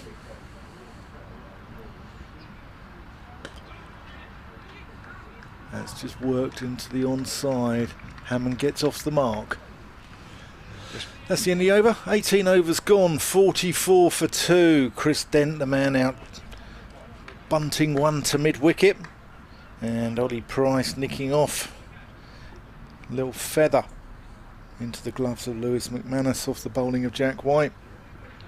One other note from Alex, by the way, he says, loving the pictures of my old college. So obviously was a pupil. He said hasn't changed a bit. And he says thanks to the efforts of all those who work to bring the streams to us. And you know, we must say that although we are the voices that you hear, the camera team, the guys operating the cameras, and James Healy, who actually produces a lot of the camera work for you, are really the people who make the watching of the cricket possible from your perspective at home. But I still think it's okay for White to keep going, light-wise.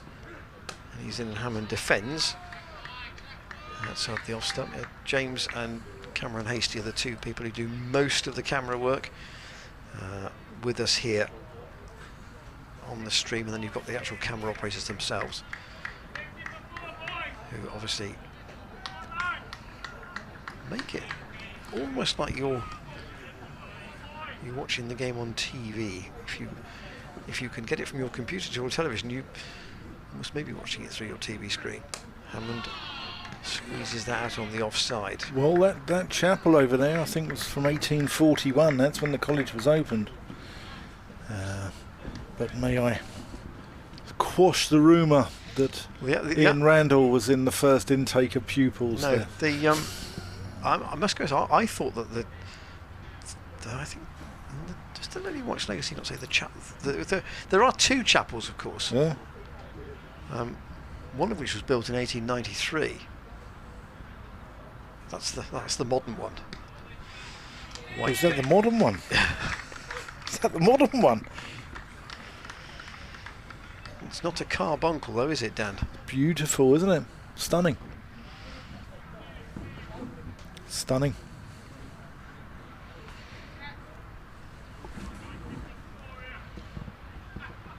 This is the 19th over, this Gloucestershire second innings. There you can see the deficit. 118 with 2 wickets down. And Hammond waiting for the long-haired White, who pitches that well up. Hammond defends, and there's applause after every ball at the moment for the bowlers. And I think you made this point in the first innings that if you've got Kerrigan bowling at one end, White's barely got to his position at third man, and he's coming in again because Kerrigan's whistling through his overs. So it's not a surprise that White is taking his time on his walk back to his mark. Radders must love him. Gets away at 6 o'clock. Must love Simon Kerrigan. We were after 6 last night. I mean, here we are. It's in theory 4 minutes from the scheduled tea interval, but we've still got 6 overs to go to get there. So it will be probably a 6:30 finish again tonight, thereabouts. Yeah.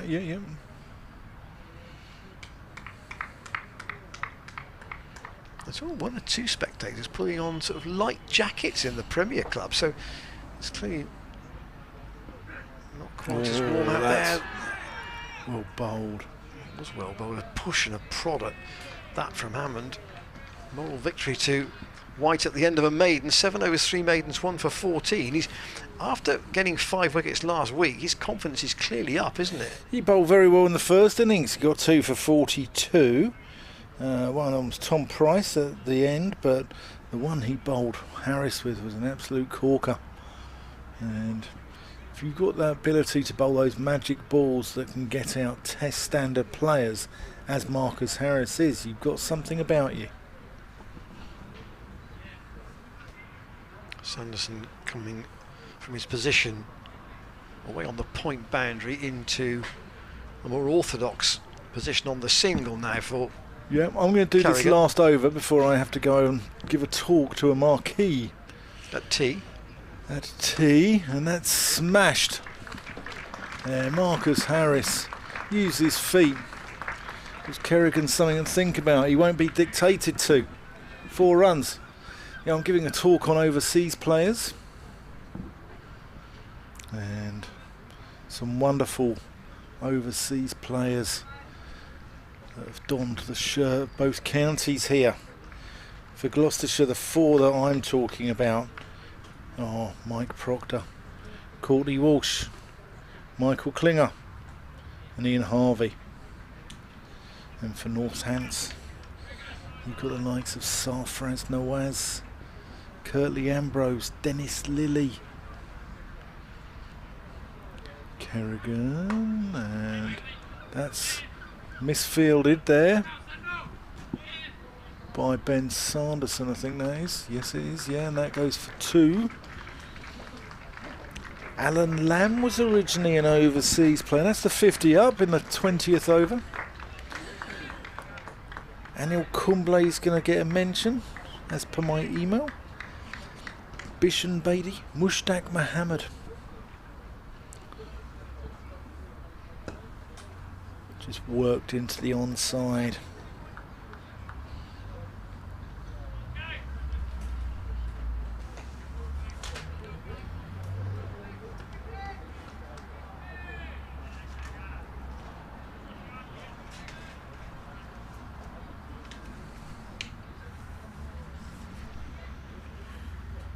Kerrigan in, and that's played pleasantly down the ground by Hammond for 1 run. A lot of foot movement again there.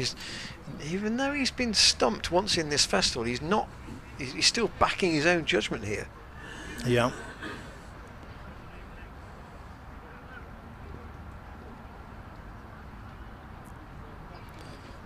And that's whacked by Harris. That's gone a long way.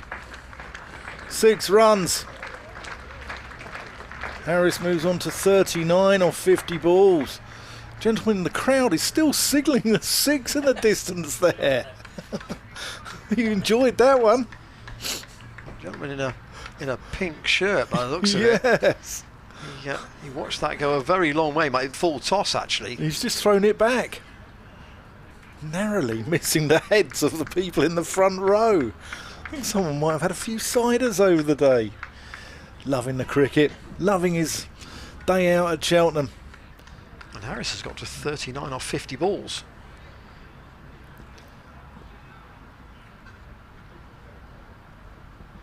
Kerrigan in. Harris defends that one.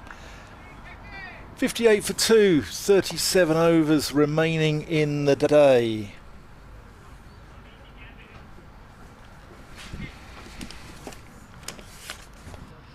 So here, the 2 wickets to fall in this second innings, Chris Dent and Ollie Price.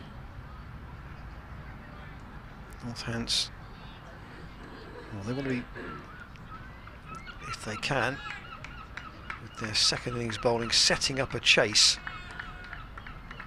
of modest proportions, a bit like Hampshire did last week. Gloucestershire trying to dig their way out of a hole. Can they save the team? Can they even set something up themselves? Hammond defends the first ball of a new over from Jack White in this College Lawn end. Went into his 8th over. He's been he's had 2 spells. Kerrigan's 2 was across 16.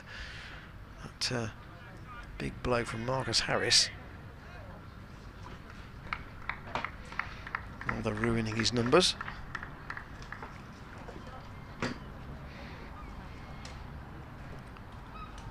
Still 3 slips in. White around the wicket, and Hammond lets that go, and there's McManus taking that up in front of his nose almost.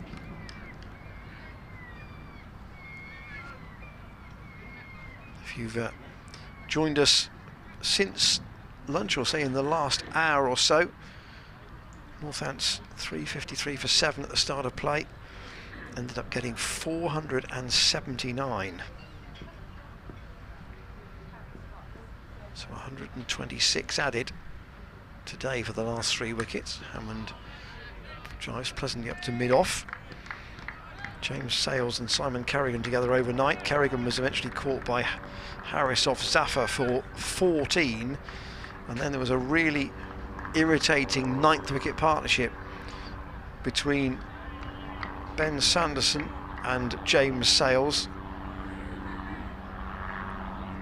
They put on 78. White in once more again. Owen defends. That's our friend the Chinook going back over the ground. Sanderson in the end was last out. Sales was 9th out, caught by Bracey off Chappell, very faint little edge.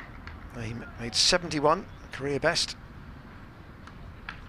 And then Sanderson and White had a bit of fun at the end. There's White bowling now to Hammond, who again finds Tom Taylor at mid-off. Sanderson was caught in the end by Hammond off Chappell for 38. 479 all out. Zafar Kahar started the day with 4 for 93, finished with 5 for 134 from 42 overs. Chappell, a couple of cheap wickets at the end, 3 for 70, and a wicket each for Payne and Price, both those yesterday. White around the wicket again. Hammond on the bounce to cover a maiden from Jack White. It's been a good spell from him. And you look at his approach to the wicket and his general cricket. He does look at quite a talent that hasn't been completely polished yet. There are still some edges that could be honed, but there's an enthusiasm for the game there, and some ability that Northants have taken a gamble on, because he is 30, which is quite late to be coming into the game at this level. Kerrigan isn't going to continue, despite being hit about a bit by Harris in the last over. 4 overs to go until tea. We're beyond the point where we should have taken it. And Harris goes back and then forward to the former Lancashire slow left armour.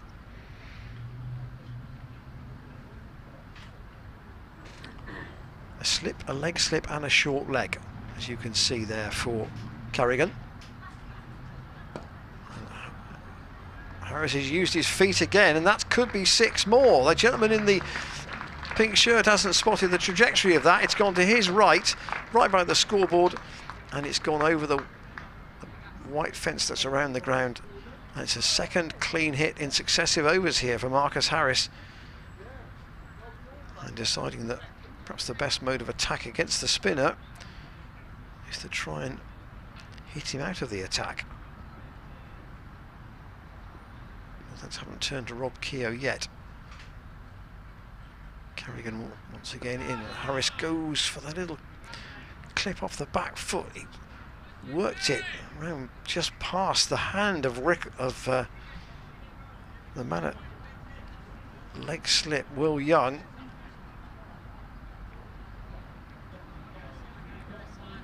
And he's coming now in front. Kerrigan to Hammond. Hammond's found the gap on the offside. That will go for 4 through extra cover. So Kerrigan's proving quite expensive here. Yes, Northants have got quite a lot of runs in the bank, but they wouldn't want to give away 30 or 40 cheaply, and Kerrigan has been hit quite a lot in these 3 overs that he's bowled. Even with not long to go until the tea interval. Hammond and Harris are not letting him get into any kind of rhythm. Hammond goes back, that didn't bounce much. And it's fielded by James Sales. Might see him after tea perhaps. Kerrigan 0 for 27, but he's only bowled 3 overs, and that's going to be a chase for White down towards the boundary at finding they'll come back for a couple. Was there a bat on that?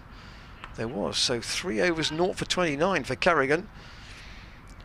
Whether he will bowl up till tea remains to be seen, but there's certainly a change coming, you would have thought, after it. 71 for 2, facing a deficit of 192.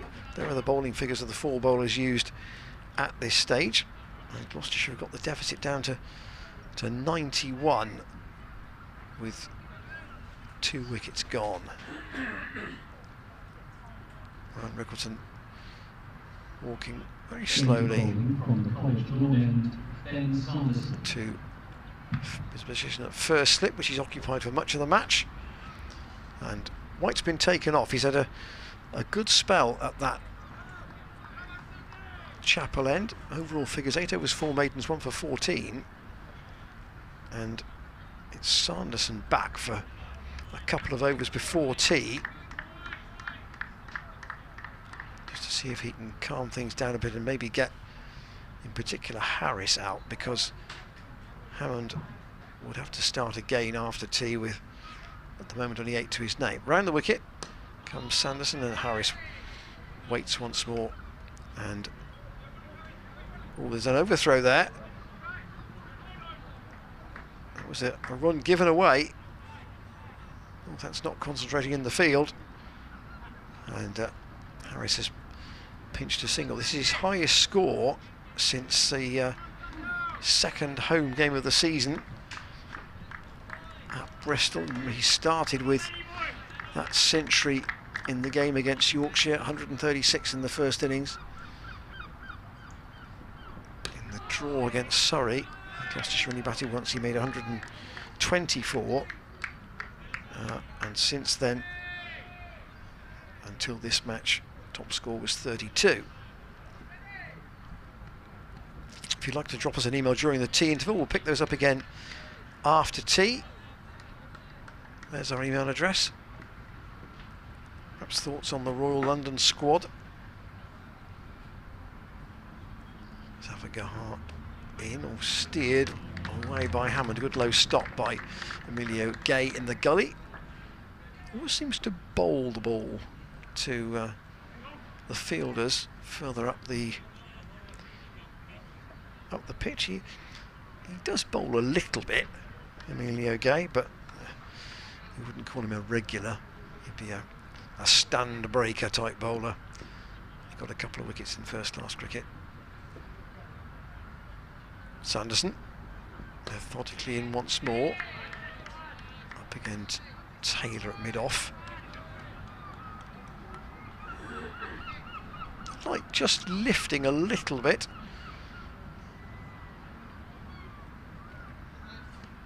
Kerrigan's coming back out to the boundary at mid-wicket here. In fact, they're going to change the strategy completely, and Emilio Gay's got some lightweight pads on there. And he's fielding in at slip for the spinners, and he's come to short mid-wicket just in case there's a clip from Hammond into that area.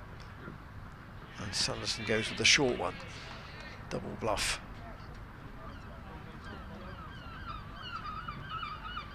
So just the one slip now for Northants, at least to Hammond.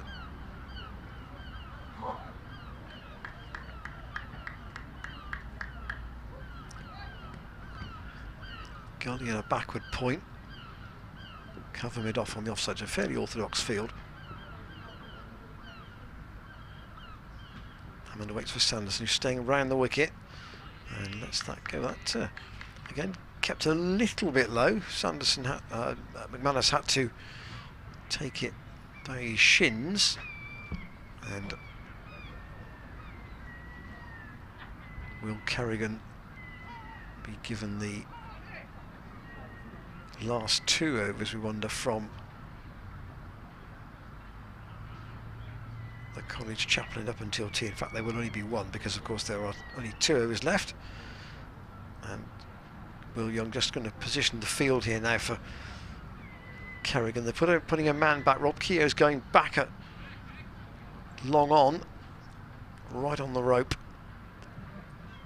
He's quite straight there though, and Harris's 2 6s have gone squarer than that. What will he do though with 2 overs to go until tea? He needs 3 for his 50. He goes back on this occasion and lets the ball go through to keeper McManus. Young has put Taylor in at slip. He's in the gully. Kerrigan quickly into his work once more. Again, that didn't probably bounce much above stump height.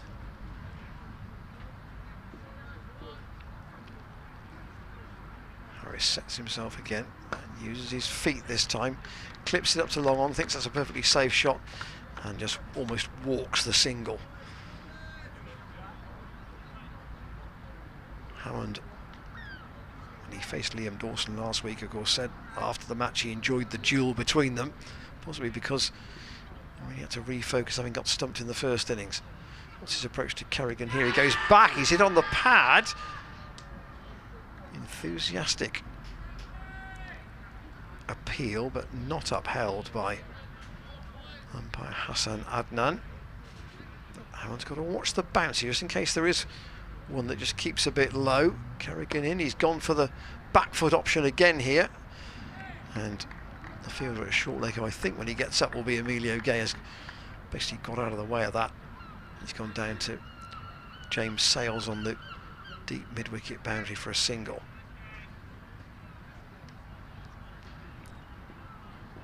Gloucestershire getting close to halving the deficit. Kerrigan in. Again, Harris comes down the pitch to kill any spin. 4 overs for 31 from Kerrigan. How much will Northants persist with him after tea? They might try Sales perhaps with Sanderson, who's going to complete the bowling up until the break. Still got Rob Keogh up their sleeve, and with the 2 left-handers in, they might be thinking about Keogh from the College lawn end after tea, with the ball turning away from the bat and down the slope. So Hammond looks round just to see where the field is set. Sanderson in once more, and Hammond with Young quite close there at a short cover. He's got Kerrigan at a shortish mid-wicket as well. And James has just shown me a weather app which indicates that there might be the chance of a shower at some point between now and the close.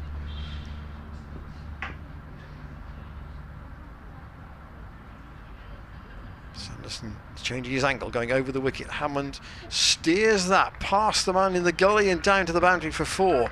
He clearly thought that was a safe shot, but it was not without risk in some senses, because Emilio Gay is there, but there is a biggish gap between second slip and gully, and Hammond played that very deliberately.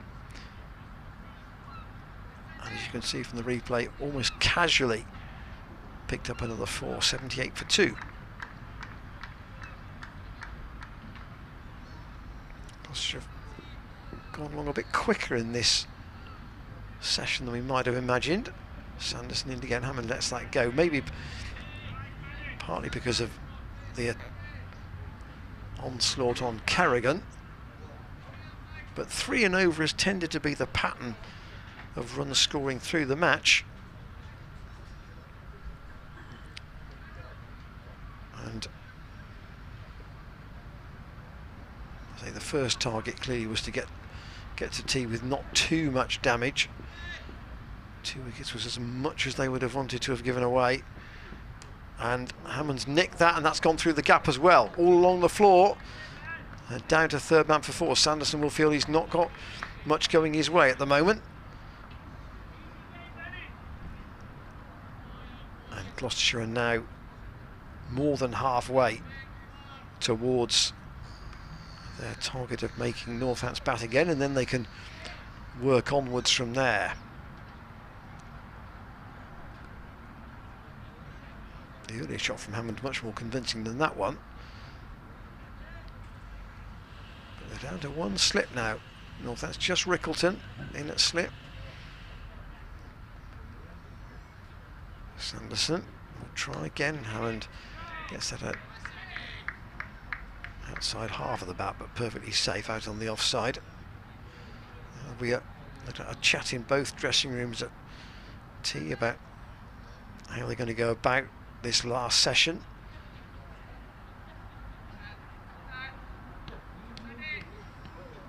Young's going back into second slip, having it's almost actually a slip and 2 gullies, you could almost argue. Sanderson in again. Hammond turns the bat once more, and he will turn further towards the pavilion as Sanderson completes the last over of the afternoon session. 82 for 2. Northants, Gloucestershire rather, as you can see from your screen. So Gloucestershire still trailed by 80. 4 bowlers used by Northants, a wicket each for Tom Taylor and for Jack White. Marcus Harris 48 not out, and Miles Hammond on 17. Harris played a couple of really nice shots off spinner Kerrigan, 2 really cleanly struck 6s away over wide long on. And the final session of the day, an important one in the game. Can Gloucestershire get to a point where they are actually in credit at the close, or can Northants perhaps take a step towards winning the game with a couple more wickets? They would feel if they could get Gloucestershire 4 or 5 down tonight with a small lead, then winning the game tomorrow is definitely within their compass. Gloucestershire would want to get to the close tonight probably with no more than 1 more wicket lost. We'll be back with you just before 20 past 4, which is when play is scheduled to resume. Still 32 overs to go in the day, so 6:30 or so finish, and hope you can join Dan and I then. Put the kettle on perhaps where you are, and we'll continue with your emails too into the closing session of this 3rd day. So the overall position in the match: Gloucestershire 317 and then 82 for 2 batting second time round, still trail by 80 after Northants made 479. We'll be back with you shortly before 20 past 4. Do join us then.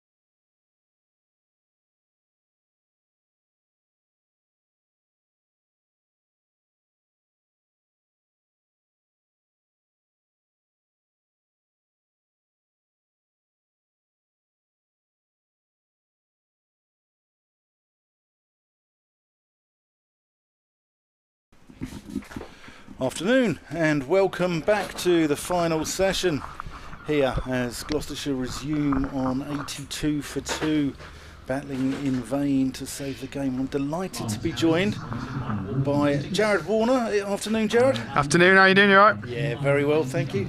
And the ever-present Ian Randall. Ian, a decent start, but a long way to go. It's a start, that's all we can say it is at the moment, but Marcus Harris and Miles Hammond have to keep going, and you know, I go back to my previous suggestion, which was that if Gloucestershire were to get to 50 ahead by the close tonight, hopefully with no more than say one more wicket down, I think they would take that as being a decent effort from being 162 in arrears. And we've just had the best suggestion for cricketers that sound like tribute bands from Tom Wade, which is Bracey and the Sunshine Band, which I think is genius. Which is a good one. That set the bar pretty high. Any more of those after tea, you're welcome on our emails. Tom Taylor's going to open the bowling from the College Chapel, and I will just read out a note from Philip Anderson, who said he's sweltering in Athens, but he said, did you overlook the incomparable Zahir Abbas in your Gloucestershire great overseas players? No. I saw him get 216 not out at the Oval, one of 4 occasions in making a century and a double in the same match, and also saw him achieve the same at Cheltenham. Tom Taylor in from the Chapel end and just worked away. Jared, we've been doing tribute bands of cricketers with tribute bands. So we've had the Rootles, Bracey, the Stokes, keep up the good work from Andy Hill. Harris on to 49, 83 for 2. Jared, I want to ask, I mean, is there a sense of disappointment there amongst the boys? We'll come on to it after this ball from Tom Taylor. Oh, that's a big shout for LBW, and he's been given. Hammond's been given LBW. Taylor has done the trick. Hammond doesn't look overly happy with that. Let's have a look at this again. Taylor's around the wicket. Oh, it looks going down a little bit. Maybe it's a trick of the slope, perhaps. Hassan Adnan, though, has raised the wicket. It certainly wasn't an issue on height. It was no more than shin high. But Hammond walks ruefully away. What was I saying about no more than one wicket down? Yeah. Right then, James Bracey. Yeah. So, Jared, was there a sense of disappointment amongst the boys in that dressing room? Yeah, 100%. I think could have been so different this morning. Obviously, Payne getting two nicks and 2 drop catches quite early on. And it's a totally different day of cricket there, but I think it's probably just the story of our season this morning. Frustrating, not quite getting over the line in terms of the last 3 wickets, and for those sort of last 3 wickets to put on over 100 and I think over 150, it's really disappointing. And I think obviously now we're right on the back foot, having been in a position of not a bad position with them to bat last on this wicket, so obviously it's really frustrating. We're not out of it yet, but we've certainly given ourselves a lot to do, that's for sure. Yeah, and is there a sense also, I mean, I think we spoke, the first day they probably didn't go on and get enough runs either. Yeah. Definitely, yeah. Well, we were talking, weren't we, about what's a good score, and we were saying 400, 350, 400 onwards of that, and well, they showed us how to bat, really. I think set a good platform and the lower order went on. So I think it's a mixture of both, obviously. We were in positions at times to get a big score, and then we had them in a decent position, and it's got away from us in both innings. So I think when you do that, you put yourself in a tough position, really. Taylor into Bracey. Oh, he gets a thick inside edge. Goes down to the long leg, gets off the mark. I think with Sales as well, those 2 this morning, they were in David Payne's, 2 of them in his first 8 balls. Yeah. And I think he was on about 30? 21 and 22. Yeah. Yeah. And he goes on and gets 71 and takes the game away from Gloucester. Definitely, yeah. And I think the more frustrating one as well was, no disrespect, but Sanderson getting best part of 40, I think, not renowned for his batting, and and for him to get 40 and frustrate us more at the other end I think that was probably the most frustrating one. Here's Taylor. Defended by Harris. He's from Sheffield, isn't he, Sanderson? Yeah, he is. Yeah. Sheffield United fan? I don't know actually. I know he plays his club cricket near Hillsborough, so I don't know if that's anything to go the wrong side. But yeah, no, he was at Yorkshire, played a few first-class games, start of his career, I think. Yeah.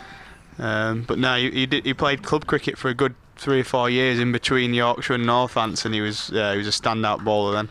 Yeah, he was released back in 2011. And he was lost to first-class cricket for 4 years as Taylor comes in, and that's defended by Harris. Yeah, he played. I think he played for Shropshire in the minor county. I don't know how he ended up there. All right. But he then went to Australia and was working on a farm in Queensland and was picked up back in, I think, 2015. Yep. In 2016, he had a couple of really good performances, 7 for 22 against Glamorgan at Swansea, and I think he took an 8 for against Gloucestershire. So he's a good bowler. He's a very good bowler. Yeah. Taylor in, and that's defended. And I mean, how do the boys? Where do the boys go from here? I mean, because it seems to be a recurring problem, doesn't it? Not being able to. Being out in the field for 130 overs. Yeah. Is it? Do you think Dale's sort of looking to change things up, or who knows? I mean, I don't want to put you on. No. I don't know. I think, as you say, it's sort of in majority of games this season, and I think on Monday we've talked about not feeling too far away, and all of a sudden, since I was last here, it feels like it's just unfortunately slipped back into the story of the season. I think, as I've said, we've got to keep believing. It's a cliche. We've just got to keep believing and backing ourselves that it will eventually turn. Yeah. Because we've got too many good players in this team to continue to struggle, in my opinion. So hopefully, this remaining 2 days. Sanderson into start of a new spell, and that's a good start from Emilio Gay in the gully. Hopefully, remaining 2 days, one of the lads at least can put a good performance in and stand up. But it's, as I say, it's always tough when the lads came off after 140 in the dirt again. It's like, especially as a batter, it's picking yourself up to then mentally go again and scrap out there. It can't be easy. Yeah, I mean, obviously you bat down the order in first class cricket, but club cricket you bat further up the order. I'll come on to it after this ball. Sanderson in again, this time to James Bracey, up to mid-on. How hard is it to pick yourself up after, I mean, even after sort of 3 hours as a club cricketer in the dirt, and you have to go out there and open the batting? It's tough. It's definitely tough, and I think if you add bowling into the mix there as well, like you're tired from that. If you bowled your 10 overs and then you've got to come out and just switch on from ball one, it is tough. And I think like for someone like Brace who keeps for the whole of that, he's not had much of a breather.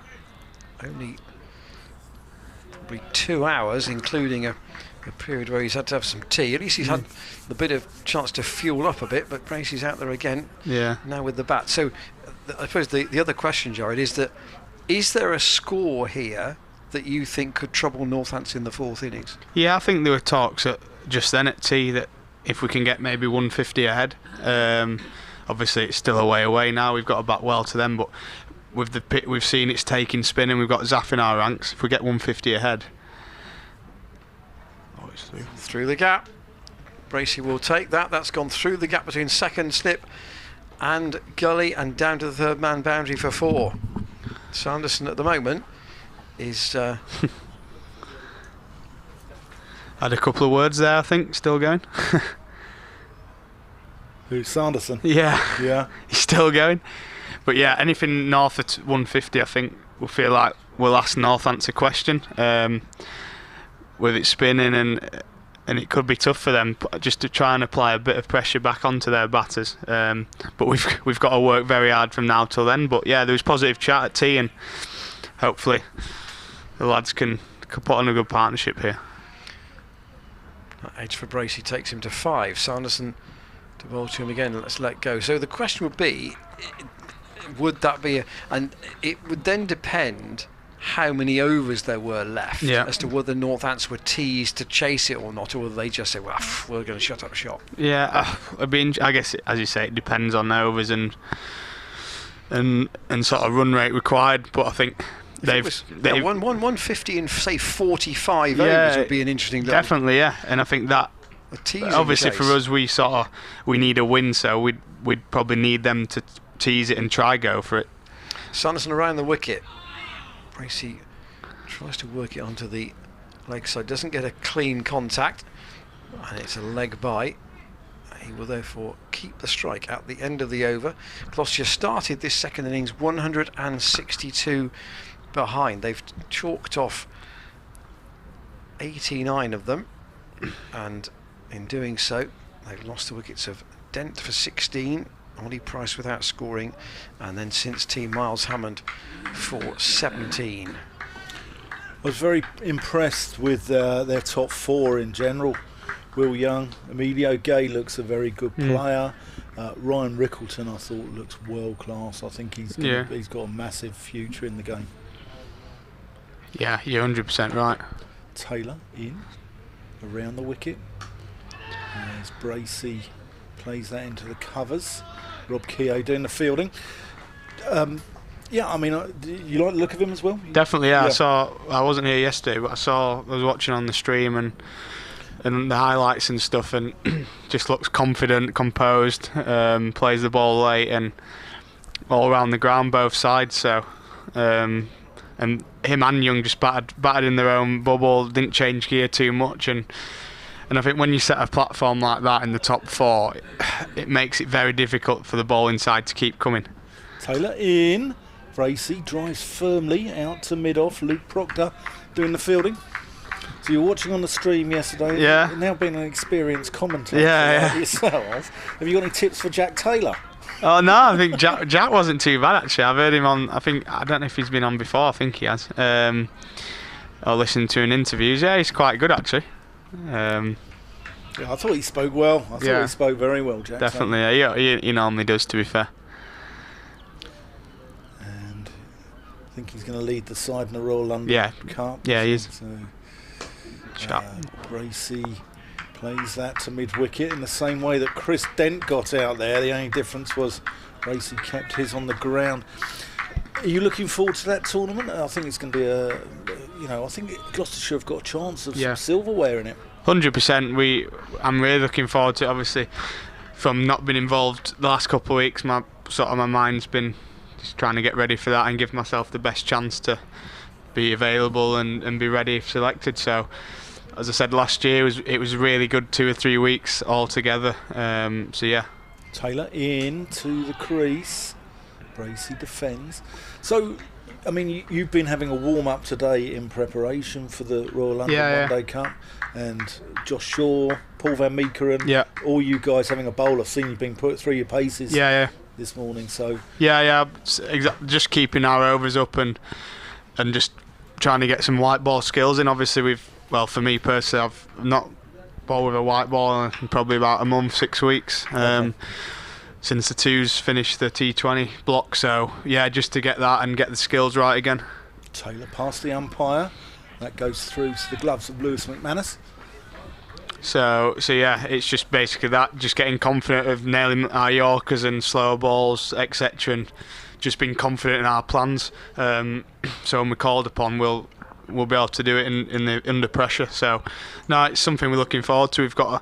I feel like we've got a very competitive squad for it. But looking around the counties, I think most teams have. A couple of teams have got specific overseas as well, which will be a good test playing against those guys. So now I'm really looking forward to the competition. Taylor to Bracey. Nudges that one into the onside, no run. So who's got specific overseas? I think I saw Warwickshire have got, is it Kushal Panya? The Indian, Is that Hardick's brother? I think so, yeah. Bowls a bit of off spin, I think, and whacks it. Kent have got, is it Sani, who's obviously played a couple of red ball games, but I think he's available for the majority of it as well. So Yeah. They're the two that stick out to me. I think Lancashire have got Washington Yeah, Sundar. yeah, you're right. So Yeah, so that's a good signing. definitely, yeah. So Middlesex have got who's the Indian pace bowler? They've got Yadav. Yeah, Yadav. Yeah, you're he's right. Quick. He's He quick. is. Yeah. So we've got them at Radlett, I think, if I'm right. So that small ground could be interesting. But no, it's always good to go up against high quality players, and I think it's another great opportunity for us to win a trophy. I think that's the way we're looking at it. Can we win some silverware, and can we sort of put a good sort of gloss on the season by putting ourselves in a good position in that competition? So especially for someone like myself who hasn't had a lot of opportunities, can we make our mark and put in some good performances? Ben Sanderson to continue, bowling to Marcus Harris, who's just taken a fresh guard. Jared Warner with us here on day 3 at Cheltenham. Steve on the email from High Wycombe says, are you aware that the film If about rebellious public schoolboys was filmed at Cheltenham College and around the town? It starred Malcolm McDowell, and the finale was a massive gun battle involving the boys shooting down the chapel roof. Didn't know about that, but I'm not a film buff, as you know. A few that 6 from Jack White wasn't a million miles away from putting a hole in the chapel roof, was it? Sanderson around the wicket, pushed up by Marcus Harris, who needs 1 for his 50. Any more emails? That was the last. The one, the Bracey and the Sunshine Band, I thought was an excellent effort from Tom Way for a tribute band.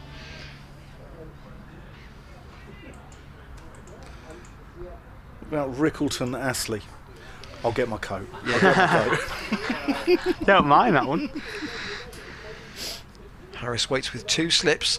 Sanderson in, and he lets that go outside the off stump. Let's talk about something that was a skill that we've touched on about white ball cricket in particular.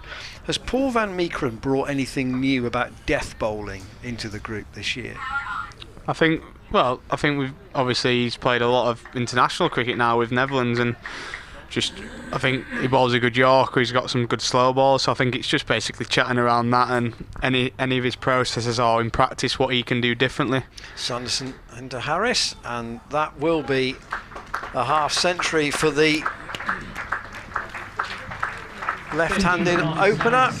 67 balls. 67 balls, 5 fours, 2 sixes. And you heard Ben announce the numbers there. 5 fours and those 2 big sixes off Kerrigan, which has dispatched him out of the attack for a while, you would think.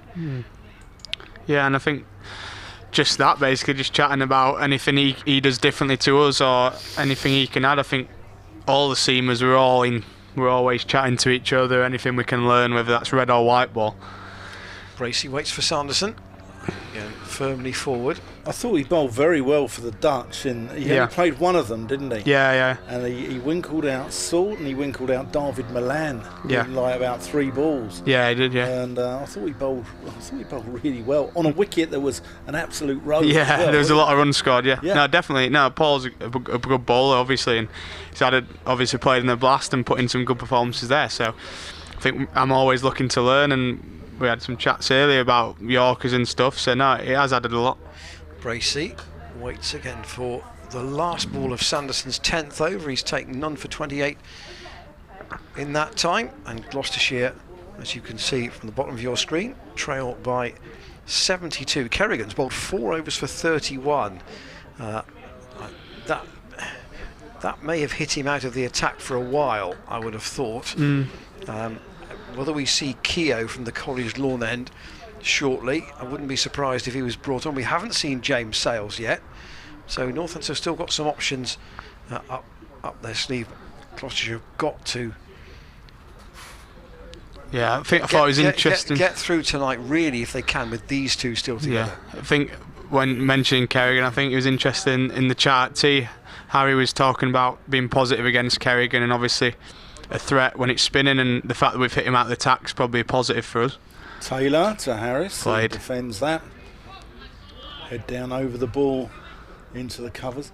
I'm surprised that gentleman in the pink salmon shirt down by the the red and black marquee down there isn't still signalling a 6 from one of Harris. Yeah. Because he was there just like that with both arms up above his head for probably a good 3 or 4 minutes after one of Harris's 6. They've been peppered down there today. White hit a couple of big ones, and Harry is with two big ones as well in that area. There's, I think they've had a few siders between them. Yeah. Played. Harris defends. Yeah. I think I've just been down there and given a talk at tea to probably about 60 or 70 in that marquee, and they're quite a lively crowd. They're an older crowd. Yeah. Probably all in their 60s, but I think they've enjoying themselves. probably put a few quid over the bar today.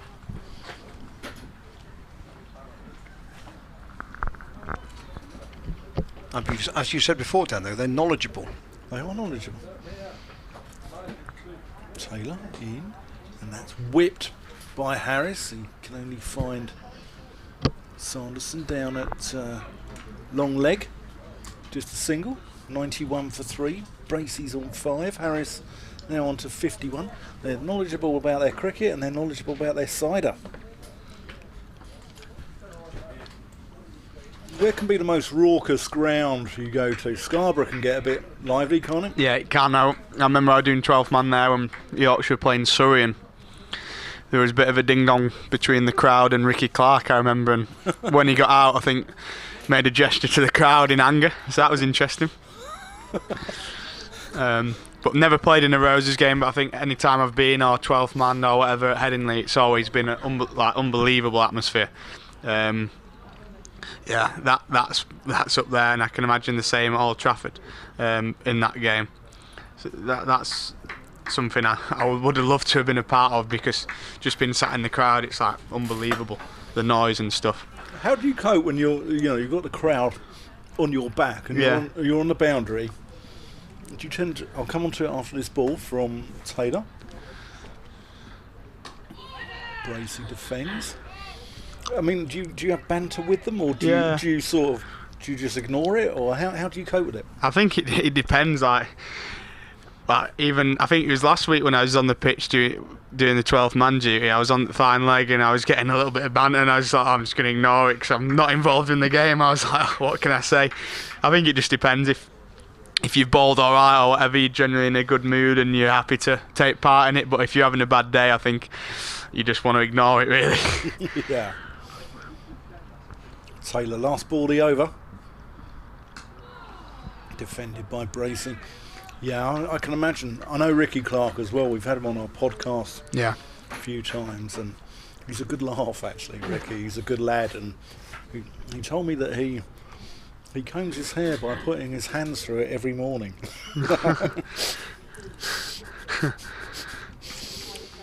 But yeah, no, he's a good lad. I like him. Even for a Surrey man, he's he plays for Surrey and supports Spurs. But apart from that, he's a good lad. Apart from that, do you spot Arsenal then? Well, I'm Barnet on my side. Yeah, Barnet on my side. So yeah. Still in the National League, is it? Yeah, they're in the National League, the mighty Bees. I can't remember who we've got home Saturday. Is it Eastleigh maybe to start off with? I can't remember. Sanderson.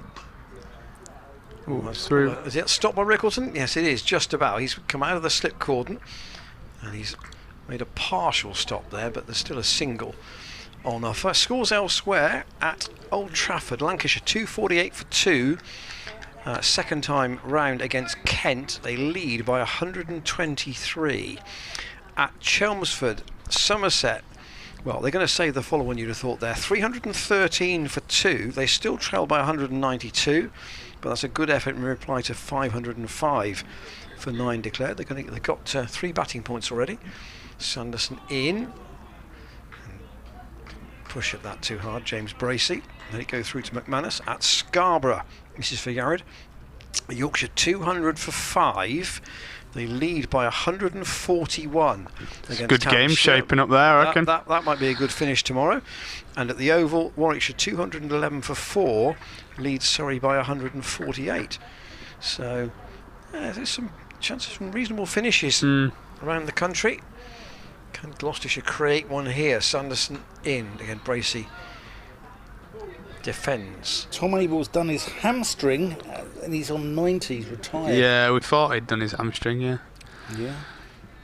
Going for, according to Anthony Gibson, who's the BBC Somerset commentator, going for an unnecessary second run when poised for a century.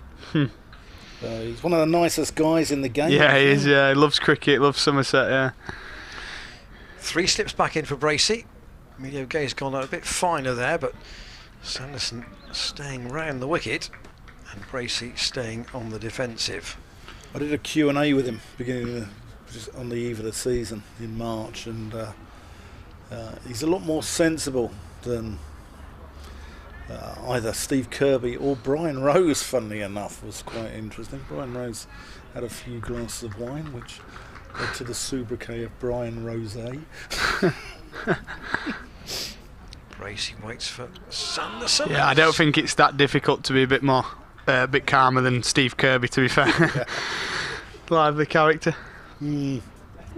But Tom Abel was quite amusing, and it was just when Joe Root had resigned the England captaincy and he was sort of being thrown out as a left field choice for the England captain. And I said, if it was offered to you, would you take it? He went, absolutely. Yeah. This ball is 31 overs old. Sanderson hasn't quite got his line absolutely right to the left-handers. He's been switching back and forth between over and round the wicket, and that's gone past Simon Kerrigan. There's a chase up to wide long on for Proctor, and they'll take 3 with 1 on the throw. And that's one of the pockets on the ground where you can run a third on the arm. And Bracey up to 8. So Jared, are you going to feature in the game against Wiltshire? Yeah, I am, yeah. Squad went out today and happy to be playing in it, so be good prep for the competition, and looking forward to it.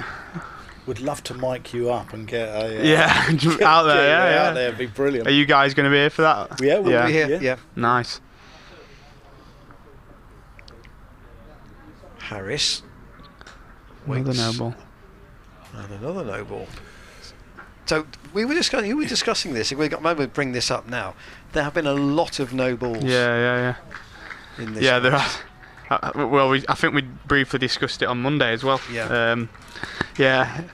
It's bizarre. I think sometimes there's never any, and then sometimes there's loads. I think one of cricket's great mysteries. I think especially when batters are talking about no balls. I think they always say, why can't you just keep your foot behind the line? It's not quite as simple, I don't think, but no, it is frustrating for both bowler and as a team. Sanderson moves off from the end of his run, 99 for 3. Aye, surely. And the 100 up with, I think, will be given us a leg bye. Was there any bat involved in that? Yes, there was. So Gloucestershire's 100 up. They've getting towards 2/3 of the deficit. Why would someone like Kerrigan bowl a no ball off 3 places? I think that's where I struggle. I think spinner bowling them, because I think they're not striding for the crease, they're not trying to gain extra pace, anything like that. So you rarely see spinners bowling them. But I think for a captain and a coach, that's probably more frustrating, a spinner bowling them. I know it's a huge source of frustration for captain and coaches, because at first class cricket it's worth 2 as well. 2 plus the extra ball. It can make a big difference if there's 10 or 15 a day. Cue ball. Jared's getting a little bit of sledging here from Zach Chappell. The cue ball look-alike. He's so boring. He's so boring. How you doing? I'm good, mate. How are you? Yeah, good, thanks. Good to see you. Zach Chappell's here. He's just popped his head into the marquee. Zach, we've got to ask you, we saw you wearing the shirt today, which your name was misspelt on it, and it's leading to the nickname of Zach Chappell, isn't it? Can you hear me or not? Yeah, that was Cam. He's really struggled actually since I've been here to kind of sort me out with the right kit, etc. He prides himself on ultimate efficiency, but he hasn't got my name right as of yet, so that's the story with that, Yeah. And it's going to be a collector's item, I think, isn't it? It's a single P Chappell shirt. So. I'll give it you. Right. See you, mate. There's Zach Chappell, just walking around. And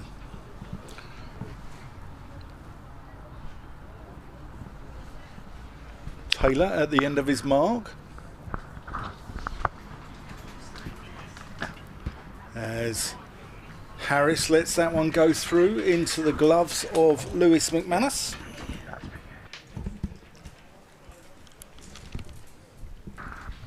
Interestingly, he just proves that the slightly, not even the slightly, the very diverse range of people who you meet at cricket. Yeah.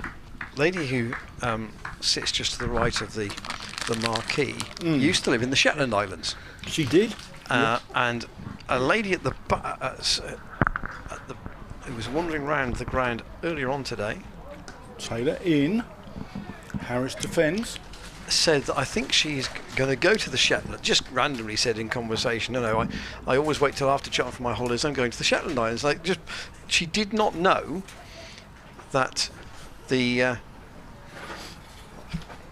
lady and gentleman who come up in a car from just over the border into Wales to watch Gloucestershire actually lived there for a long period of time. So they're going to be in conversation, I suspect. Yeah, lovely lady Ruth Charville. She's well known over to the many remains of the festival. Gloucestershire fans. Oh, that's a lovely shot there from Harris. He's so strong through that region, he really is. We've had a couple of Eurovision tribute acts from Ben Feasy. We've got Nathan Bucks Fizz, Jaya Surya and the Waves. Ben. You can't just like throw a random cricket. Well, there's no Katrinas. No. I considered Sunil the Reno waves. Well, since we're in Randall, you expect it from me. But not from other people. As Taylor comes in, that's no rum. You expect this sort of rubbish from me. But you guys are seasoned professionals. 104 for 3.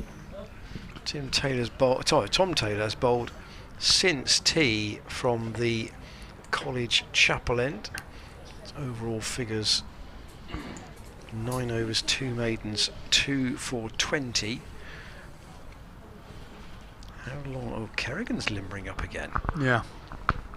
Why Kerrigan rather than Keogh, I wonder? You've got the two left-handers in. Why wouldn't you bowl the off-spinner?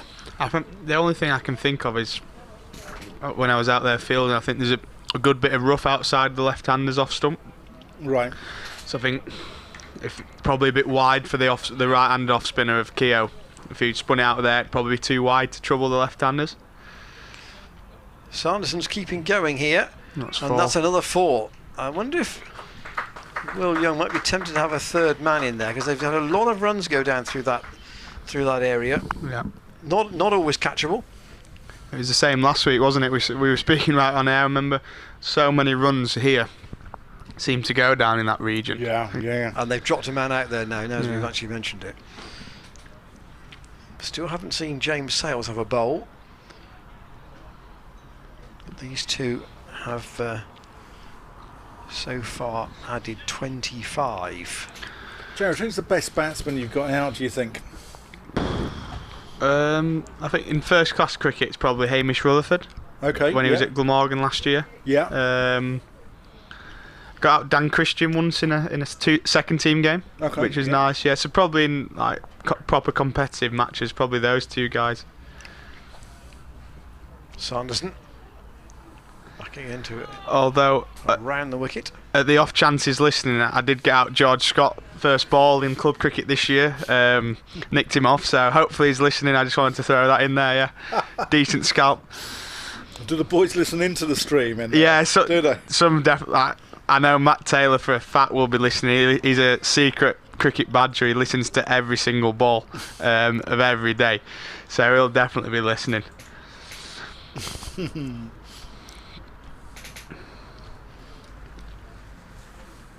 Sanderson, this is a long sustained spell for him here. Well, I'm sure he'll know that he was in our team of Taylors the other day, along with Tom Taylor. Yeah. I think Sanderson's, as you say, a long spell, and I think he's been a bit unlucky. Numerous balls have gone down to third man, but I think for us, if we can get through this spell of his and get on the change bowlers of Sales, and maybe bring back White, get them into the second and third spells, I think hopefully it'll be a good platform set here. Bracey Oh, waits. another. That's at least down to a fielder now. They've got Sales in front of the scoreboard, so they'll get one more. Sanderson looks a bit rueful, understandably. Typical Yorkshireman, never happy. But you have some sympathy with him, Jared, because you know when things aren't going for you and all the edges aren't going to hand and you're beating the bat and there's nothing in the wickets column. Yeah. You just got to. I think the phrase you used last week, which struck me, was bowl your best ball all the time. Yeah, and I think that's what you've got to try keep telling yourself, especially during this spell for Sanderson. Harris waits. Ball Gets solidly behind it. And I think that's why it makes bowlers like himself so good, because the amount of times we've seen him challenge that forward defence, probably, as you said earlier, bowled maybe a little wider in the middle couple of overs, but generally this spell and his whole bowling plan is just hit the top of off stump as much as possible. I think in general the best bowlers who get the most success in England get the batsmen playing those forward defences a higher percentage of time. Look at Ryan Higgins for us. When you face him in the nets, you feel like you're having to defend every single ball. Sanderson round the wicket. Harris works that fine. That will go for 4, I think. Yeah. There's nobody able to cut that off down to the fine leg boundary. And Gloucestershire cutting down that deficit. It's now below 50, as you can see. And there's a replay of Harris's latest boundary. Actually, he's scored quickly in this innings. Yeah. He's got 61 runs off 81 balls. What's the boundary total? He's got 7 boundaries and 2 sixes in that. 40 runs. Yeah, I think that last ball is a prime example of Sanderson probably just getting a bit frustrated and getting a bit greedy and just straying onto his pads. I think he's bowled excellently there, and on another day he probably picks up 2 or 3 wickets in that spell. So I think we've done well to get through that. I think that might be the end of him. So, would White come back? Would they turn to Keogh, if you pardon the pun? They are going to turn to Kerrigan. Yeah, and Jared's going to take the ball by ball because he's lovely. a seasoned commentator. Thank you.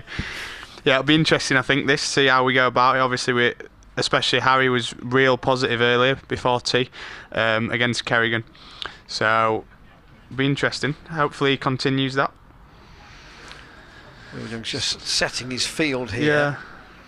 Yeah. A very in-out field with it's like 3 men round the bat. Slip, short leg and a leg slip, and a man out just in front of square, and almost a 45 line on the boundary behind square for the sweep. So Bracey does like a sweep, so both reverse and conventional, so I think we could see that. Kerrigan's going to stay over the wicket. 24 overs left in the day. Kerrigan to start his second spell of the day. And that's just knocked into the leg side. And I think is that Rickleton just quick onto that and stop the single? Under the hat, yeah. So He's been at slip for a large part of Northant's fielding time, but not at the moment. Into brace, and there's that sweep. Oh, and that's crunched into the back of Emilio Gate, short leg. Looked a nasty one, that.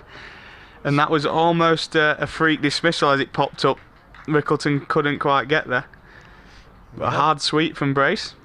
We had that last season with Tom Price clunking a ball off Tom Alsop's helmet in the Hampshire match.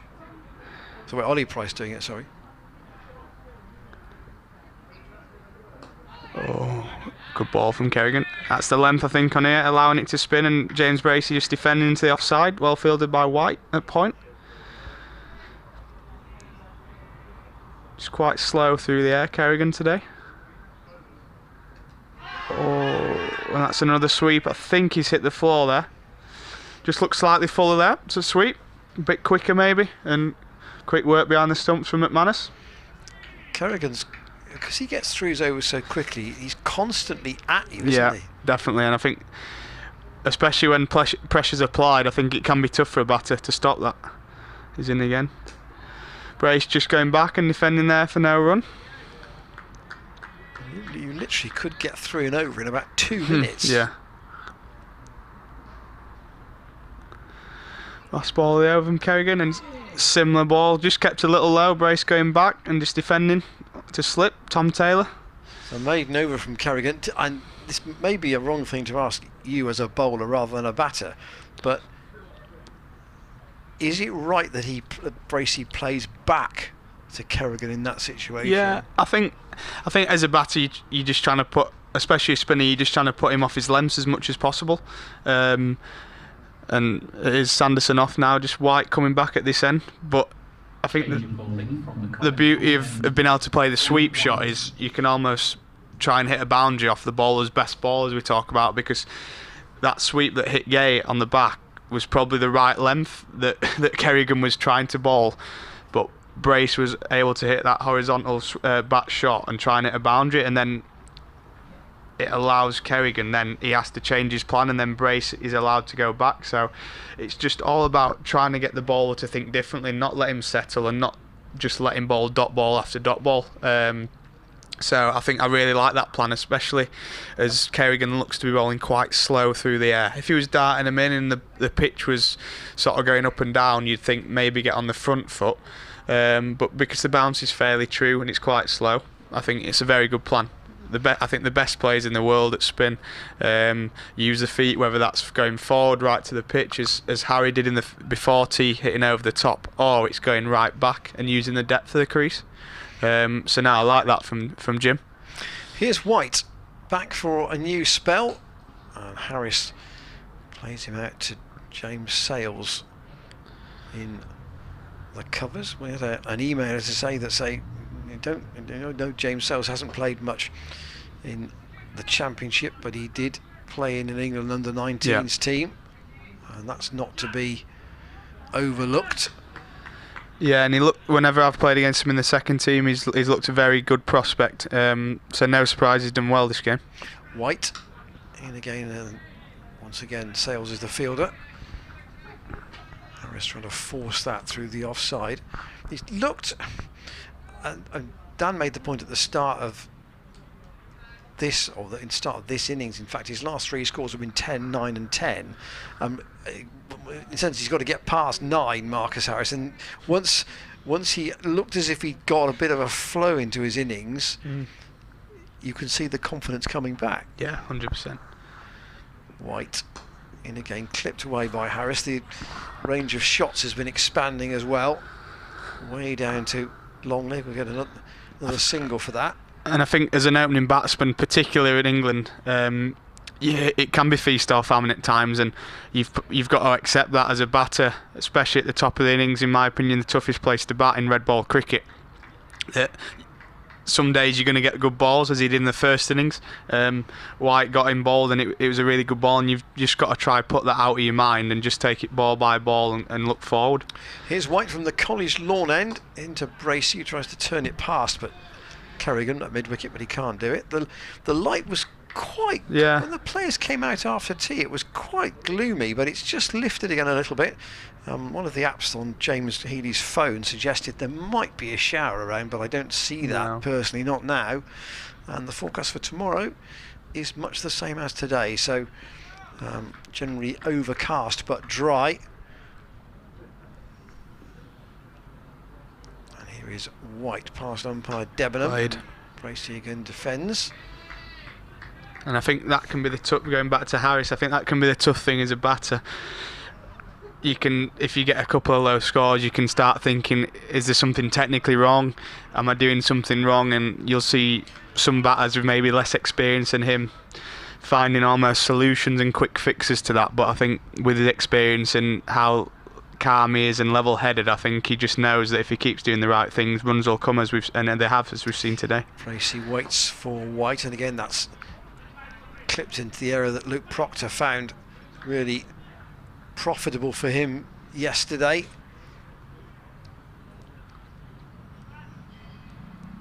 He's got one more out of that, and White takes his sun hat.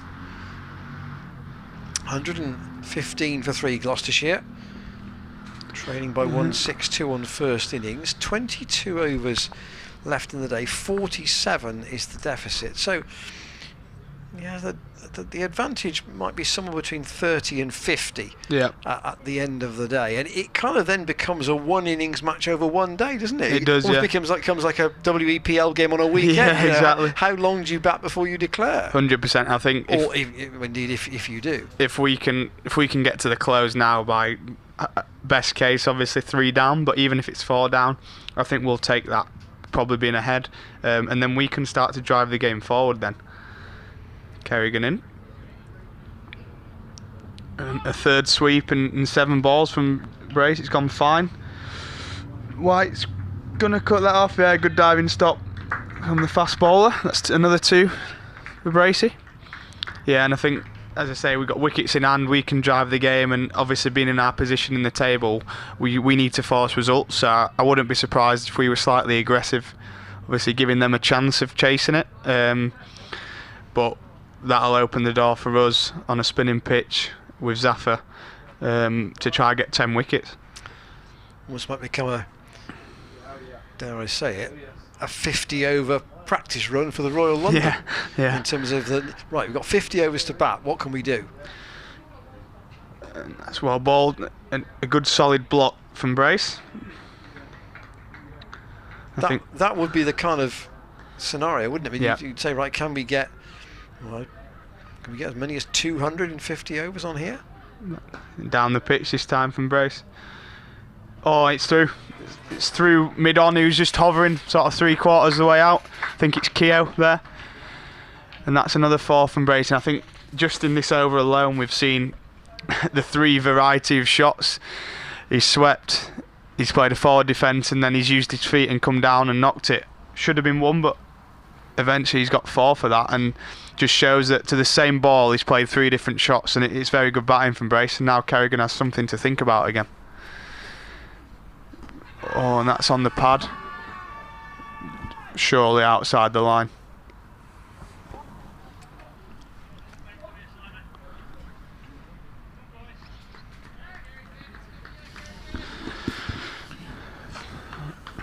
Just a little bit out of that rough still though. Just gives something for Brace to think about. Another sweep, slightly in there, but a couple of bounces to White down at long leg. 1 run. I like the intent that Brace has shown here, just putting the spinner under pressure, not letting him bowl. He's got a bit of the rock star about him, hasn't he? Yeah, Jack he White? has, yeah. He's got just taking out over from Jack Brooks back in the day, headband warrior. Yeah. They want to move Yeah. White a bit squarer, I think. I think, and the thing now is Brace being positive. He's just got a man from under the lid just out of there, which is a positive. Kerrigan to finish the over. Oh, and that's out. Harris down the track, looking to flick it on the leg side, missed it, and McManus takes the bails off. It's 4 down. Harris departs for 62. Let's have a look at this again here. Let's see if this is a clean take from McManus. No, it was clean. Clean. Looked a bit dubious from side on there. Kerrigan's bought that wicket, but it's an important wicket. Yeah. 122 for 4. He's bowled 6 overs for 38, but he has removed a man who might potentially be the glue at the top of that Gloucestershire order. Marcus Harris goes for 61. Yeah, I think it's a frustrating one, but I think you can't fault the shot because he played it so well before tee and got success with it. And obviously there's been a clear plan and discussion between the 2 batters out there to be positive and try to take on the spinner. So I think it was the right option. Just looked like it spun again out the rough, and credit to the bowler, he's held his length back and he's deceived Harris there. At what stage can Northants claim extra time tonight? Can they tonight at all or not?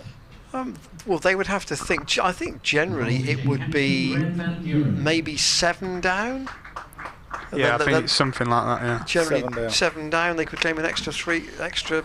8 overs tonight. Yeah, I think when we played in the second team, there were chances of it a couple of weeks ago at Essex, and I think the umpire said I don't know if the rules are the same, but if there were 8 down, we'd get another 15 minutes, and if there were 9 down, we'd get another half an hour.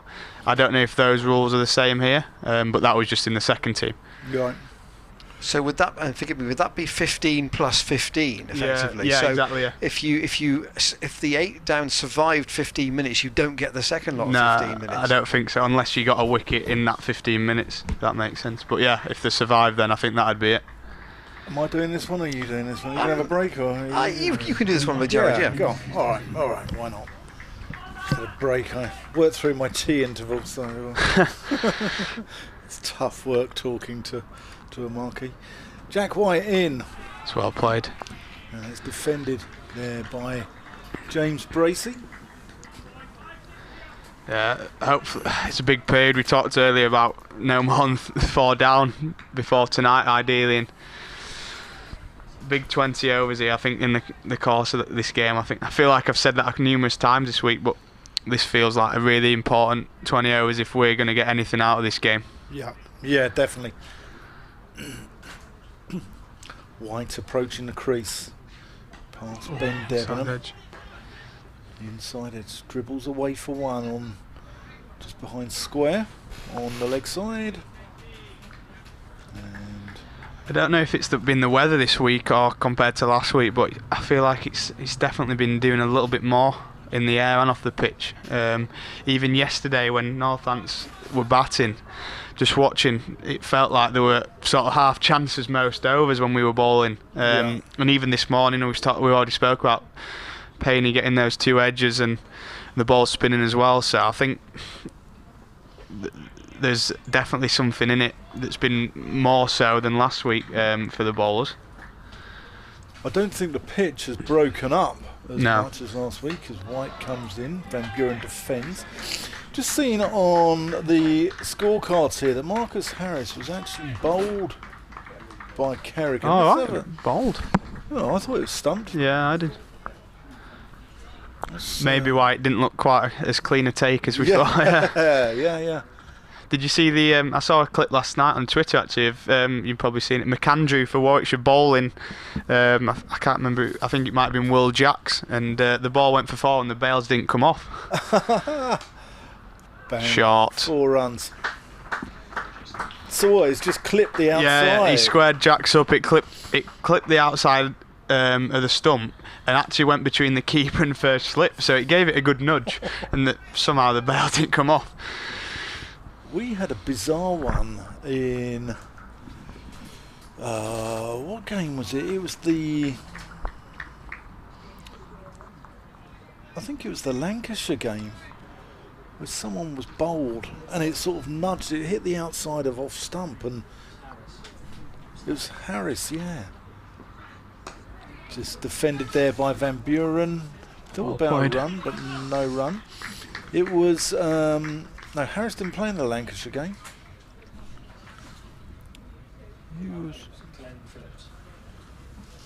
It was the Middlesex game, I think, in the T20, where Glenn Phillips was bowled and the bail, he left one outside. It's well played by Buren. That wasn't the Middlesex game. Good solid start from the skipper. It wasn't the Middlesex game. I can't remember what game it was. He was bowled, wasn't he?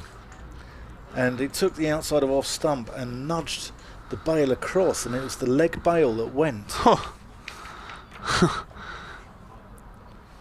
remember what game it was. I'm trying to look back here over my notes.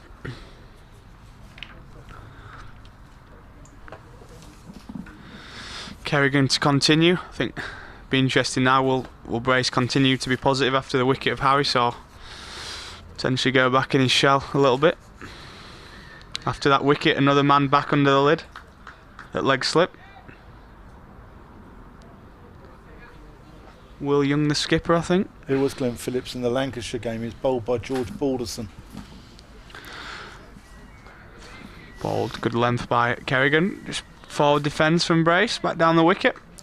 Yeah, I've never seen anything like it. It's taken the outside of the Yeah. off stump and the leg bail. Oh has yeah, come on, and the I off was bail is there. still Yeah, there. I remember that. Yeah. Sweep from Brace. It's a hard sweep just behind. Just for one run. White comes round well and picks it up. Almost every other shot of the minute from Brace is a sweep. Do you reckon he's going to get the reverse out? Yeah, potentially. I think if Kerrigan keeps throwing it wider, I think why not? It's a pretty safe option. Is there plenty of rough out there? Yeah, there is a little bit. I think when I was out there, there's not really rough on the other side. It's just in that area outside the left-handers off stump. So obviously we've got a few left-handers in the top order, so it does make life difficult.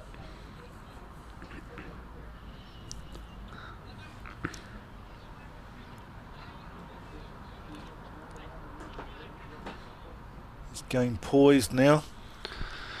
Yeah, just changing around his fielders. Kerrigan, mid-wicket going deeper. Sanderson at backward square going finer. Bjorn faces first ball of Kerrigan. Just knocked to mid-on for no run. Proctor just up on the single. The question on everyone's lips around this ground, can Gloucestershire save this game? Full of a length, well defended by Bjorn. We've said he'll be looking for it just to pounce on anything slightly short of a length and that off stump. Left armour into Bjorn. Very similar delivery. Solid block. Short extra cover. Rickleton.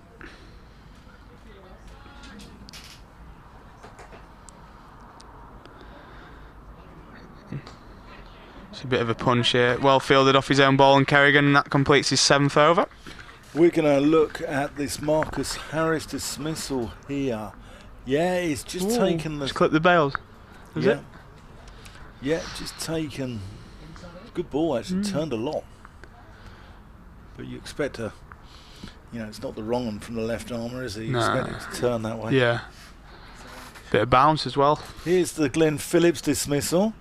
There, where it's taken the outside of off stump. And... Just knocked the other bail. And it's the leg bail that's gone. Bizarre dismissal that was. Jack White's going to continue from the College Lawn end. Got a bit of Che Guevara about him, hasn't he, Jack White? Here he comes around the wicket to Played. James Bracey. Very solid from Brace. Hopefully I don't jinx him, but I think he's set himself up well. He's got himself in 23 or 46, so will be looking to go big, and he's been disappointing in the first innings not to go on for his century, but it'd be nice for us, much needed, if he can do it this second innings. Well, it can't be worse than your mate Josh Shaw, who was here for the first of the hat-trick last week. Oh, really? And then we had, I'll come on to it, then we had Jack White. Oh, yeah, I did hear him actually when Hamo nicked off, wasn't he? Hamo nicked off and Josh Shaw was on comms. Then he's gone for lunch, and we had David Jones, the chairman, who was here for the next 2 balls of the hat-trick. Yeah, not good. No. In fact, it was all going quite well until... Yeah, it was, yeah. Till then.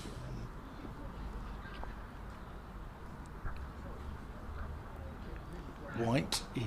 Played. Defended. Yeah, I don't think... I think Hamo was 6 out, so 3-1-6 for 6. And I bet Josh Shaw didn't expect to be batting, having sat here 9 runs later. Yeah, I think we were speaking around that time with at the end about that sort of time, and we thought in the game we think if only we could have batted another sort of 45 minutes. There was a bit of weather about on the way home and things like that. It could have been a different game, but it's the fine margins. Right, in. That's uppish from Bracey. Yeah, I got about 4 miles down the A40 in that direction. I think it's in that direction, and it absolutely chucked it down all the way to Oxford. So, do you guys keep an eye on the weather, or do you just play? No, I think think the bowlers sometimes do Yeah. if it's looking like it's a day in the dirt or we're in the field sometimes. And if the game gets close, I think you need to really. White in. Yeah, I mean, do batsmen think, say in the instance of Hampshire the other day, they Yeah. teed off from ball 1. Yeah. You know, they obviously had an eye on the weather because they wouldn't normally bat like that, would they? Well, they definitely had an eye on the weather. I think the personnel who came in as well, Keith, was it Barker was padded up, and Fuller was padded up, and Vince opened instead of Holland, so they definitely had an eye on it. But I think in the same breath, it can be very dangerous to have an eye on the weather, because especially in England, we never know, and if it doesn't come and you get a few quick wickets, you can look very silly. Oh, that's hurt. Elbow. That's hurt him. Bit of lift there from Jack White, just short of a length. Jared Warner, cricketer, commentator, weatherman. Yeah, got everything. Jack of all trades, master of none. Well, you'll see him here on Sunday in the game against Wiltshire. And you'll see him hopefully Tuesday in the game against Warwickshire, which, if you haven't got your tickets for that, please do, because we've sold over 4,000 tickets so far, and this ground will be packed. So get your tickets now at www.glossccc.co.uk, and I'd get them fast because I think it could well be a sellout. Do you know how many tickets are available? What's the full capacity? Do you know? I don't know, because it's normally It's Ian will know. Ian will know. Come on, Ian. Come back on board. Well played by Bjorn. Kerrigan continues. Chapel End. I'm told it is an outground, obviously. The capacity is 4,999 officially. Not too many left then. Kerrigan in, bounds in, short, wide, and I think that'll run away for 4. Just saying how much he likes that shot. It's a feature of his batting the last couple of weeks here at Cheltenham, and it's punished by Bjorn. I'd be surprised. First boundary. I'm surprised if Kerrigan didn't know that was. I was going to say. I think most teams nowadays. I remember we played a game against Glamorgan at, I think it was at Rockhampton a few weeks ago, and I heard their bowling coach say Van Buren loves a cut. Stuck with me. Full of a length. Just pushed there. Extra cover. Rickleton's been busy to the spin of Kerrigan. I remember, well, Sam Northeast broke Glamorgan's record last week, but I'll come on to it after this ball. Kerrigan in. Oh, just a bit straighter. Bjorn on the back foot for no run. And the previous record holder before that was Steve James, and when he got his 309 against Sussex back in 2001, the news got back, I think, to Graham Gooch at the time. He said that must be a hell of a lot of runs down to third man. Kerrigan in. Just like side. Oh, bit of a yes-no then from Bjorn and Brace, but good call in the end from Bracey. Well fielded at mid-wicket from Gay. Steve James had diving stop. He had a bit of a reputation for opening the face somewhat. Guiding it. Yeah, the most annoying batters, those. Well bowled, full of a length and defending from Graham Van Buren. Completes the 40th over. 1-3-2 for 4, Gloucestershire. 8 overs, 1 maiden, 1 for 43. Kerrigan. I think Dan and I will do the last 15 overs, Jared. So thanks again for no problem taking an hour out of your day to come and talk. So what I might get you to do, actually, just to help our research for Sunday, not to be disclosed to anybody, would be to scribble down what you understand the squad to be, and we can put our notes together accordingly. No problem for Sunday. I'll try to remember it under pressure now. Cheers. Scribble it down in that bit of paper there. Initials will do, because we can probably work it out from that, and it'll just help our notes for Sunday. Yeah, you know, that sort of stuff. he's not available. Remember. No, yeah. So we're now going to see Rob Keogh for the first time, the off spinner, and it will be from the College Lawn end.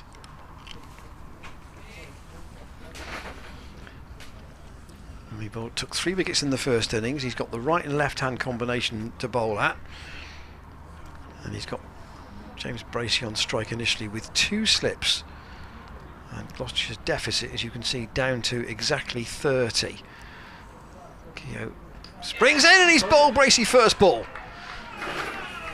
Well, what happened to that? He just missed it, I think. It's a full delivery. Keogh into the attack, and Bracey can't believe he's missed it. He's bowled for 23. Has it kept low? Let's have a look. Oh, it's gone under his bat. Yeah, he's yorked himself.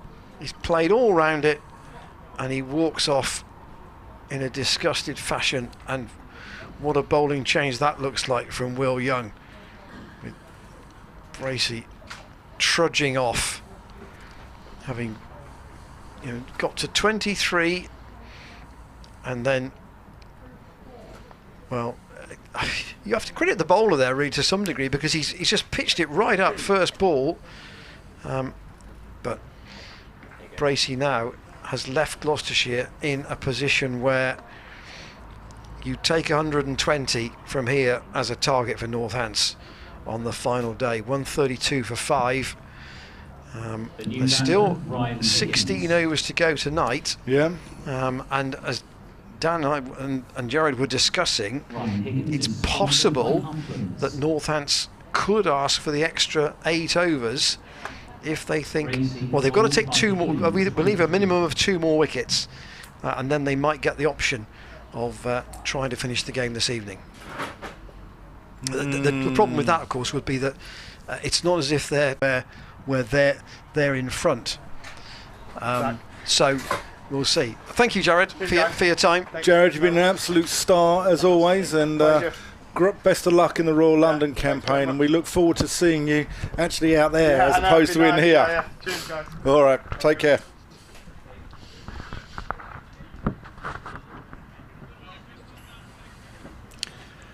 That is a hammer blow for Gloucestershire. And you could tell by Keogh's celebration what he thought of that impact. Having come straight on, take a wicket your first ball. So now he's got the 2 right-handers to bowl at with that little bit of rough potentially outside the off stump. I think this might be over tonight, Ian. Where's your money? Where's your pocket money? Where's your 8p? Not quite. No, nor do I. I think we might come back tomorrow. But I don't think it's going to last long tomorrow. Keogh into Ryan Higgins, who's come in at number 7. Northants probably have taken, I think they might take more wickets than they would have budgeted for at this point. That's worked away by Higgins. I mean, you've still got 2 genuine batters here in the Gloucestershire order. Now, both these 2 are capable of making big scores. Confidence is a funny thing, isn't it, though? You know, cricket, you have... I'll come on to after this ball.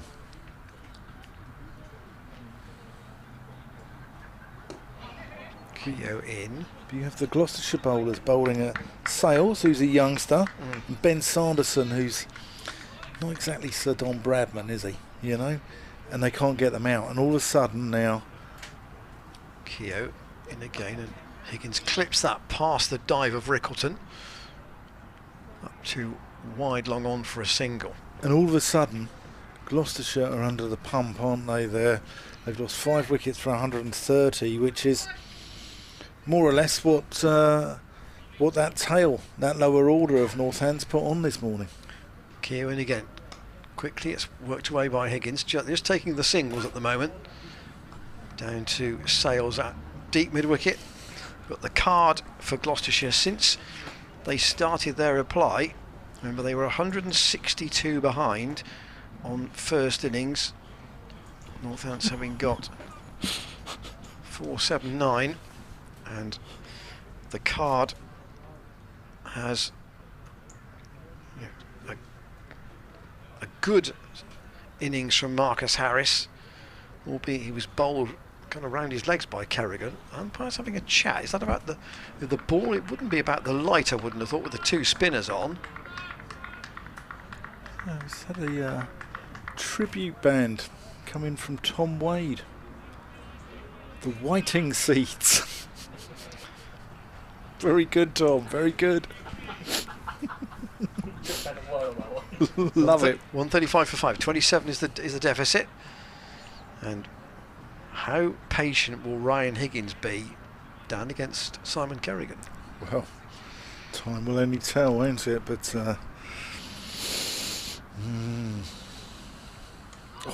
going back there. Patience hasn't exactly been his forte, has it, recently? No. So Dent for 16. Harris for 62. Price without scoring. Hammond for 17. And Bracey in Keogh's first over for 23. The men out. Ooh, I thought he'd lifted his foot there. Still to come, Zafar Kohar, who is a counter puncher effectively. And then Tom Price, Zach Chappell, and David Payne. Kerrigan in, and that's played firmly out to the orange-shoed Ryan Rickleton out there. That's short. It's not impossible here that we could have, and I know we've mentioned this before, but look at the pattern of the matches that Gloucestershire have lost in this recent run. They only set Kent 88, they only set Essex 71, they only set Hampshire 82. Defended. It could be a target in that sort of area again for Northants in the fourth innings here. Not impossible to see that. No, it's not. I think that's probably what we're looking at. Defended by Higgins. They've got to get through the 30 first. Yes. They're 30 odd behind here. They've got to reduce that first before they even think about setting any sort of target, because at the moment they're about to lose by an innings if they're not careful. If they capitulate here, they're going to lose by an innings. They are staring down the barrel of another defeat. Oh, they're going off. They're going off for light. Oh, Will Young. A chat with Will Young. They've got the two spinners on.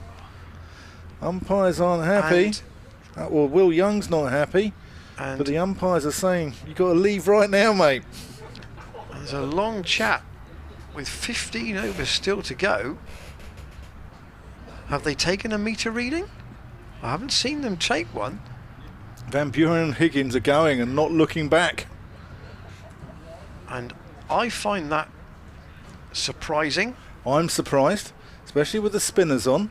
And I think that we have saw light worse than this last week against Hampshire. Yeah, Ben Debenham's having the discussion with Will Young, and have they judged it without taking a reading, or have they judged it now, and they will take a reading now, and that will be the point of reference for the rest of the match. I mean, it's possible it might improve again. Yeah. This may not be the last of the cricket for the day, but it is somewhat of a surprise, and it will be equally a very much of an irritant to James Bracey, having got out literally just before the decision was made. And the two men who are still out on the field are Rob Keogh and Will Young. So the bowler who was about to bowl, they're taking a reading. The Northants captain, and here is the reading that they're taking. So this is the judgment by which everything else will be referenced for the rest of the match. We're at just after 5:30. So there is still the chance of more cricket today, but Northants are a bit bewildered as to why. With Kerrigan and Keogh on, they are being asked to head to the pavilion. It's not raining, and the light to our naked eye from here does not look that bad against the spinners, but that it's not our judgment that matters. It's Ben Debenham's and Hassan Adnan's. Perhaps he's got a restaurant booked in Cheltenham, wants another night here. It's quite a nice town, isn't it? Spa town. It looks very. But I'm surprised. I am surprised at that, especially with the spinners on. And although saying that, it has got a little bit murky. If you look at the lights of the scoreboard, they do seem a little brighter. As the lights on the old Petesians marquee there, they look quite bright as well. So taking a reading at both ends, the two umpires. It's very different though. When you're out in the middle, we're working out of a white marquee here, so we've got in effect artificial light in here. So it is very different. But I'm quite surprised. I thought it was worse in the Hampshire game last week when they played on, and Hampshire were asked to bowl their slower bowlers in Felix Organ and Liam Dawson, and I thought the light was worse than it is now. Well, they're having a chat too with Christian Brain, who's the head groundsman here at Cheltenham, and the players have gone off. The stumps have been left in, so there's no indication from the ground staff of any rain, and the umpires are going to stay out in the middle in the hope that this light lifts. But for the moment, we will leave you with the picture of the scene here at Cheltenham, the chapel in the background. There is the overall position. Gloucestershire in their second innings 135 for 5. They're still 27 behind. Van Buren and Higgins are the men at the crease, and there is still the prospect of more cricket here at Cheltenham today, but we are light driven, and we will therefore see how much cricket is possible, or indeed if any is possible, over the next 15 or 20 minutes or so, depending on what umpires Debenham and Hassan Adnan decide. But for the moment, we'll leave you with the graphic of Cheltenham College, the scene in the middle where the stumps have been left in the hope that there will be some more play. But Gloucestershire 27 behind, and we'll be back with you as soon as there is any either news of any resumption or indeed a decision on play for the day.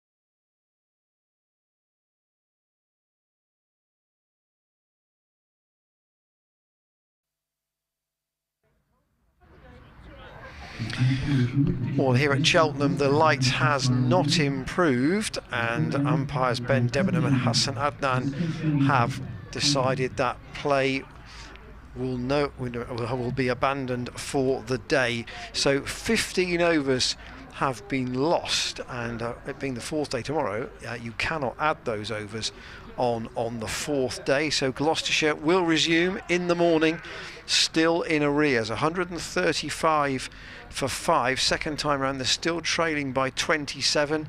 Graham Van Buren has 9 and Ryan Higgins has 2. Wickets shared amongst the Northants bowlers, 1 to White, 2 to Tom Taylor, 1 to Kerrigan and 1 to Rob Keogh. Right before, in fact 11 balls before the players came off, he bowled James Bracey for 23, and that felt like an important wicket for Northants. No rain falling, but just it got very, very gloomy, and the umpires have decided that the cloud cover around the ground means they're not going to get resumption tonight. So we'll be back with you at 5 to 11 tomorrow. Thanks to James on the cameras today, and to Dan for his company on the commentary. The story of the day, relatively straightforward. Northants batted on this morning. They were 353 for 7 at the start. They ended up getting 479, so 126 added for those last 3 wickets. James Sales went on to make a career best 71. He got handy support from Kerrigan, who made 14, and Ben Sanderson, who was last out, for 38. Jack White 14 not out at the end. There were 50 extras in that Northants card. 5 wickets for Zafar Gahar, 5 for 134. A couple of cheap ones at the end for Zach Chappell, 3 for 70. 1 each for Price and Payne. And then in the Gloucestershire innings, again, it was a question, I'm afraid, of a reasonable start, and then wickets steadily falling. Chris Dent caught by Kerrigan off Taylor after having just pulled a ball to deep mid-wicket. He then clipped the second one to Kerrigan at mid-wicket. Ollie Price, I'm afraid, didn't last long, caught behind by McManus off White, just pushed at one that he might have left. And then Miles Hammond, LBW to Taylor, one that might have been going down the leg side, but that was from around the wicket and not in the judgment of Hassan Adnan. The key wickets, though, close together, only 10 runs apart. Marcus Harris and James Bracey. Harris bowled by Kerrigan, almost behind his leg pad, his pad on the leg side, almost behind his legs really, and then Bracey yorked by Keogh, first ball of the off spinner for 23. So Gloucestershire resume tomorrow. Can they get into any kind of position where they can set Northants a teasing target? Could they fashion another 150 runs, and might that make for a fascinating final session? We'll see tomorrow. The forecast again is mainly dry, quite a lot of cloud about tomorrow, but Northants from this point, you'd have to say, will be favourites to win. Only way to find out if they do, or if Gloucestershire can save it, will be to join us on the stream tomorrow. Thanks for your emails and communications today. Dan and I will be back with you in the morning. Do join us at 10:55.